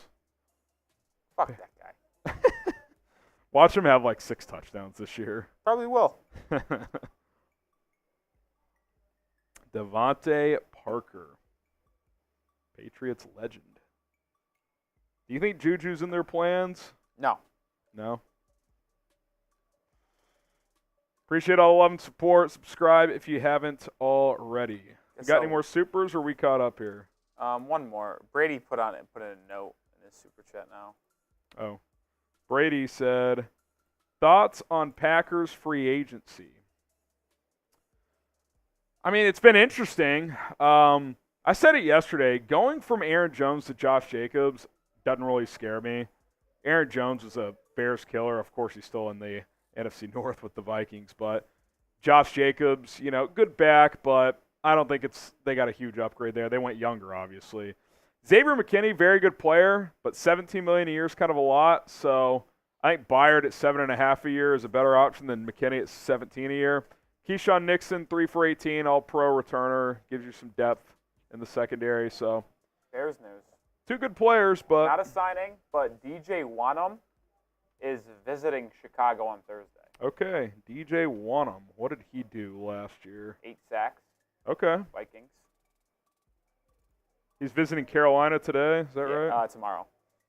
Carolina tomorrow.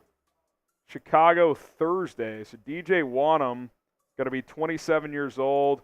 In 2 of the last 3 years, he has 8 sacks. 2021, he had 8 sacks. Dipped back down to 4 in 22. Had 8 in 2023. 6'5", 258. So, okay. Seems like a high-end rotation rusher. Started 14 of 15 games last year. So, maybe he's your edge 2 for a cheaper price. Maybe draft somebody. DeMarcus Walker play some more 3-tech. That could be an option. I wouldn't hate that. What's up with him and Chase Young taking visits? Yeah, very weird.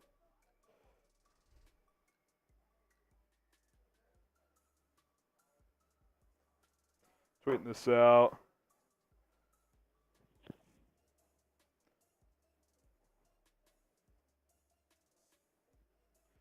All right. That's interesting. That kind of feels like the DeMarcus Walker signing from last year. Maybe a tick more upside there. That caliber player, though. Good player, not great player. Walker at 3-tech would be better. Yeah, Walker He's a better pass rusher on the inside, but he's a better run stopper on edge. So it's kind of, he's kind of a tweener. He can play both spots. He's not great at either, but he's, solid at both. Someone says Velus Jones to the Patriots for a 7th-round pick. You in? No. You wouldn't even give us a 7th? Because he would just do exactly what Jalen Reagor does. Yeah. A little thicker, but good gunner. No, but that's seriously, if they trade for Velus Jones, it would just be to be Jalen Reagor. Mm-hmm. There's no need. Yeah, I'm with you. The Bears should sign Danielle Hunter. I'm open to it. I don't know what the price is, though.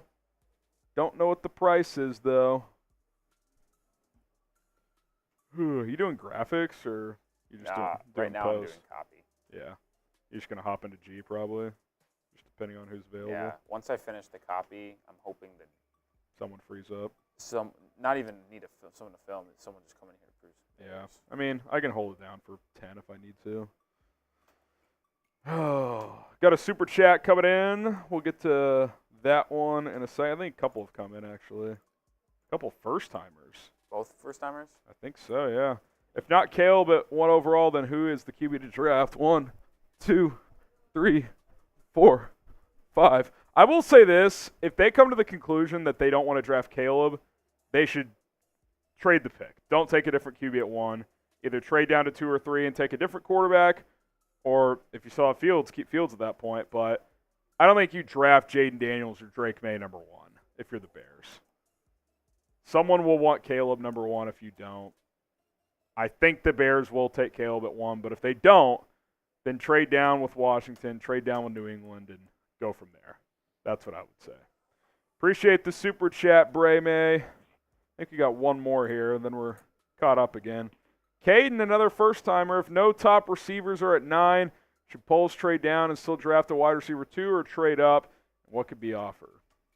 I mean, they could certainly trade down. A team could look to trade up for a quarterback at 9, potentially. They could also draft a tackle. They could trade up a couple spots with Tennessee maybe at 7, get a receiver there. But I don't know what it would cost to go from 9 to 7. Maybe your 3rd-round pick, 75 overall, to go from 9 to 7. Maybe that gets it done. So, yeah, we'll see. We'll see how that plays out. But obviously, the dream is one of those receivers gets to 9, but I'd say it's about a 50-50 chance. 50-50 chance. This is some agent talk from Jeremy Fowler. Josh Uche, 14.5 sacks in the past 2 years. Yeah, he had 11.5 of those. Let me know how much money it is on a yearly basis, buddy. 1 year, $3 million. Incentives up to 8. That's a pretty damn good deal for the Patriots. Wait, it's in? Albert Breer, $3 million. Incentives up to 8. $3 million, that's it? Yes. Elliott Wolf Masterclass. $1 million per sack for Josh Uche. No, I'm with you. I think that's a good deal. That is a great deal. He must have really wanted to stay there. What did I say? What did I say, Harrison, earlier today? I know you said $8 million. Well, that's the max. I know. That's Elliott impressive. Wolf Masterclass. How about this video from earlier that we put out? Is a 2 of 10. Patriots one? Yeah. Well, Calvin. Hopefully they space this out. Hopefully they. Are you going to do a video if they miss on Calvin? You could do Calvin Ridley to Jacksonville, top receiver targets? I think so. Depends on timing. I gotcha. If it happens like at 8 p.m., which it won't, by the way, if Calvin Ridley doesn't sign with the Patriots, he's signing tomorrow at 4:01 because he's an asshole. Or it'd be 3:01 Central. I could actually see that. I actually will say this. If he is not signed with New England by today, he's going back to Jacksonville. Oh, 100%. Because he's just going to wait for the. And then Is the new league year at 3 tomorrow or at noon? For us, it's 3. 3. Yeah, 4 Eastern, 3 our time. Poles, spend some money, Mike Vake says. He's taking the patient approach. Otis Betts, do you think Eberflus and the new defensive coordinator share the play calls? Flus will call the defense.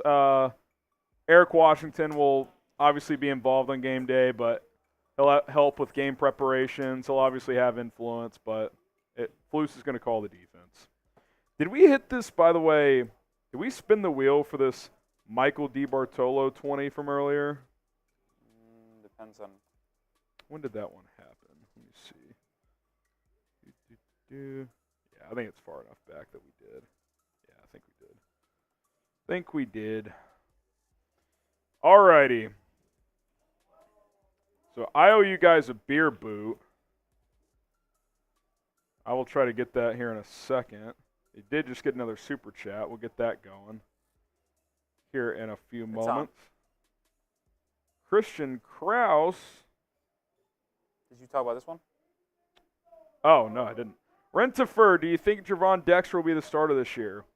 As of now, he would be. Justin Jones signed with the Cardinals yesterday. I think Dexter would be the starting 3-tech. I still think they might add there, but it's looking like he may be the guy.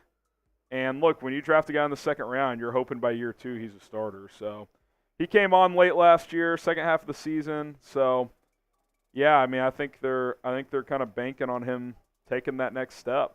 I still think they'll add another defensive tackle at one of the 2 spots, but it seems like Dexter's going to be the starter. They definitely need more help there. I think DeMarcus Walker will play some there too, but I still think they'll add another beefy guy in there. Oz says, Daddy Poles, I'm getting impatient. Do something. We'll see, man. All right, a couple more coming in here that we'll get to in just a second. Christian Kraus, he gets a raffle ticket. I live in Viking country and my wife is a Vikings fan. I don't care if Harrison Graham is taking snaps from her Hove round as long as we win. My home life depends on it. Bear down. Get the bear downs in the chat for Christian. That's a Bears-Vikings household. Get the bear downs going for Christian. Drown out the Vikes. Drown out the Vikes. Let's go. We got Chastity, Sammy, Mason, Sedated, the Orozcos, Bears fan, David. We got Applesauce, Jason. Yeah, Panthers signed A'Shawn Robinson. We got that one. We got that one in there. Alex, Creighton, Domdingo, Eli Clark, Ryan, Tricky, Ralph, Alan Mack. Brandon says I'm a Packer fan, but I'm tuned in. Not many YouTube channels streaming free agency, so I appreciate what you're doing. Appreciate that, man. It's all love. It's all love. Appreciate you tuning in. Appreciate you tuning in. Jason, J-Max saying bear down as well. All right, appreciate the super chat, Christian. Shout out to Marcus, first timer. He didn't send a message, but I will do jumping jacks for him. 1, 2, 3, 4, 5. Shout out to Marcus. Shout out to Marcus. All right. By the way, it's a great point. Robert Schmitz tweets this out. Gerald Everett, 2 years for $12 million when Colby Parkinson got $7.5 per year. It's pretty damn good value. Pretty damn good value. Oh, man. How does Devontae Parker keep getting deals beyond the vet minimum? All right, copy and thumbnail done. That's how it's done. Rolly works. Shout out Marcus Hayden with the super. Oh, there's another $10 coming in. Amanda and Jacob, or Amada, no N in there. Been a while since I donated, but here every live stream, every video. Love the content. What do you think about getting Armstead since he was released by the Niners? I think that I'm absolutely in. That's what I think. Don't know what his price tag is, but I would definitely be in. All right. We already spent for you, Michael. I double-checked. Did we? Let's do a free spin. Why not? Just in case, because I Why honestly don't know. not? We'll spin it again. So situation here, Harrison. Once Cullen is done getting the Devontae Parker out for Eagles, he's going to come in and produce while I step away and do Patriots. Okay, that works. So let's spin the spin wheel. the wheel. Spin the wheel. Ba-ba-da. Yeah. We've got a lot of social. A lot of social today. All right, let's play the follow on Twitter game again. For the next minute, or I'll follow everybody back as long as Twitter lets me. They cap you at a certain number, so at HGramNFL. At HGramNFL, I'll follow everybody back. Follow everybody back. If I can find my Twitter link, here it is. Follow HG on Twitter. Let's go. Let's go. This is an amazing stat. I need to verify this, but CJ German in the chat says Gerald Everett had 55 catches last year. Actually, I don't think that was right. Hang on. I thought that was the year before. Gerald Everett had 51 catches last year, but still. 51 catches last year. Every tight end not named Cole Kmet the last 3 seasons in Chicago has 44 total. So, pretty important addition, if you ask me. Jackson, you get a follow back. We got Vito, Gavin, Brittany Nagy. Is that Matt? Are you related to Matt? J.R. West. Dude, you were going to find this so funny. I had a dream last night that I was talking ball with Matt Nagy for 5 hours. I'm not joking. How wild is that? All I know is that Elliott Wolf Masterclass, all of Twitter is shocked at how cheap it was to get Josh Uche back. Yeah. I mean, he was bad. He wasn't very good this year, but still, that's pretty cheap. Kimes can't believe it. That's cheap for a guy who has an 11-sack year on his resume. Ray, Nathan, T2 Rav, Jeff. It seems like he took a discount. Oh, for sure. Hometown I don't think he would have gotten huge money, but I thought he was going to get 2 for $16 or something like that from a team. Tay, Pat, Matt, Miliano, Finley, Boss, William, Phillip, Freddie, Dane, Wes, D-Dash, Connor, Brian, Ian, Alex, Justin, Jesse, Young, Sports Take, Brian, David Sanchez, Austin. We got Eon. Okay, I'm now maxed out on who I can follow back. Twitter's weird like that. Appreciate the follows. Follow me on IG as well, at HGramNFL. Wait, when did Noah Brown re-sign with Houston? I missed that too. That happened this morning.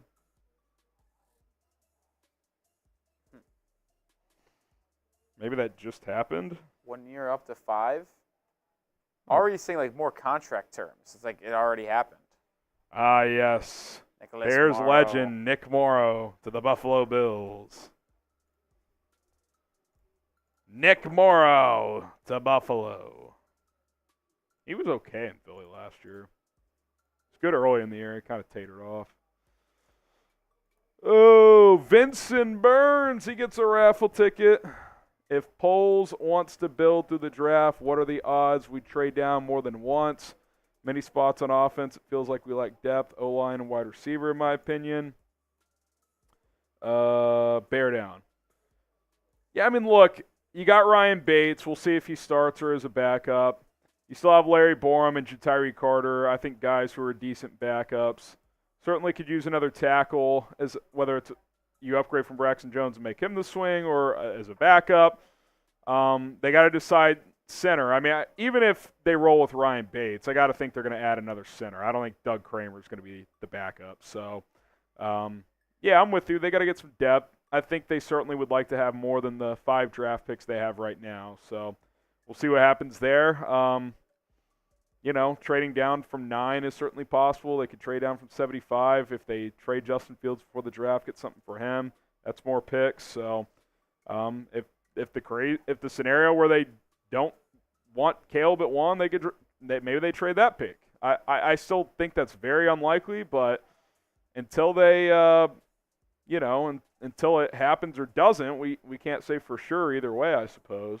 So, Rich, Udis, you get a raffle ticket.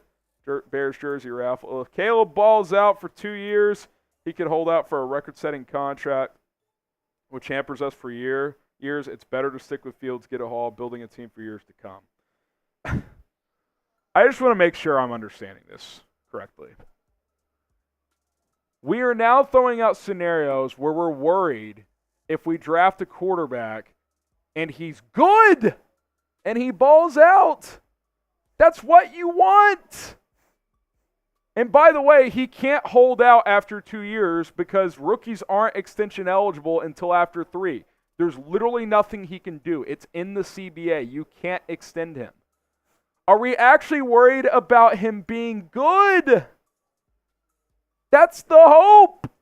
Oh no, we drafted a top 5 quarterback in football. We finally have a franchise quarterback. We should have kept Justin, who could become that, but 3 years in has not become that. Oh, no. Guys, we can't be real with this.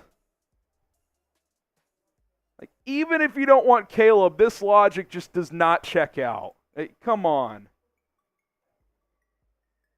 Come on, man. I appreciate the donation, Rich. Maybe you'll win the jersey raffle, but come on. Rodrigo, why are the Bears not doing anything? Should we be worried? I don't think we're entering worry territory. They've added 2 starters, Kevin Byard at safety and DeAndre Swift at running back. They've added a very good complementary tight end. They brought back Jaylon Johnson, and they still have a lot of money to spend. So we'll see how much they do spend. Out of the people like Bears fans wanted, none of them are really off the board. Like maybe Christian Wilkins. Like the Wilkins thing, like, dude, you're not 27 a year. Like, it's just unwise. Like, oh, I apologize to Rodrigo as a first timer. Oh, 1, 2, 3, 4, 5. Yeah, I mean, look, if Danielle Hunter's $25 million, they may just not do it. You're allowed to be disappointed, but like, it's not like they're sitting here and they've done literally nothing. They re-signed an all-pro corner for almost $80 million. Like, that's a part of this.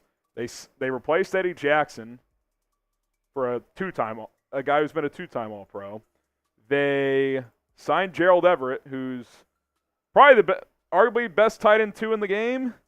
He would start for some teams. And they upgraded at RB1. Like, yeah, like, I want them to add – they need to add at receiver and defensive line, no doubt about it. But we're a day and 4 hours into free agency. I don't think the offseason's over.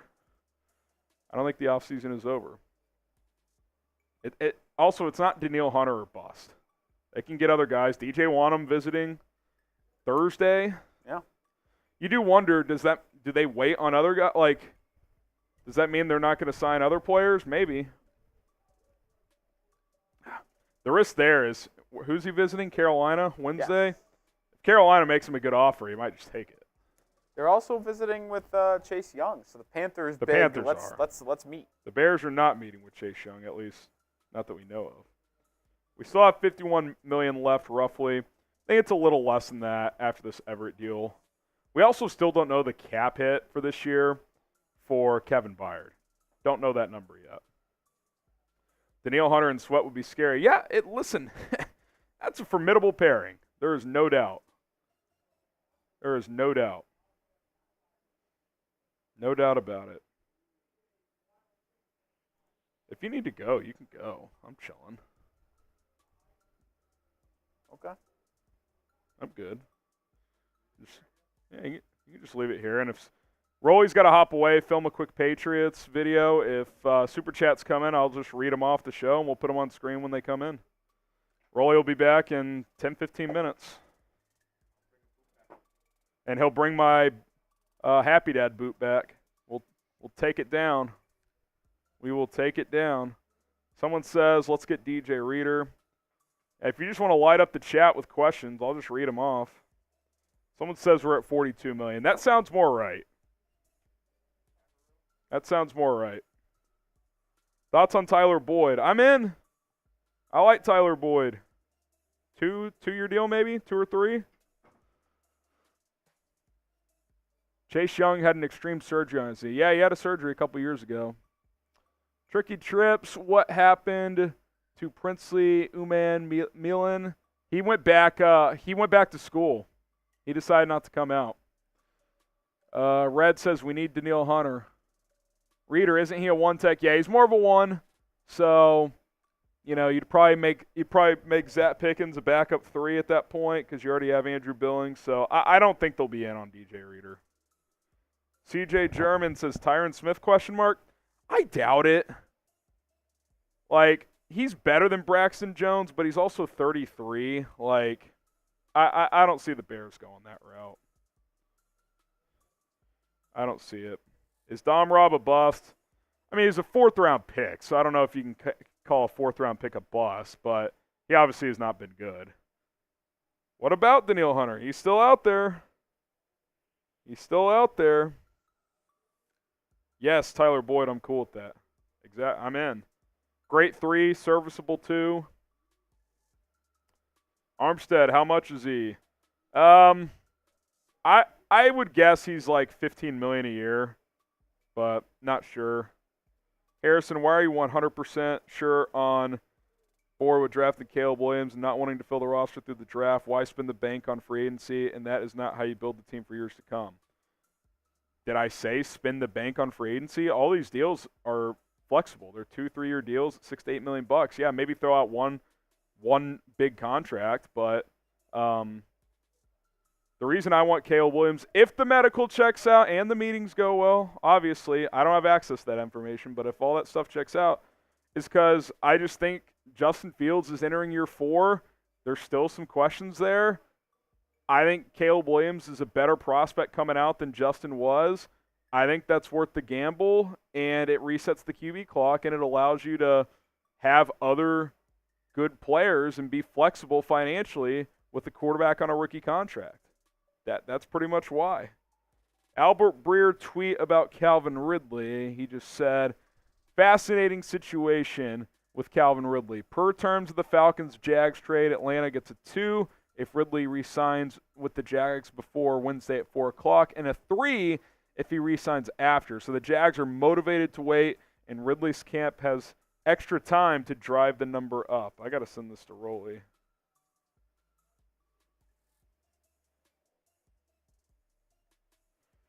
Sent that to Rolly. So he's trying to drive that price up. Jacksonville's trying to not have to pay a 2nd-round pick. Mekhi Becton, 24 years old. Pretty young. I don't know how old he is. Let's see. Yeah, still 24. Now he turns 25 in April, so he'll be 25 this year. But Ben Moore, Caleb Williams sucks. How do you know? You haven't seen him play in the NFL. I don't know if he's going to be good. It's a crapshoot. Craig Carton said to put Fields at receiver. That's disrespectful. He's better than that. Sabrine says, we want Justin Chant. Come on. I like Justin a lot, man. That's just personally what I would do. It's nothing against Justin at all. Josh Reynolds has the Waldron connection. Yeah, listen, I like Josh Reynolds. I think he's a good 3. He's been pretty good in Detroit the last 2 years. I know he had a couple of tough drops in the NFC Championship game, but he's been good. Yeah, I like Josh Reynolds. Allen Robinson, bring him back? Nah, man. He doesn't separate anymore. We need Marvin Harrison Jr. Don't need him. Would love to have him. Don't need him. You can get other really good receivers. Josh Sweat. Yeah, I mean, Philly's probably going to trade him or why can't I think of the other guy? The guy Justin threw down on that crazy run. Why am I drawing a blank? Hassan Reddick. I think Reddick will cost too much. Sweat's interesting. Would you trade a 3rd or a 4th to get him? I mean, you're already down to 5 draft picks, but he'd be a good addition.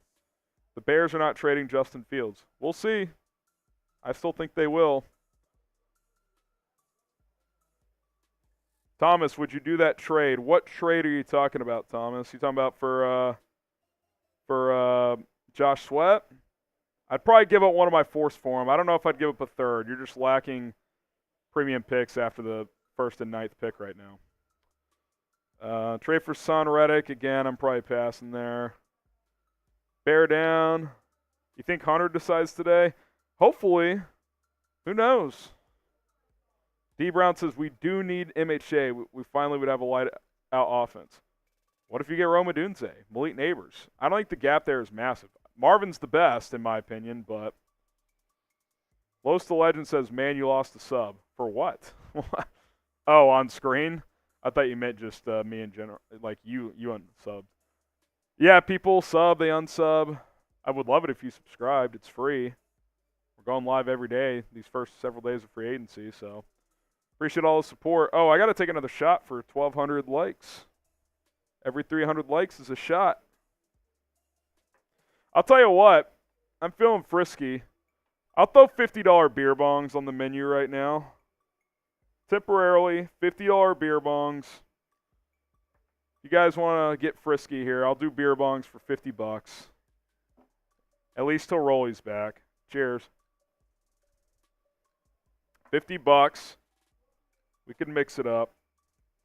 Ridley said, or Breer added this to the Ridley conversation. He said those involved believe Ridley wants to stay in his home state with the Jags, but the Patriots have been involved and aggressive, if a bit leery of being used to move the bidding. Meanwhile, the Jags have shown a real desire to keep Ridley.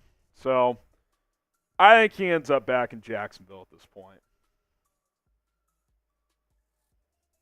7.5 of DJ Wanham's 23 career sacks have come against the Bears. He's had some big games against the Bears. Maybe that's why they're interested. Harrison with the toopy. Toopy.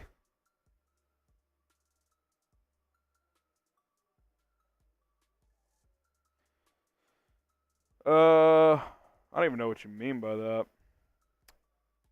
I don't think New Orleans is a fit for Fields, Mason. I don't think that's happening. Reader Sweat and Draft Verse. I don't think they'll be in on Reader. No Higgins from YT. Yeah, I'd be surprised if they were in on T. Higgins. Like T. Higgins, but I don't think they're going to trade for him and then pay him. Need Danielle Hunter and Curtis Samuel for good free agency, period. So, like, Joel, let me ask you this. What if Danielle Hunter is fetching $27 million a year? You would just blindly pay him that? I like Danielle Hunter a lot. If it's less than 25, I'm probably in, but, like, you know, you gotta be careful. Gerald Everett, who's this guy? Very good tight end, too. Very good. Averages 450 yards and 3 touchdowns over the last 5 years. Joel Wagner signed Danielle Hunter and Samuel. That'd be nice. Terrible free agency for the Bears from Jesse. I don't think it's been terrible. I think all their moves have been solid. I'd like to add more, and I still think they will. Thoughts on picking up Calais Campbell at defensive end? Very old. He's like 37 now, but he could still play. I think last year, what did Calais do last year? Calais Campbell last year still had 6.5 sacks. Played all 17 games. I mean, he could still do it. He can still do it. Let me see what PFF have on Calais last year. PFF gave Calais Campbell 80 overall, 80 run defense, 69 pass rush. Yeah, that's still pretty damn good, man. The toupee on your head. I mean, it's my headset. If you're talking about, this isn't a wig, if that's what you're referring to. Jacob says subscribe. Appreciate that. 17 seasons, guy's a legend. Yeah, he's good, man. Aaron Wolf in the chat. The Bears are who we thought they were. Someone says the Bears are not paying another defensive end $20 million. Yeah, they may not want to do that. They may not want to do that. Are the Broncos a good fit for Fields? I'd be interested if I was Denver, but it doesn't seem like they are. Doesn't seem like they are. Jeremy says bear down. Bear down, Jeremy. Clowney for 15. That might be a little high for me, but I'd probably do it on a 1 or 2 year deal. He was really good in Baltimore last year. Had one of the best years of his career. He'd be a nice piece to add to this D-line. Curtis Samuel or Tyler Boyd? Different players. Probably just whoever's cheaper, honestly. I'd be cool with either. Samuel's got a little more juice. Tyler Boyd's probably a little more polished, so either way. Either way. What do you think the number one need is? If we're taking the quarterback discussion out of it, I mean, you could say either receiver or edge. I'd say receiver or edge. Defensive tackle, too. It's probably a clear top 3 at this point. Receiver, edge, defensive tackle. Center is still up there. Ryan Bates is at least serviceable, but I would like to add another center, too. So yeah, center, wide receiver, edge, defensive tackle. Those are the positions. Caden with the super chat. He says, can Caleb Williams-Reed attack the middle of the field? He throws over the middle at a much higher rate than Justin Fields did coming out of college. Fields was less than 10%.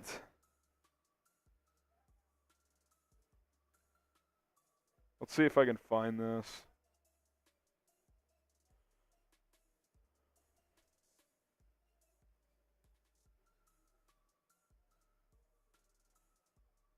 Let me see.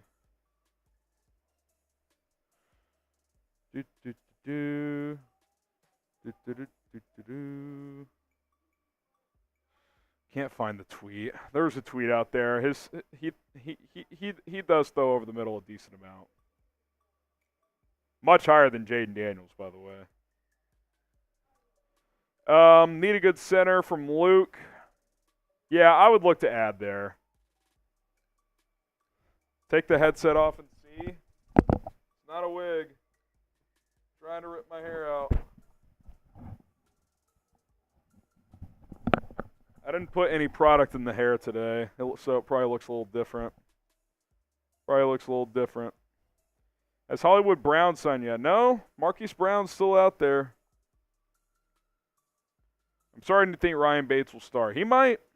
Brad Biggs thinks that's what they're doing, and he's pretty tapped in. So maybe they add someone in the draft, a developmental guy, but someone says Albert Breer tweet about Matt Eberflus. He said, with free agency rolling, there wasn't a single GM at Oregon's pro day. Just one head coach, Matt Eberflus, who led a sizable Chicago contingent. That's pretty interesting. I know they were at Oregon State yesterday, so they probably just double dipped out there in the Pacific Northwest. So, yeah, I mean, look, they got dudes at Oregon. Brandon Dorlus, good defensive lineman. They've got, I don't like Bo Nix is in the Bears' consideration, but he's there obviously. They got Bucky Irving, the running back. They've got who's the receiver? I'm completely drawing a blank on. Troy Franklin. So yeah, I mean they got dudes that are going to go early in the draft. So I'm not surprised that the Bears are there. Not surprised. Emiliano, and we'll flash all these super chats when Rolly gets back or whoever steps in.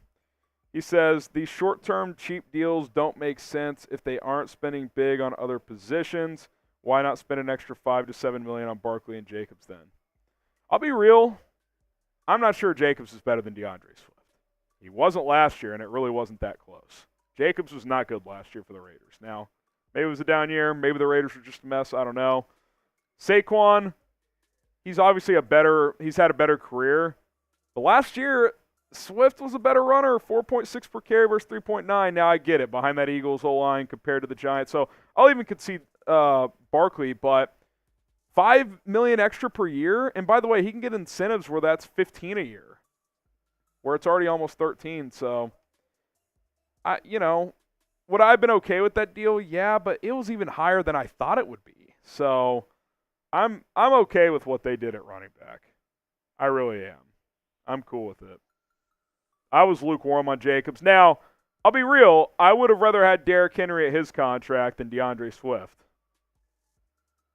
I still think Derrick Henry can get it done. Now, he doesn't catch the ball out of the backfield much. I'm guessing that played a role in the Swift signing because he catches the ball well.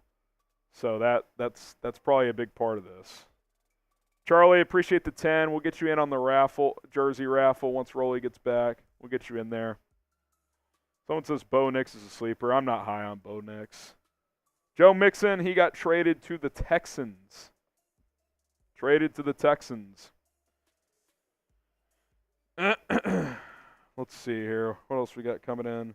7th round pick the Texans traded to get Joe Mixon. Oh, the 49ers just signed Jordan Elliott, 2 years, $10 million. Kind of a depth defensive tackle. So it was a 7th round pick for Joe Mixon. John with the 10. Would you like Xavier Legette if we don't move up from 9, or if one of the guys isn't there at 9, I guess? I like Legette. I don't think he goes first round if I had to guess. I think he's day 2. But I also don't think he falls to 75 in the 3rd round. So he might be in that range where the Bears currently don't have picks. But Legette's good. He's good after the catch. He can high point the ball well. So, yeah, I like the South Carolina receiver. I like it.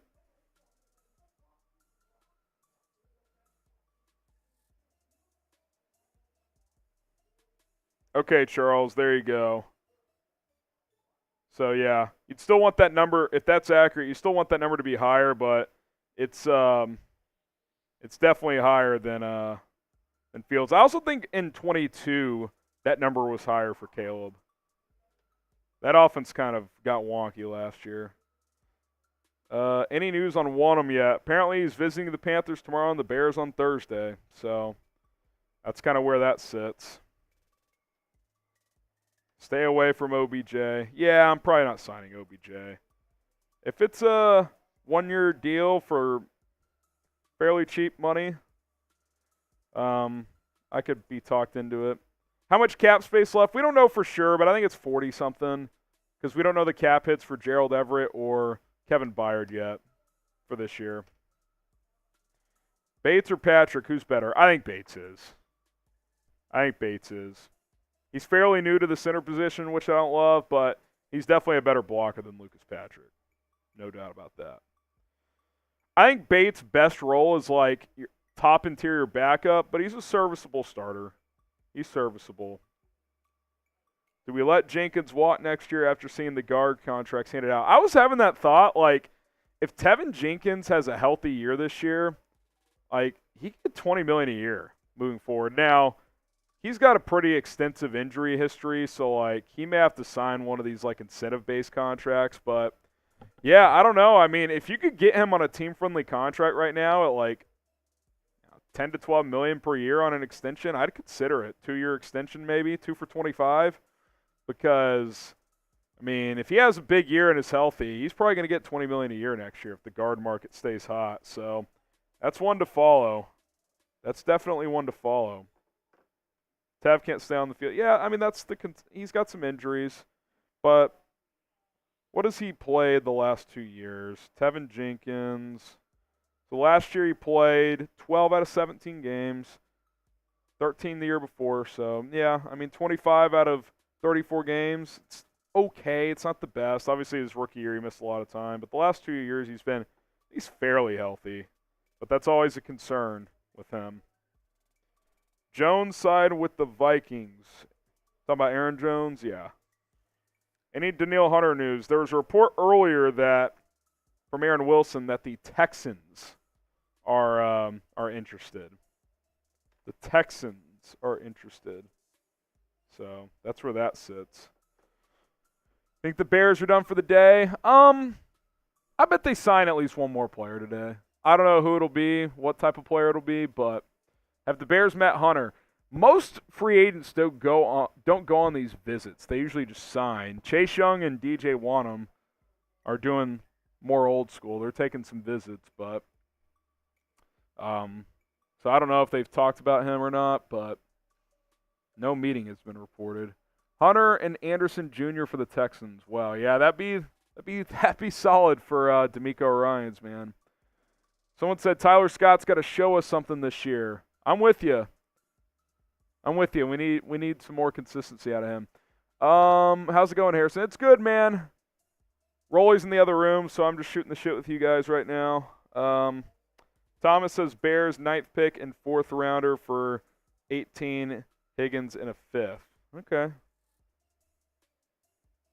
Okay. Interesting. Trade sightings are not exciting. Cut Velus Jones. He'll have to fight for a roster spot this year. I do think that. Now, right now, he's probably your number 3 because you have DJ Moore, then Darnell Mooney's gone.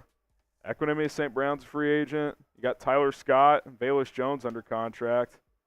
Got a couple of futures guys. Colin Johnson, Simba Webster on futures deals. So, yeah, I mean, they need to add more. Harrison, you need a chair. Yeah, I could use one, honestly. I could definitely use one.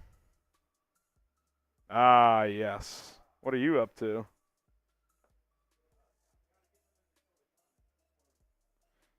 What are you getting? Are y'all playing a game? It's slowed down today. 7th rounder for Mixon? Yeah. Do you want Marvin Harrison? Yeah, I would love Marvin Harrison. But I still think drafting Caleb's a smarter move. So, still think that is the case.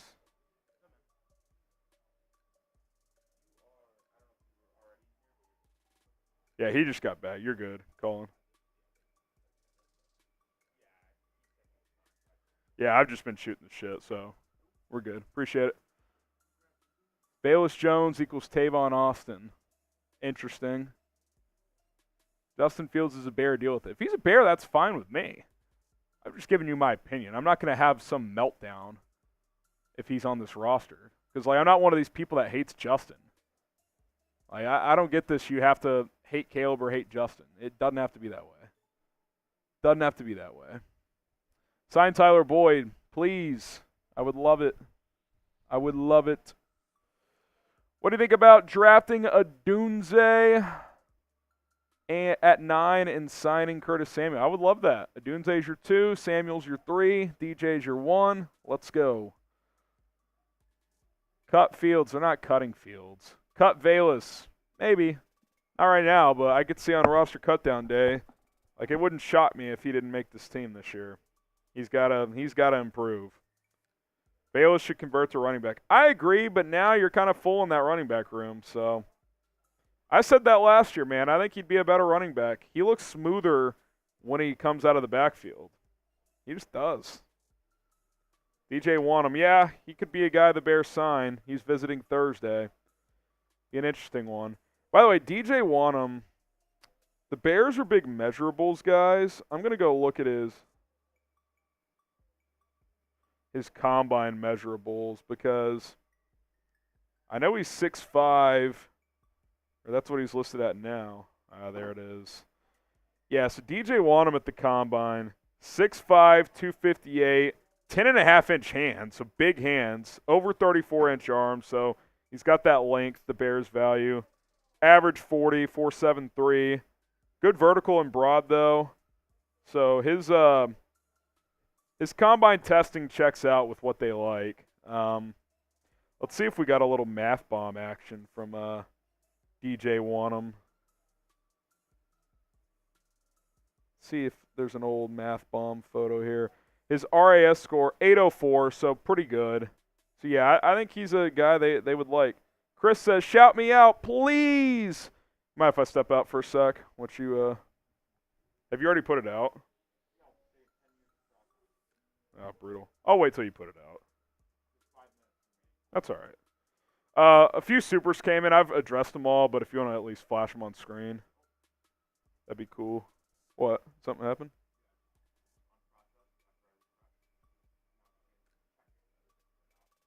So it finished processing. You said unprocessed. It's like, uh-oh. It went backwards. Did you see the thing I sent you? I know we kind of figured that out earlier. Yeah, if they don't get that done tonight, it's over. If I'm the Patriots, I probably say, all right, final offer, you have till 7 o'clock. Otherwise, we're moving on, right? Yeah. Because it seems pretty clear he wants to stay. I hope they sign him now. That's funny. Aaron, appreciate the super. I know we talked about this earlier. Same with Caden. Appreciate that. Answer to that was yes. Swift's. Oh, I didn't see this one. Swift sucks. Can't stay healthy. He was healthy last year. He's had minor injury concerns. He also does not suck. He was good last year. Now he needs to build off that year, but I disagree with that notion. Darth Vader gets a raffle ticket. I really like the idea of signing Tyler Boyd and Curtis Samuel. I don't think both. I think they're similar tier receivers.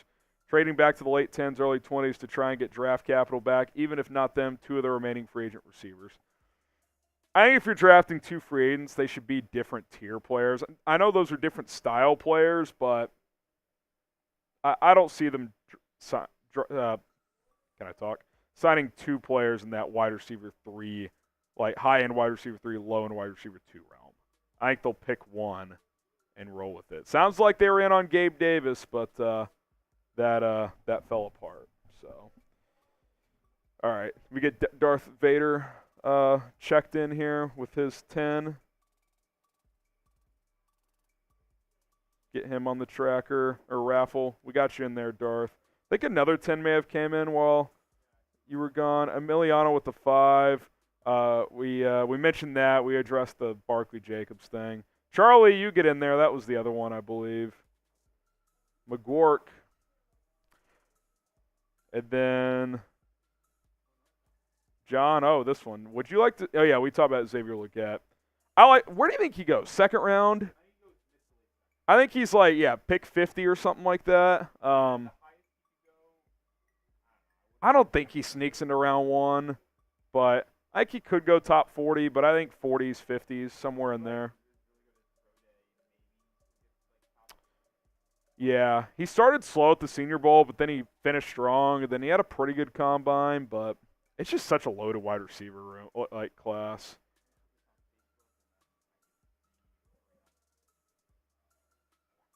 Yeah, you're good. I'll do this boot in a second. Let's. Okay. They're hitting today, aren't they?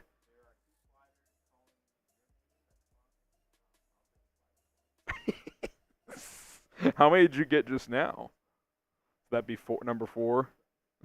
I mean, 4 sliders is just one big burger. So it's yeah. I guess it's probably a tip more with the bread, but F it. It's free agency week. You gotta let it rip a little. Did you do dinner last night?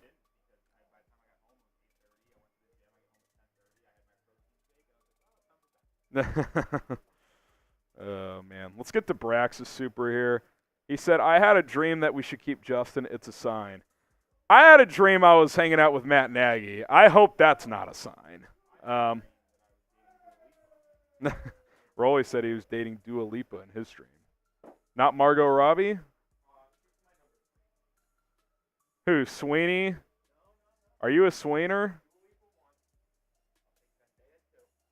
Okay. The Swain's 4?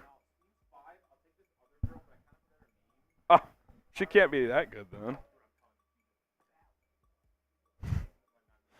I love the tweets of generational talent when it's like one of these people at the red carpet. Oh, yeah. My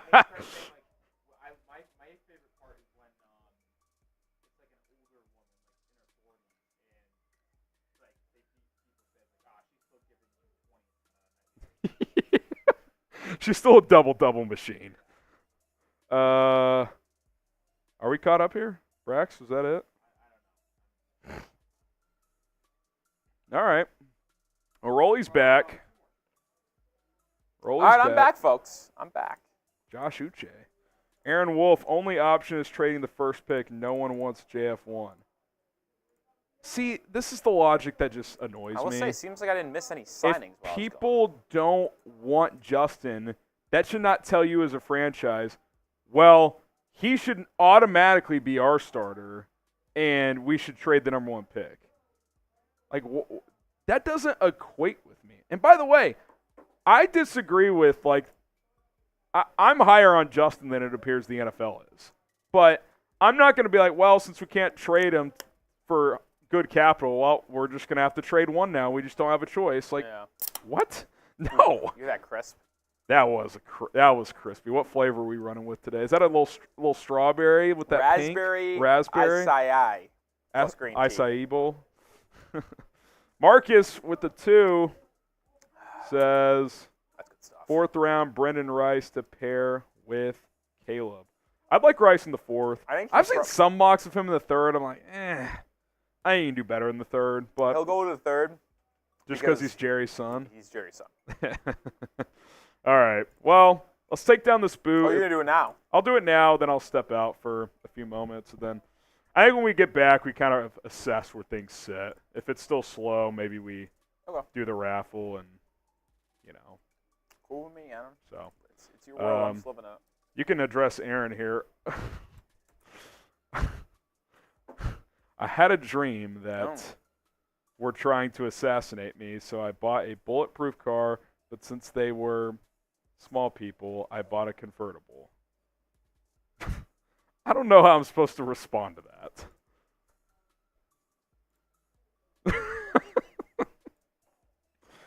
Oh, goodness. That just reminds me, I love the Lee Corso. Not so fast. Not to the kid fast. At the Yale game. All right. All right, get chugging. You don't have to play me today, so good for you. Get chugging. Chug it, chug it, chug it, chug it, chug it, chug it, chug it, chug, chug, chug, chug, chug, chug, chug, chug, chug, chug.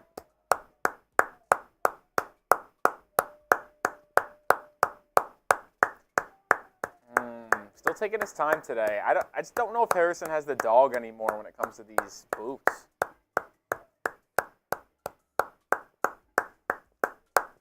Oh, wait a minute. That was a good finish. That was a strong finish. It was a very slow beginning, but he finished strong. It was a grind. All right. You got this for a few minutes? Yeah, I'll bring you a slide. Yes. Are there plenty left? I don't know. I looked in one bin and I grabbed the last bin, but there's like 4 bins, so I didn't look at all the bins. I'll take a gander. All right. Let's see here. We're due for a sign. How long has it been? Are we due for a super chat, or a Prize Picks raid? That's what I want to know. Yeah, talk Prize Picks. I talked Prize Picks last time I was by myself. Is that the last time we talked about Prize Picks? It's too hard to do it every 30 minutes. I will talk about Prize Picks. Then we got Darth Vader with a super chat.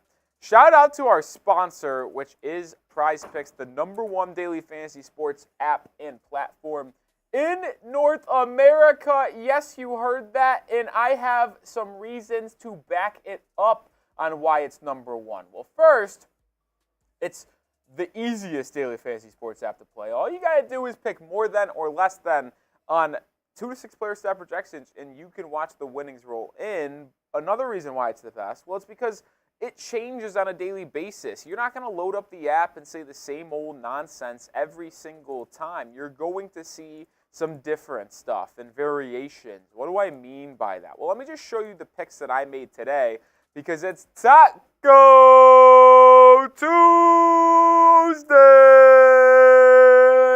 which is lowering the stat total for Tyrese Maxey from 26.5 points to 21.5. I'm taking the more than on that one. I'll take the less than on Chet Holmgren, and then I'll take the more than on Shai Gilgeous-Alexander, 29.5 points. But you see that little green fella next to him? That is a goblin. What does that mean? Lower stat total, like his normal stat total would be 32.5 points. It's 29.5, so I get a little bit of points lower than usual, which allows me to take the more than, but it also comes at a little bit of a lower payout, so it's low risk, low reward. You can take a demon that is a higher stat total, but a higher payout, higher risk, higher reward. That's why Prize Picks is the best. You can challenge yourself on a daily basis, test your ball knowledge, especially with college basketball coming around the corner. Get started today. Use code CLNS when you download the app, or use prizepicks.com/CLNS and use code CLNS. That link is in the live chat, and description of today's live show. All right, let's get back to some ball talk. The latest signing, Gerald Everett, 2-year, $12 million deal, $6.1 million guaranteed. DeAndre Swift and Gerald Everett are the only two signings that the Bears have made during the free agency tampering period. Trade Fields, and this super chat's coming from Darth Vader. Trade Fields, draft MHJ, Neighbors, and run Wildcat 24/7. It's an idea. It's an idea. I don't think it would result in too many wins, folks. Just MHJ. Well, here's the thing. It might benefit you if you want to run Wildcat all the time. Maybe just keep Justin Fields playing. I'm playing. I know it's been exhausting of all the Justin Fields talk because it feels like it's what we've been talking about 24/7, right? I think I would be willing to give a prediction on who trades for Justin Fields. I have it.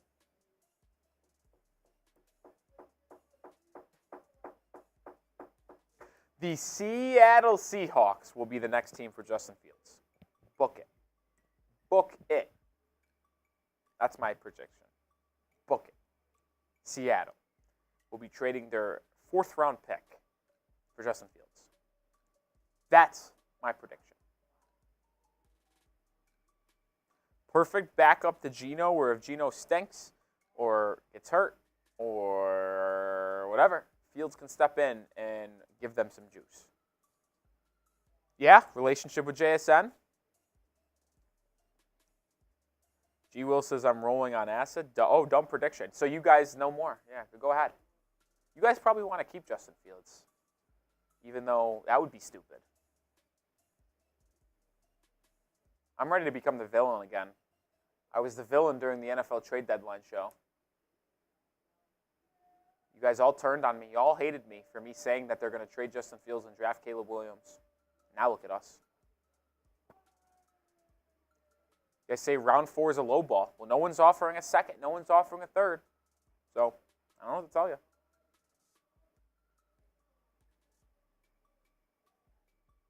I don't know what to tell you.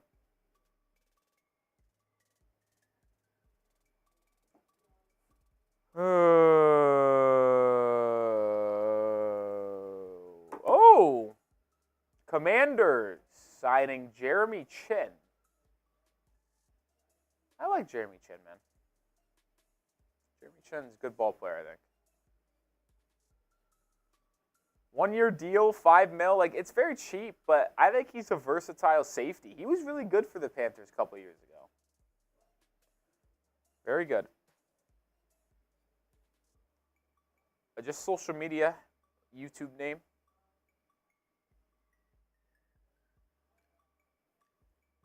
The social media on Twitter. That's where most of these news gets broken. You know, I always wonder how the free agency moves were announced back in, like, the 60s. Because there was no social media. Would they just, like, show up on their new team next season and, like, people were like, oh, shit, how did Jack Swan end up on the Ravens? He was playing for Seattle last year. How did that happen? That'd be something. Glenn says AJ Epineza, he re-signed with the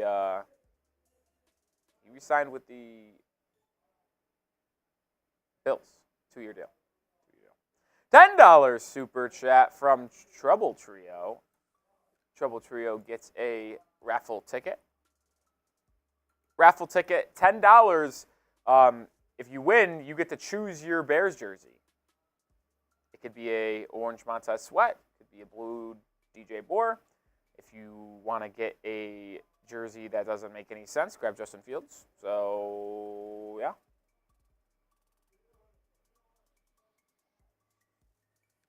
So, what did he say, though, Treble Trio? Who do y'all want the Bears to sign the most right now? I want them to sign O-line and D-line.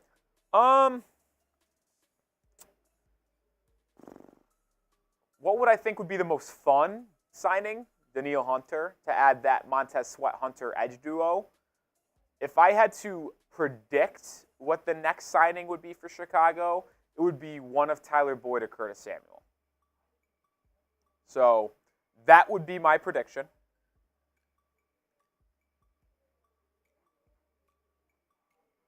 I think it would be more fun for Daniil Hunter, but I think I would be willing to bet that it's more likely that it's one of those two wide receivers. Because it makes a lot of sense for them to add one of those guys in the slot to pair up with DJ Moore and then whatever wide receiver they take in the NFL draft.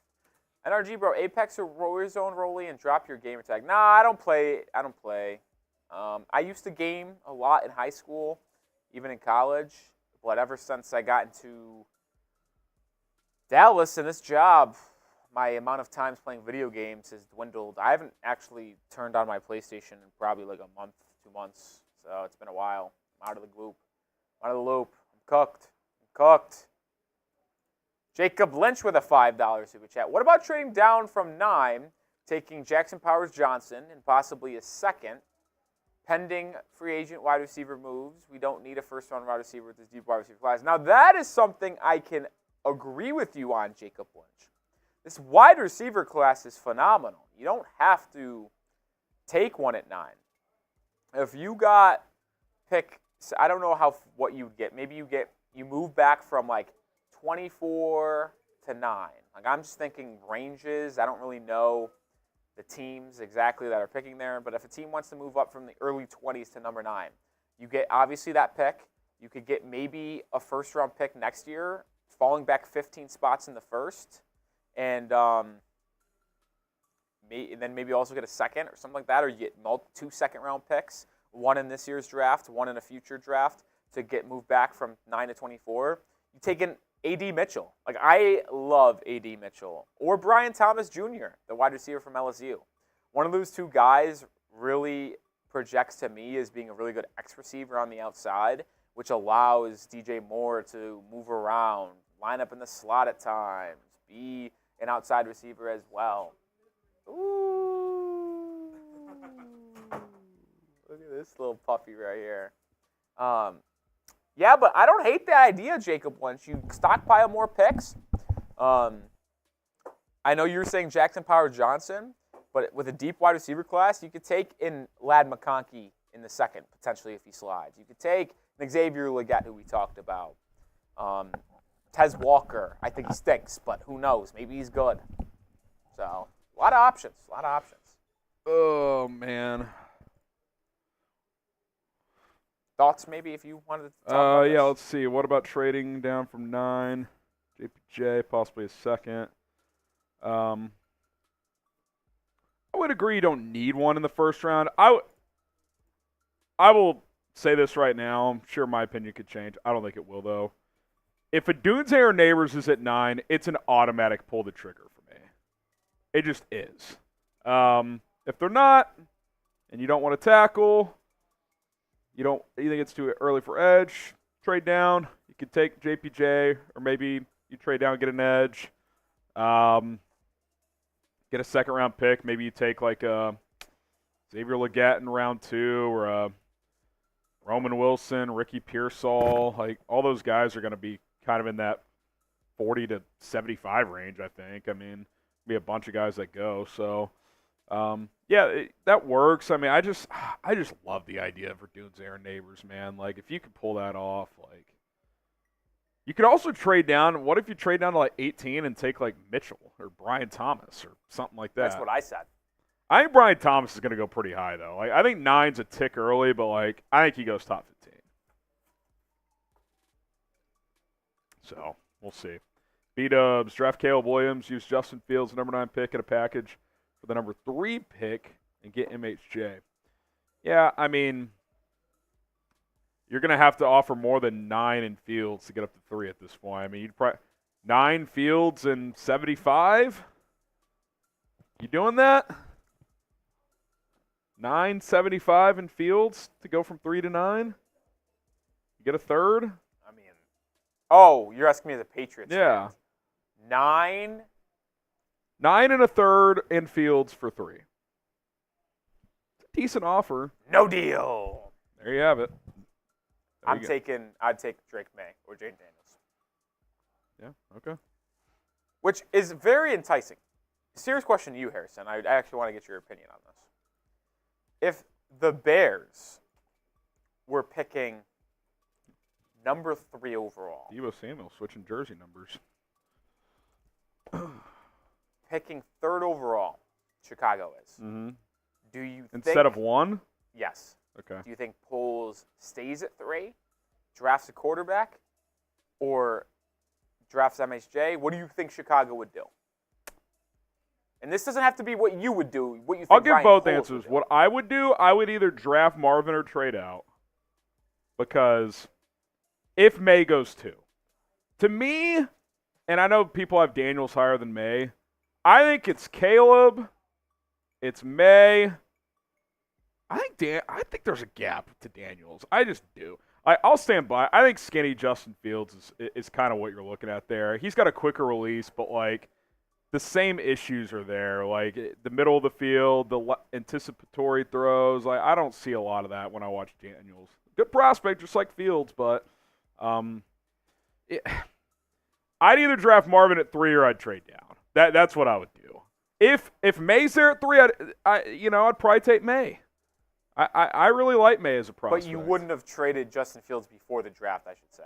Probably not, dude. Honestly. That's why I keep saying, like, I'm not sitting here saying, like, I took a couple months for a reason with this Caleb thing because, like, I wanted to, like, do my due diligence. Like, it's like I woke up on January 10th and was like, yep, Caleb, fuck Justin. That's not it. Like, it's just you have the number 1 pick.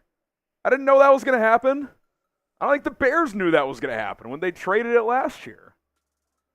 So, yeah, I mean, if the another scenario, if the Bears are picking 5, we're all talking about how you keep building around Justin. I don't even think it's like conversation. Like, sure, there'd be some mocks where it's like, oh, they're trading up to 3 for Jaden Daniels and stuff like that. But like, I think the fact that they got the number 1 pick is like a whoa. Well, kind of have to very heavily consider this now because it's just a unique opportunity to bring in a number 1 overall pick to a team that's not number 1 overall pick worthy. That's the uniqueness of this. This is not normal, guys. Like, the Bears are, by the end of last season, were like just a notch below a playoff team, and they have the number 1 pick. Doesn't happen. They went 7-6 their final 13 games, and they're picking number 1. That's not normal. So if you can upgrade at quarterback, which, again, no guarantee, but if you do it and it hits, be set for a while. You really could. Aaron Wolf, Eberflus, only one at Oregon State. Bo knows Bear. I think you mean Oregon. Yeah, Matt Eberflus only coach at Oregon's Pro Day today. Only head coach. No GMs there either. Now it's free agency, so. Jackson Powers Johnson. Brandon Dorless. Now, they did Oregon State yesterday, so they probably just were like, let's just maximize this trip, double dip. But, yeah, JPJ. Troy Franklin could be a guy in a trade-down scenario. Maybe he gets to 75. I doubt he falls that far, though. Didn't have a great combine, though. OBC, F, G, B, F, G, B. Welke. MHJ is this year's JSN. Bears fans stuck on them. He's a much better prospect than JSN. And I like JSN a lot. I think Marvin is – I mean, JSN went 20 overall. Marvin's basically a lock for top 5. Like, in a good QB class, by the way. It's a lock that he's the first player off the board, not quarterback. Yeah, I'd say so. Unless it's 4 quarterbacks in a row and the Chargers are just like, offensive line. But I would be stunned. I still would be stunned. Yeah, I agree. Zan, doesn't matter who we have at QB. We're cooking the Packers this year. Get out of here, light out Johnson. What is light out Johnson? Might have been a guy in the chat. Okay. Darth Vader, do you think our second-round 2025 pick is enough for T. Higgins? And if not, what do you think it would take? I don't think it's enough. That Carolina 2025 pick, though, I think is pretty valuable because I think the Panthers are going to suck again. That could be very valuable at the trade deadline. Yeah, it could. Like, what if the Bears are like 5-3 at the deadline, but they need another pass rusher. They're like, give me the Carolina pick for Josh Allen. Yeah. Or something like that with the Jags if he's playing on the franchise tag. That could be interesting. Hunter Young, very excited for Caleb, but the Bears organization scares me with development and support on offense. And by the way, did you watch Dune 2? I did. Great movie. Y'all are going to call me a fraud. Nope, don't say it. I haven't don't even say seen it. Dune 1. Oh, no, that's fine. I haven't seen either of them. Something else. What? I thought you were going to say Stuck. No, I haven't seen either yet. I've heard they're great. I'm sure they are. So our movie critic in the office, Jack, is huge on the Dune movies. He has a pretty good eye for movies. So I didn't watch Dune 1.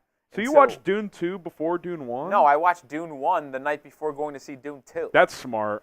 I should do that and go see it before it leaves. And the only reason why I watched Dune the first one is because my entire TikTok feed was edits of the character of Timothée Chalamet, Paul Atreides, and the edits of this guy were so cool, and it made him out to be this freaking awesome character. So I was like, hell, I'll watch the first Dune movie, whatever. And I liked it so much, I was like, well, shit, I'll go see Dune 2 tomorrow. And it was worth it. Great movie. By the way, sports/politics news. Have you seen this? Yeah, ridiculous. Aaron Rodgers potentially on RFK's ticket. That would be ridiculous if that happened. I don't know who put out this tweet. Was it Downey? Someone, hold on. Yeah. The single most chaotic outcome in the NFL would be Aaron Rodgers leads the Jets dry and high for a failed VP run at the 2024 presidential election. The sad thing is if anybody would do it, it'd be Rodgers. Imagine if Aaron Rodgers only played 4 snaps for the Jets. Was the 4 snaps, tears his Achilles, and goes tries into to become vice president. And gets like 8% of the vote with RFK. Try Glasson. If free agency for the Bears, we still own you, GPG. You know what? That's true until the Bears prove otherwise, unfortunately. But we're coming for you, Try Glasson. You no longer have the best quarterback in that matchup. Ooh. Okay. I like it. Sticky fingers. I think you're taking Caleb over Jordan day one. I am. Okay. My ceiling's definitely I'm not even higher. a Caleb Williams truther. I'm just saying I think he's better than Jordan Love. Man, I just hate Green Bay to my deepest fire. FGB. I'm with you. F the Packers. FGB. Blaine Clavel. If possible, we aren't spending much, so we have money for JF1, or they just don't want to overpay for players. It would make we to spend big if you reset. I don't know what you mean by we, but I don't think the way they're operating is like, well, we might pay Justin $40 million. I don't think that's happening here. Yeah.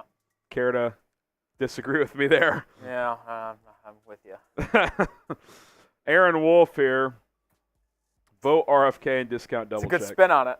Hey, you have fun. No, it's like he's doing it so Aaron to get him out of the gone. NFL? Yeah. See, I just don't really care anymore. He's with the Jets. Who cares? Yeah. Who cares? Been live for 5 hours. Yeah. It's been a quick 5 hours. Oh, man. I'll say this. If we didn't get the Gerald Everett signing, We needed that bad. we would have been in a bad way. Yeah. That extended the slide by 2 hours. It really did. And then Uche, so that took up 45 minutes for you. So, like, that ate up some time. DC says, you think Fields demands a trade if they keep him and try to use him as a Taysom Hill type thing? I don't know, but I also don't think that's happening. Like, I don't think they're going to be like, yeah, we're keeping Justin, and he's our Taysom Hill now. Yeah. I think Ryan Poles and Matt Eberflus respect him more than that. Like, I just don't. Unless Justin went to them and was like, hey, I want to be a Chicago Bear so badly, I'll be the backup.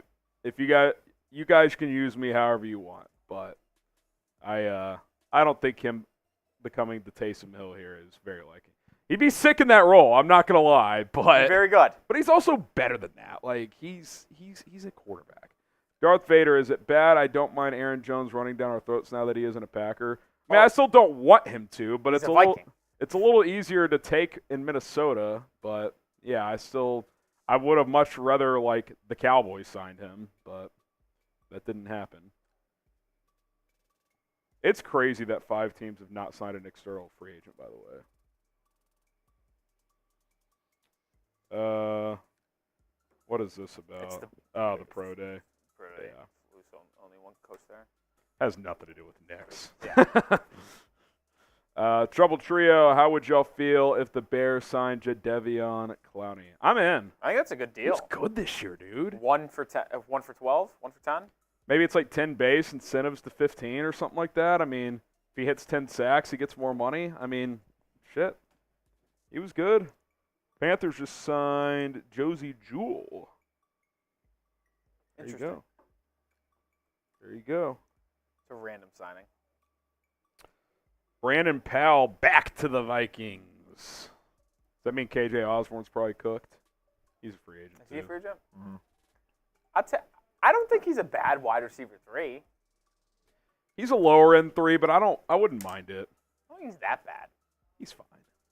He's okay. I'm in Trouble Trio. Chummy. Caleb says he wants to win. I'm sold. What a joke. I'm kidding. What's he trying to say here? I think he's trolling you, I guess. 1, 2, 3, 4, 5. Oh, you're saying like you're trolling. I see what you're saying. It's not like I heard one quote from the guy at the combine and was like, Yeah, I don't know. I mean, look, I'm not going to try and defend myself at this point. I told y'all leading up to the combine which way I was leaning. It was more of if I caught any red flags, maybe I would have backed off. That didn't happen. If anything, any minor questions that we had got answered. So, yeah, I mean, look, everybody's got their opinions. You're entitled to it, but I think we can all be a little more respectful than we have been. We caught up? We are? Well, y'all want to do the raffle? Let us know. Y for yes and for no. I'll make a new poll. Is it raffle time? Is it jersey raffle time? It's kind of slow. We could call it. I mean, 5 hours is still a long-ass streak, Yeah. fellas. How many entries you got? Probably 40 or so? 43.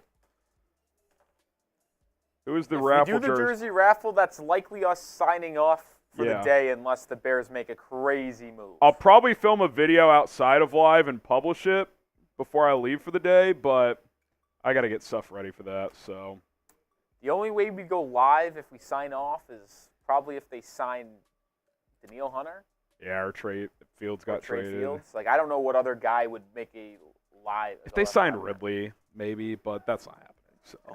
Daniil Hunter would probably be. Hunter would be alive. And the Fields trade, obviously. Maybe one of the receivers. Maybe. Just depends. Timing would dictate a lot of that, probably. All right, 60% say yes. Let's Oh, there's another entry. Someone joining. He here said, at the "Get me buzzer." in, RC Gaming." What's up, Maxfield? Did you go out with them, by the way? No, I was Who working. went? Did anybody go? I have no clue. Yeah, I wasn't able to. RC Gaming, get me in. Sweat jersey for the win. Yeah, final call, $10 super to enter the jersey raffle if you don't have a ticket yet. If I were to win a jersey, I would go between Sweat and DJ Moore. Depends if I. Yeah, those are like the safe ones right now. If you wanted to get nuts, let's get nuts. Tyree Stevenson. No, I'm kidding. That would be nuts. That's actually a tough jersey. I'm in on Tyreek. I like Jalen Johnson? Who else did you say? Jalen Johnson? Oh, Jaylon. Oh, Jaylon would be tough. Jaylon would be tough. Jalen be a good one. 10 for each of you. Is this for me and you? I don't know. Yeah, I don't know what you mean by that, Card Jenny. Cardi, but, are you giving you're Rolling getting- and Harrison raffle tickets? you're in on the raffle unless you want me and Rolly to have a chance to win. If you want to clarify in the chat, I didn't care. we'll spin the wheel for you either way. That's $20. I don't remember if he was already in before. I don't remember him sending one in. He said in a super chat. I don't know if it was $10. I must not have been in here. I actually don't remember him sending one. No, he definitely sent in one. Card Jenny, Is that for us? clarify. Let's spin the wheel for That'd him be while kind we're. of electric if it was. What if Oh we wait, won? did we get this? I skipped the card, Jenny, because I was curious. But Jacob Lynch double jumping jacks for missing it earlier. I don't remember missing it, but I'll do 5 for you. 3, 4, 5. Blaine, trade number 1, and Justin for Money Mitch. yes, yes, yes. I think that's Rolly's Actually, no, because that means the number 1 pick would go to Buffalo. So. Aaron Wolf, Mitch Trubisky signed. He's already signed with the Bills. He is in Buffalo. Yep. Bradley's in on the jersey. Jersey me. Good luck. You in, brother. Good luck. You in, brother. You are in. Ooh, first timer, Radness. Radness. Well, now they're starting to fire in a little bit here. Yeah, last call. Get him in. As I told Rolly previously, I love to gamble. Wanted to wait for the Venmo. Yeah, we might get Venmo going tomorrow. Maybe bring some duck races back tomorrow. Yeah. Feels like a day 3 play. Are we going live tomorrow? Or what time are we going live? I don't know. Oh, are you trying to figure out heat? It's okay if I don't do it, honestly. I mean, if we did noon, you could come in at like 11, and then it's a longer day, but it's not like 9. Maybe I just say fuck it and just take the week off of watch parties. When do they play after that next? Friday and Sunday. Sunday was so damn close, too, because they play at 2, but the stream would be over at like 4:30. Yeah, and that'd be pushing Selection it. Sunday's at 5. If Selection Sunday was at 6, I could work, but it just wouldn't work. Yeah. And I'm not doing Friday night against the Pistons.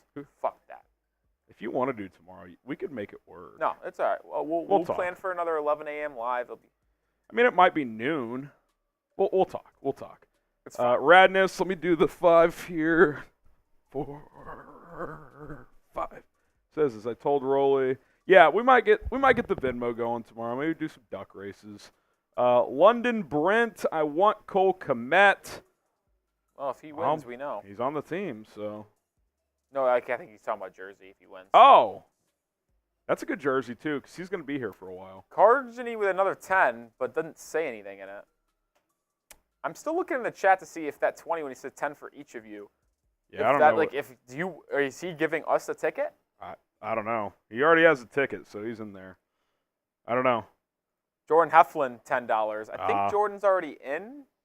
He is. You're in there, Jordan. Not sure if I'm in yet, but put me down Darnell for Wright. Darnell. I like the, I tell you what. I like that. I think if I got a Bears jersey, I think I would pick Darnell Wright. I love that. If I won, I would pick Darnell Wright. I love that play. Just for the lols. It's a good play. It's a good play. Brandon Oliver, he's in there. Aaron Wolf. First timer for Brandon. 1, 2, 3. Mr. Gorgeous says, how do I get a raffle? $10 super chat. $10 super chats. $10 super chat. One guy earlier said he'd donate. I can't remember who that was. Yeah. Guess we'll see. Aaron Wolf. I'm going to give Aaron Wolf a ticket. He sent several 5s. He We'll sent get him in in there. a lot of little super chats, We'll but get you in never there. a 10. So we're upset the Bears aren't moving to Arlington Heights. I mean, that's not finalized, Aaron, but it does seem like they're staying in the city. So, got a notification. Okay, that's nothing. Someone says, pray for the insiders. Nothing wrong. They've just been on TV for 30-plus hours. We've been live longer than the insiders. Oh, man. All right. You ready? Yeah, hold on. Zan says Cargeny because 20 because you both make my workday better, and yes for the all right, jersey. throw our names in there. Harrison Graves in there. And All right. Rolly is too. It brings it up to 52 names. All right, shout out to you. Make sure he's still in there too. I Oh, want he's got him to one. have one. Zan says, if I sent 5 earlier, can I send 5 again? I just got to make sure you sent 5. I want to. Yeah, you did. Yeah, go ahead, Zan. You can send another 5 if you want to get in. I just saw your super chat. Give you about a minute or so. Is Amanda and Jacob in there? Yes, I specifically You're in remember there. writing that name. You're in there. Bears says, I want in on the raffle. All right, how about this? Throw a timer up there. Throw 3 minutes on there, and when it's out, it's out. That's plenty of time for everybody if they have to put their card info in there. They're piling in. I tell you what, they want in. 5 minutes in. 5 minutes. Once it hits 0, we're doing the raffle. All right, Zan's in. Get him in there. Would you ship to UK? We should be able to. I think we can do UK. We've done UK before. That should work. Might take longer, but we should be able to do that. Should be able to do that. Is it bad that I'm rooting for myself? It's a jersey, man. I want a jersey. Who would you get Darnell Wright? That's what you just said. Tough. The problem is that I actually want to wait to see who they draft. You could wait. I don't think I would get. You could wait for a draft. I don't jersey. think I'd get a Caleb Williams jersey, but I would absolutely whoever they take. hammer. If they got Neighbors or a Dunze, I would hammer a Neighbors or a Dunze jersey. That would be my pick. I would not get a Caleb jersey. If I had to pick someone that's currently on the roster, I think I would go either. I'd go DJ or Jaylon. I'd go Darnell Wright. I would. I'd go DJ or Jaylon. Is this a first timer? But if I won for seriously, I would hold out to try to get a Dunze jersey. That'd be tough. Or a Neighbors. That'd be tough. Luis, wish me luck. Good luck to everybody. Please get me in. I just did 5. Have you sent? Where's the other 5, DC? Yeah, if I could find the other 5. Got to confirm that for you. Yep, it's early. I see it. 4:05. All right. It's easier if you do 10 at once instead of 2 5s. Zan already sent 5, you said, right? Yeah, he's in. He sent the 5 earlier. Moving forward, try to just do 10 at once. It's hard to go back and look and see. So, Brisker jersey, that's not a bad one. It's not a bad one. Kyler Gordon jersey is a decent one, too. Swift number 0 could be interesting as a new one. Number 0 jersey. Pretty tough. A couple more come in. You got 3 minutes. Andrew Chalote. You put a deadline on something. Deadlines make deals. Yes, they do. The old phrase. Richard Corduck. They're They're really frying in, man. They are flying in. Alex Cervantes. There you go. Aiden, I don't know my mom's credit card info. That's between you and your mom, Aiden. I mean, that's still a cool collector's item to have Darth Vader. Yeah, signed Justin Fields. Yeah, you should keep that, man. It's not like you just want to get rid of that. Even Sammy if he's King, not you're here. in there. Don't you worry. I would keep that Darth Vader. I would keep that. Pat says, I guess I'm in. I guess you are. 2 minutes. Just over 2 minutes. Yes, $9.99 counts, Kyler. I know sometimes it auto does that for people. $9.99 counts. Oh, look at our good friend Brad, the Bears fan. Brad. FGB, FGB, FGB, FGB, FGB, FGB, FGB.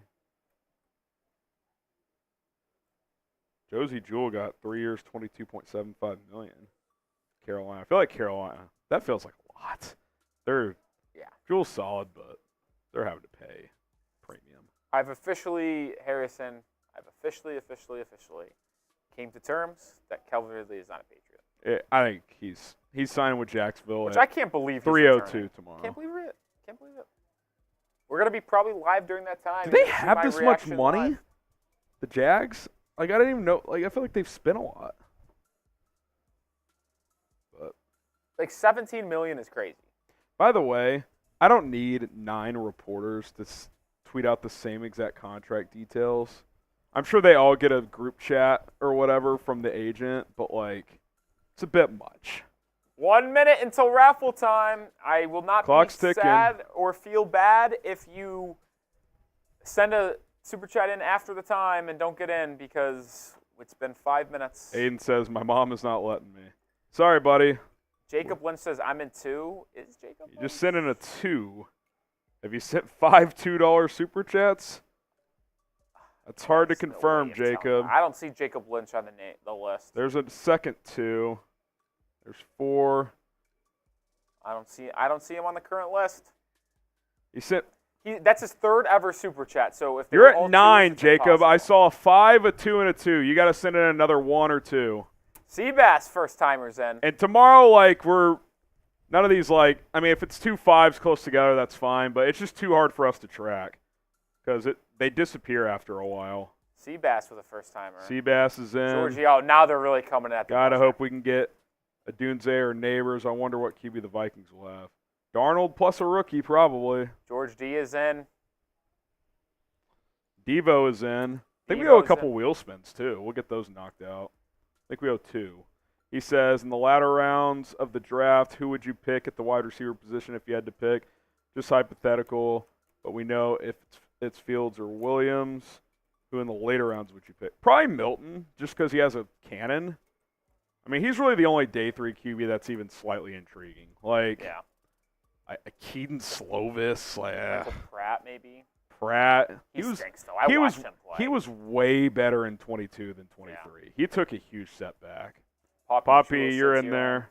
Did you get Devo in with Jacob that 20? Lynch is Devo. Yeah, you're in, Jacob. Devo is in where? You're in, today? Jacob. All right. At least I think. Let me double check. Yeah, Devo is already in. All right, let's spin the wheel twice. That way, if any last-minute 10s trickle through, we'll get those in, and then we'll do that raffle in just a few moments. 2 wheel spins. Sam Hartman for the aura. Great hair. The aura is strong with him. I'd love him as a UDFA. I don't think I'd draft him. Not a very strong He's also arm. got a weak arm. His arm, dude, it's like Chad Pennington. It's bad. Treating UDFA. All right, I'll tell you what, we're 85 likes away from another shot. So yeah, if we get to 1,500 likes before we sign off, we will knock that out for you. Hit that like button. We're going to respin that one. Hit the like button. Patrick Scales jersey. That would be legendary. I'd have to check if those are available. No. We both have to take shots. May have to be 2 if we. That's fine by me. I just did not want to have to do a beer pong, to be honest. Yeah, that would have been a little kick in the you-know-what on the way out. Cheers. All right. 56 likes away. We'll do the raffle now. Well, Amanda and Jacob, how much you want for the signed field? Dude, just keep it, man. Keep the jersey. Keep the jersey. Jalen Mills to the Giants. Jalen Mills stinks. All right. You ready? Yeah, I just got to find the player.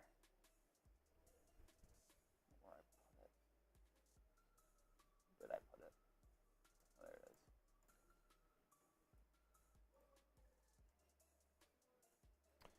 All right. Gonna shuffle. Oh, boom. There we go. Boom. All right, let's go, Rolly. What do we got, about 55 now? There was 63, Ooh, 64. late push. Got about 20 new ones. Give me the money. Aiden says $10 there. Put me in. Here we go. I don't see it, Aiden. Hang on. 2. I don't see it, Aiden. I think he's just trolling. 3. All right. 2. If any coming after this, you can enter tomorrow's race. 1. Bang. Come on, Rolly. Where you at? Amanda and Jacob. Where you at, Rolly? Oh, I forgot we were in this. This is kind of electric. Where you at, Rolly?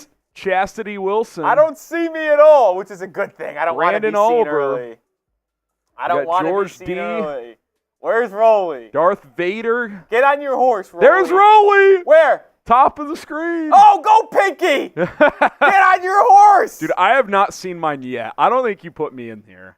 Yo, you're in there. Matt Hepler, making a push, 25 seconds No, left. RC Gaming's got the same RC design. You stole me. I think I'm in last You're place, cooked. Harrison. You're absolutely. Harrison, I am in last I haven't seen mine the whole time. Samuel Lawless with You're a in big there. I know lead. you are. I wrote your name.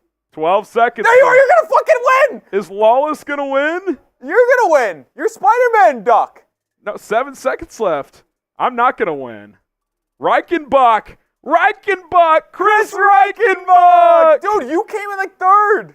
I saw it at the last second. That's crazy. What did I get? Does it have the place finish? You came in 3rd. I got 3rd. Wow. Where did I finish? I actually think I finished last. I finished 32nd. Who finished last? Michael DiBartolo. Where's Reichenbach? We need Reichenbach. Mr. Gorgeous 80 says, I didn't see my name. I paid. I don't remember him super chat. He did pay, and he's in. He's in there? There you are, 27th. Here, I'll move out of the way. 27th place.